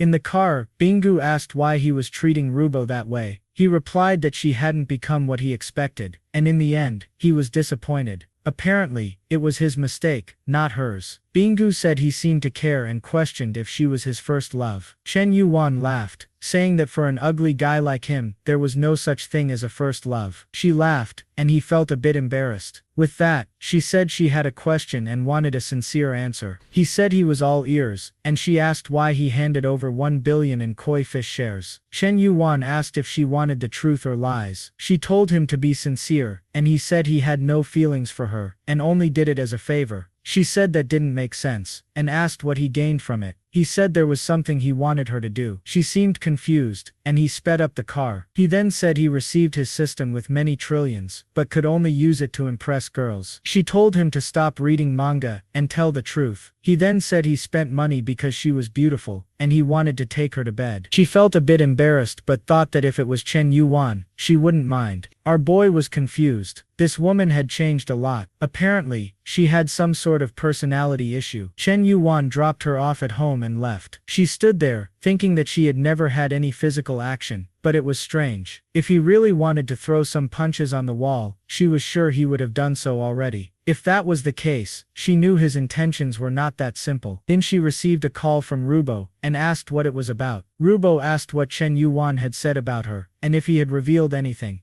Bingu said she asked about it, but he seemed reluctant, so she didn't insist. However, the strange thing was that when she asked why she received 1 billion in shares, he said it was to take her to bed, but she didn't believe it. After all, it wasn't worth that much. The girl put herself on discount. Rubo said he had said something similar to her too, but clearly, his gains weren't proportional to his efforts. She started imagining that he had some sort of mega plan. The first thing he did was become famous on the streaming platform as Mr. Yuan. Then he started investing in the Yesa family, and later in the Koi company. Both her father's company, and Shul's father's company, and even her own company, were doing well. Bingu agreed, saying that with the money he gave, they developed AI applications, and were making a lot more profit. Rubo said he had this playboy image, but it was to disguise his business intentions. In the end, he was an extremely strategic and mysterious man. Difficult to understand, maybe Chen Yuan's plan was to rule the world. At that moment, she received a message from Kiki, asking if she could rent one of the floors to set up the streaming platform there. With that, Rubo became thoughtful. Was Chen Yuan once again creating a big company? When she arrived at Kiki's mansion, Ming Mang was all excited, saying they just needed to start recruiting people. Kiki agreed, and said Ming Mang would be the first to be recruited as an executive planner. The only problem was they needed some girls to do the live streams. Ming Mang told Kiki to look at the people she knew since she also streamed for a while. Kiki said she knew someone who was the head of a company, but was dismissed for offending someone in a cafe. In another part of the city, someone threw a glass of water at a guy. He said she wasn't the same as before. He was tired of her attitude. Of course it was Shen Shuli, the girl from Shark Live. She screamed at the guy, saying he had been living off her money, and now wanted to leave. He said he wanted to break up, because he was still very young, and what she could offer, he could find in any other girl. Then he left, saying goodbye to the lady, and mentioning that he had already paid the bill. The people in the restaurant started gossiping, saying she was an old cow, wanting to eat fresh grass. Shen Shuli was fuming with anger, saying that all men were the same, but even if it took 60 years, she would make that guy pay the price. At that moment, she received a call from Kiki, and wondered why this girl was calling. She was invited to partner in a new business. Meanwhile, Chen Yuan was sleeping in his room. He heard someone at the door and wondered if a thief was entering. He grabbed a vase, and got ready to strike. Someone entered, carrying a jug, and as he went to hit them, he saw it was Shuli and he stopped. He asked what she was doing there, saying she didn't even say hi. She apologized, saying she didn't expect him to move in so quickly, but outside, she was crying thick tears, saying his body was incredible, and even had to die for abs. Boldly, he said that she saw him shirtless, but he hadn't seen anything yet. She opened the door and said if he really wanted, he just had to ask. Our boy said she was stalling too much, thinking she wouldn't have the courage, but she moved her hand to her shirt, telling him to get ready. Our boy told her to hold on, joking that it wasn't that serious. She stuck out her tongue, saying you never know with the fire they were playing with. She mentioned bringing breakfast, and placed the items on the table. Our boy hugged her, saying if she didn't know he was living there, why did she bring breakfast? Close to her neck, he said she wasn't being honest. She told him to stop focusing on the details, thinking that she had prepared everything perfectly. He saw she had prepared some buns, and said they looked delicious. She explained that she not only knew how to make dumpling, but could make them for him every day. He got excited, saying having a good breakfast every day would be perfect. He sat down, asking if she wanted to become his personal assistant, and even get a salary. She told him to stop being so formal, as she would do it for free every day. Our boy was starting to get moved. Not even all of his training with the system was helping, not to mention that the food she made was very tasty. Now he understood why she used to be called the Heartbreaker. Suddenly, he received a call from Gan. She asked for help once again, and he told her to stop stalling and say what she wanted. She explained that the company wanted to start filming the new movie, but the city studio wasn't cooperating. Chen Yuan told her to explain quickly, and she began talking about a bunch of things about the director and the TV. He said he would help, immediately informed her that he would transfer some billions for her to start her own TV company, and in a few days, he would visit. He just wanted to be kept updated. Gan was confused about how he spent so much money like that. However, he didn't care about that, and was more interested in thanking Shul for breakfast. Chen Yuan said that maybe it would be better if she moved out of that place. She was startled and asked why, wanting to know if she had done something wrong. He explained that if she kept entering without knocking, things could get strange. He asked if he could have a spare key. She agreed, and handed it to him. But the crafty girl had more than one spare key. However, Chen Yuan turned, and said he knew she had more than one key, and if she didn't respect his privacy, he would leave. He said goodbye, saying he knew she understood people's feeling. He left, thinking that this time he would keep things more controlled. Outside, the friend from before said that he finally arrived. However, Deb came up beside him, looking angry, because she wanted to discuss personal matters with Wei. The girl was all excited, sure that it was worth putting on good makeup today. They should go eat at an incredible place, but when they arrived, it was just a corner shop. Wei thanked him, saying he preferred such places, and Chen Yuan agreed, saying it was more comfortable. He said the same to Shu, who said she was very grateful for that. She began to wonder if this Chen Yuan was a poor guy pretending to be rich. When they were sitting in the restaurant, a TV company was about to make an announcement. It was Gan on TV, saying she had something to share with the public. He thought she couldn't resist the chance to be on TV for an announcement. However, she revealed that a guy named Chen Yuan had invested in the TV company they were going to create. When Shu asked if by any chance she was talking about him, Shu now was sure this guy was much richer than she had expected. Chen Yuan was fuming with anger, because he didn't want anyone to know what he had been doing. Wei asked for Gan's autograph, and Chen Yuan said he would get it for him one day. When his friend started to talk about money, he shoved food into his mouth, telling him to be quiet. Meanwhile, She Wei thought that Wei was her ticket to wealth. She needed to stick to the guy, because if one day he gave something to Wei, she would also benefit. She leaned on the guy, saying he was all grown up, and needed to learn to take care of himself. At the company the girls were setting up, they saw Gan's announcement, and Kiki mentioned that this seemed like a normal amount for him. The girls discussed how he seemed involved in more industries than they had imagined. Ruwa remarked that even for Chen Yuan, this must have been a decision years in the making. Bingu agreed, saying his actions might seem random, but always had a deeper meaning.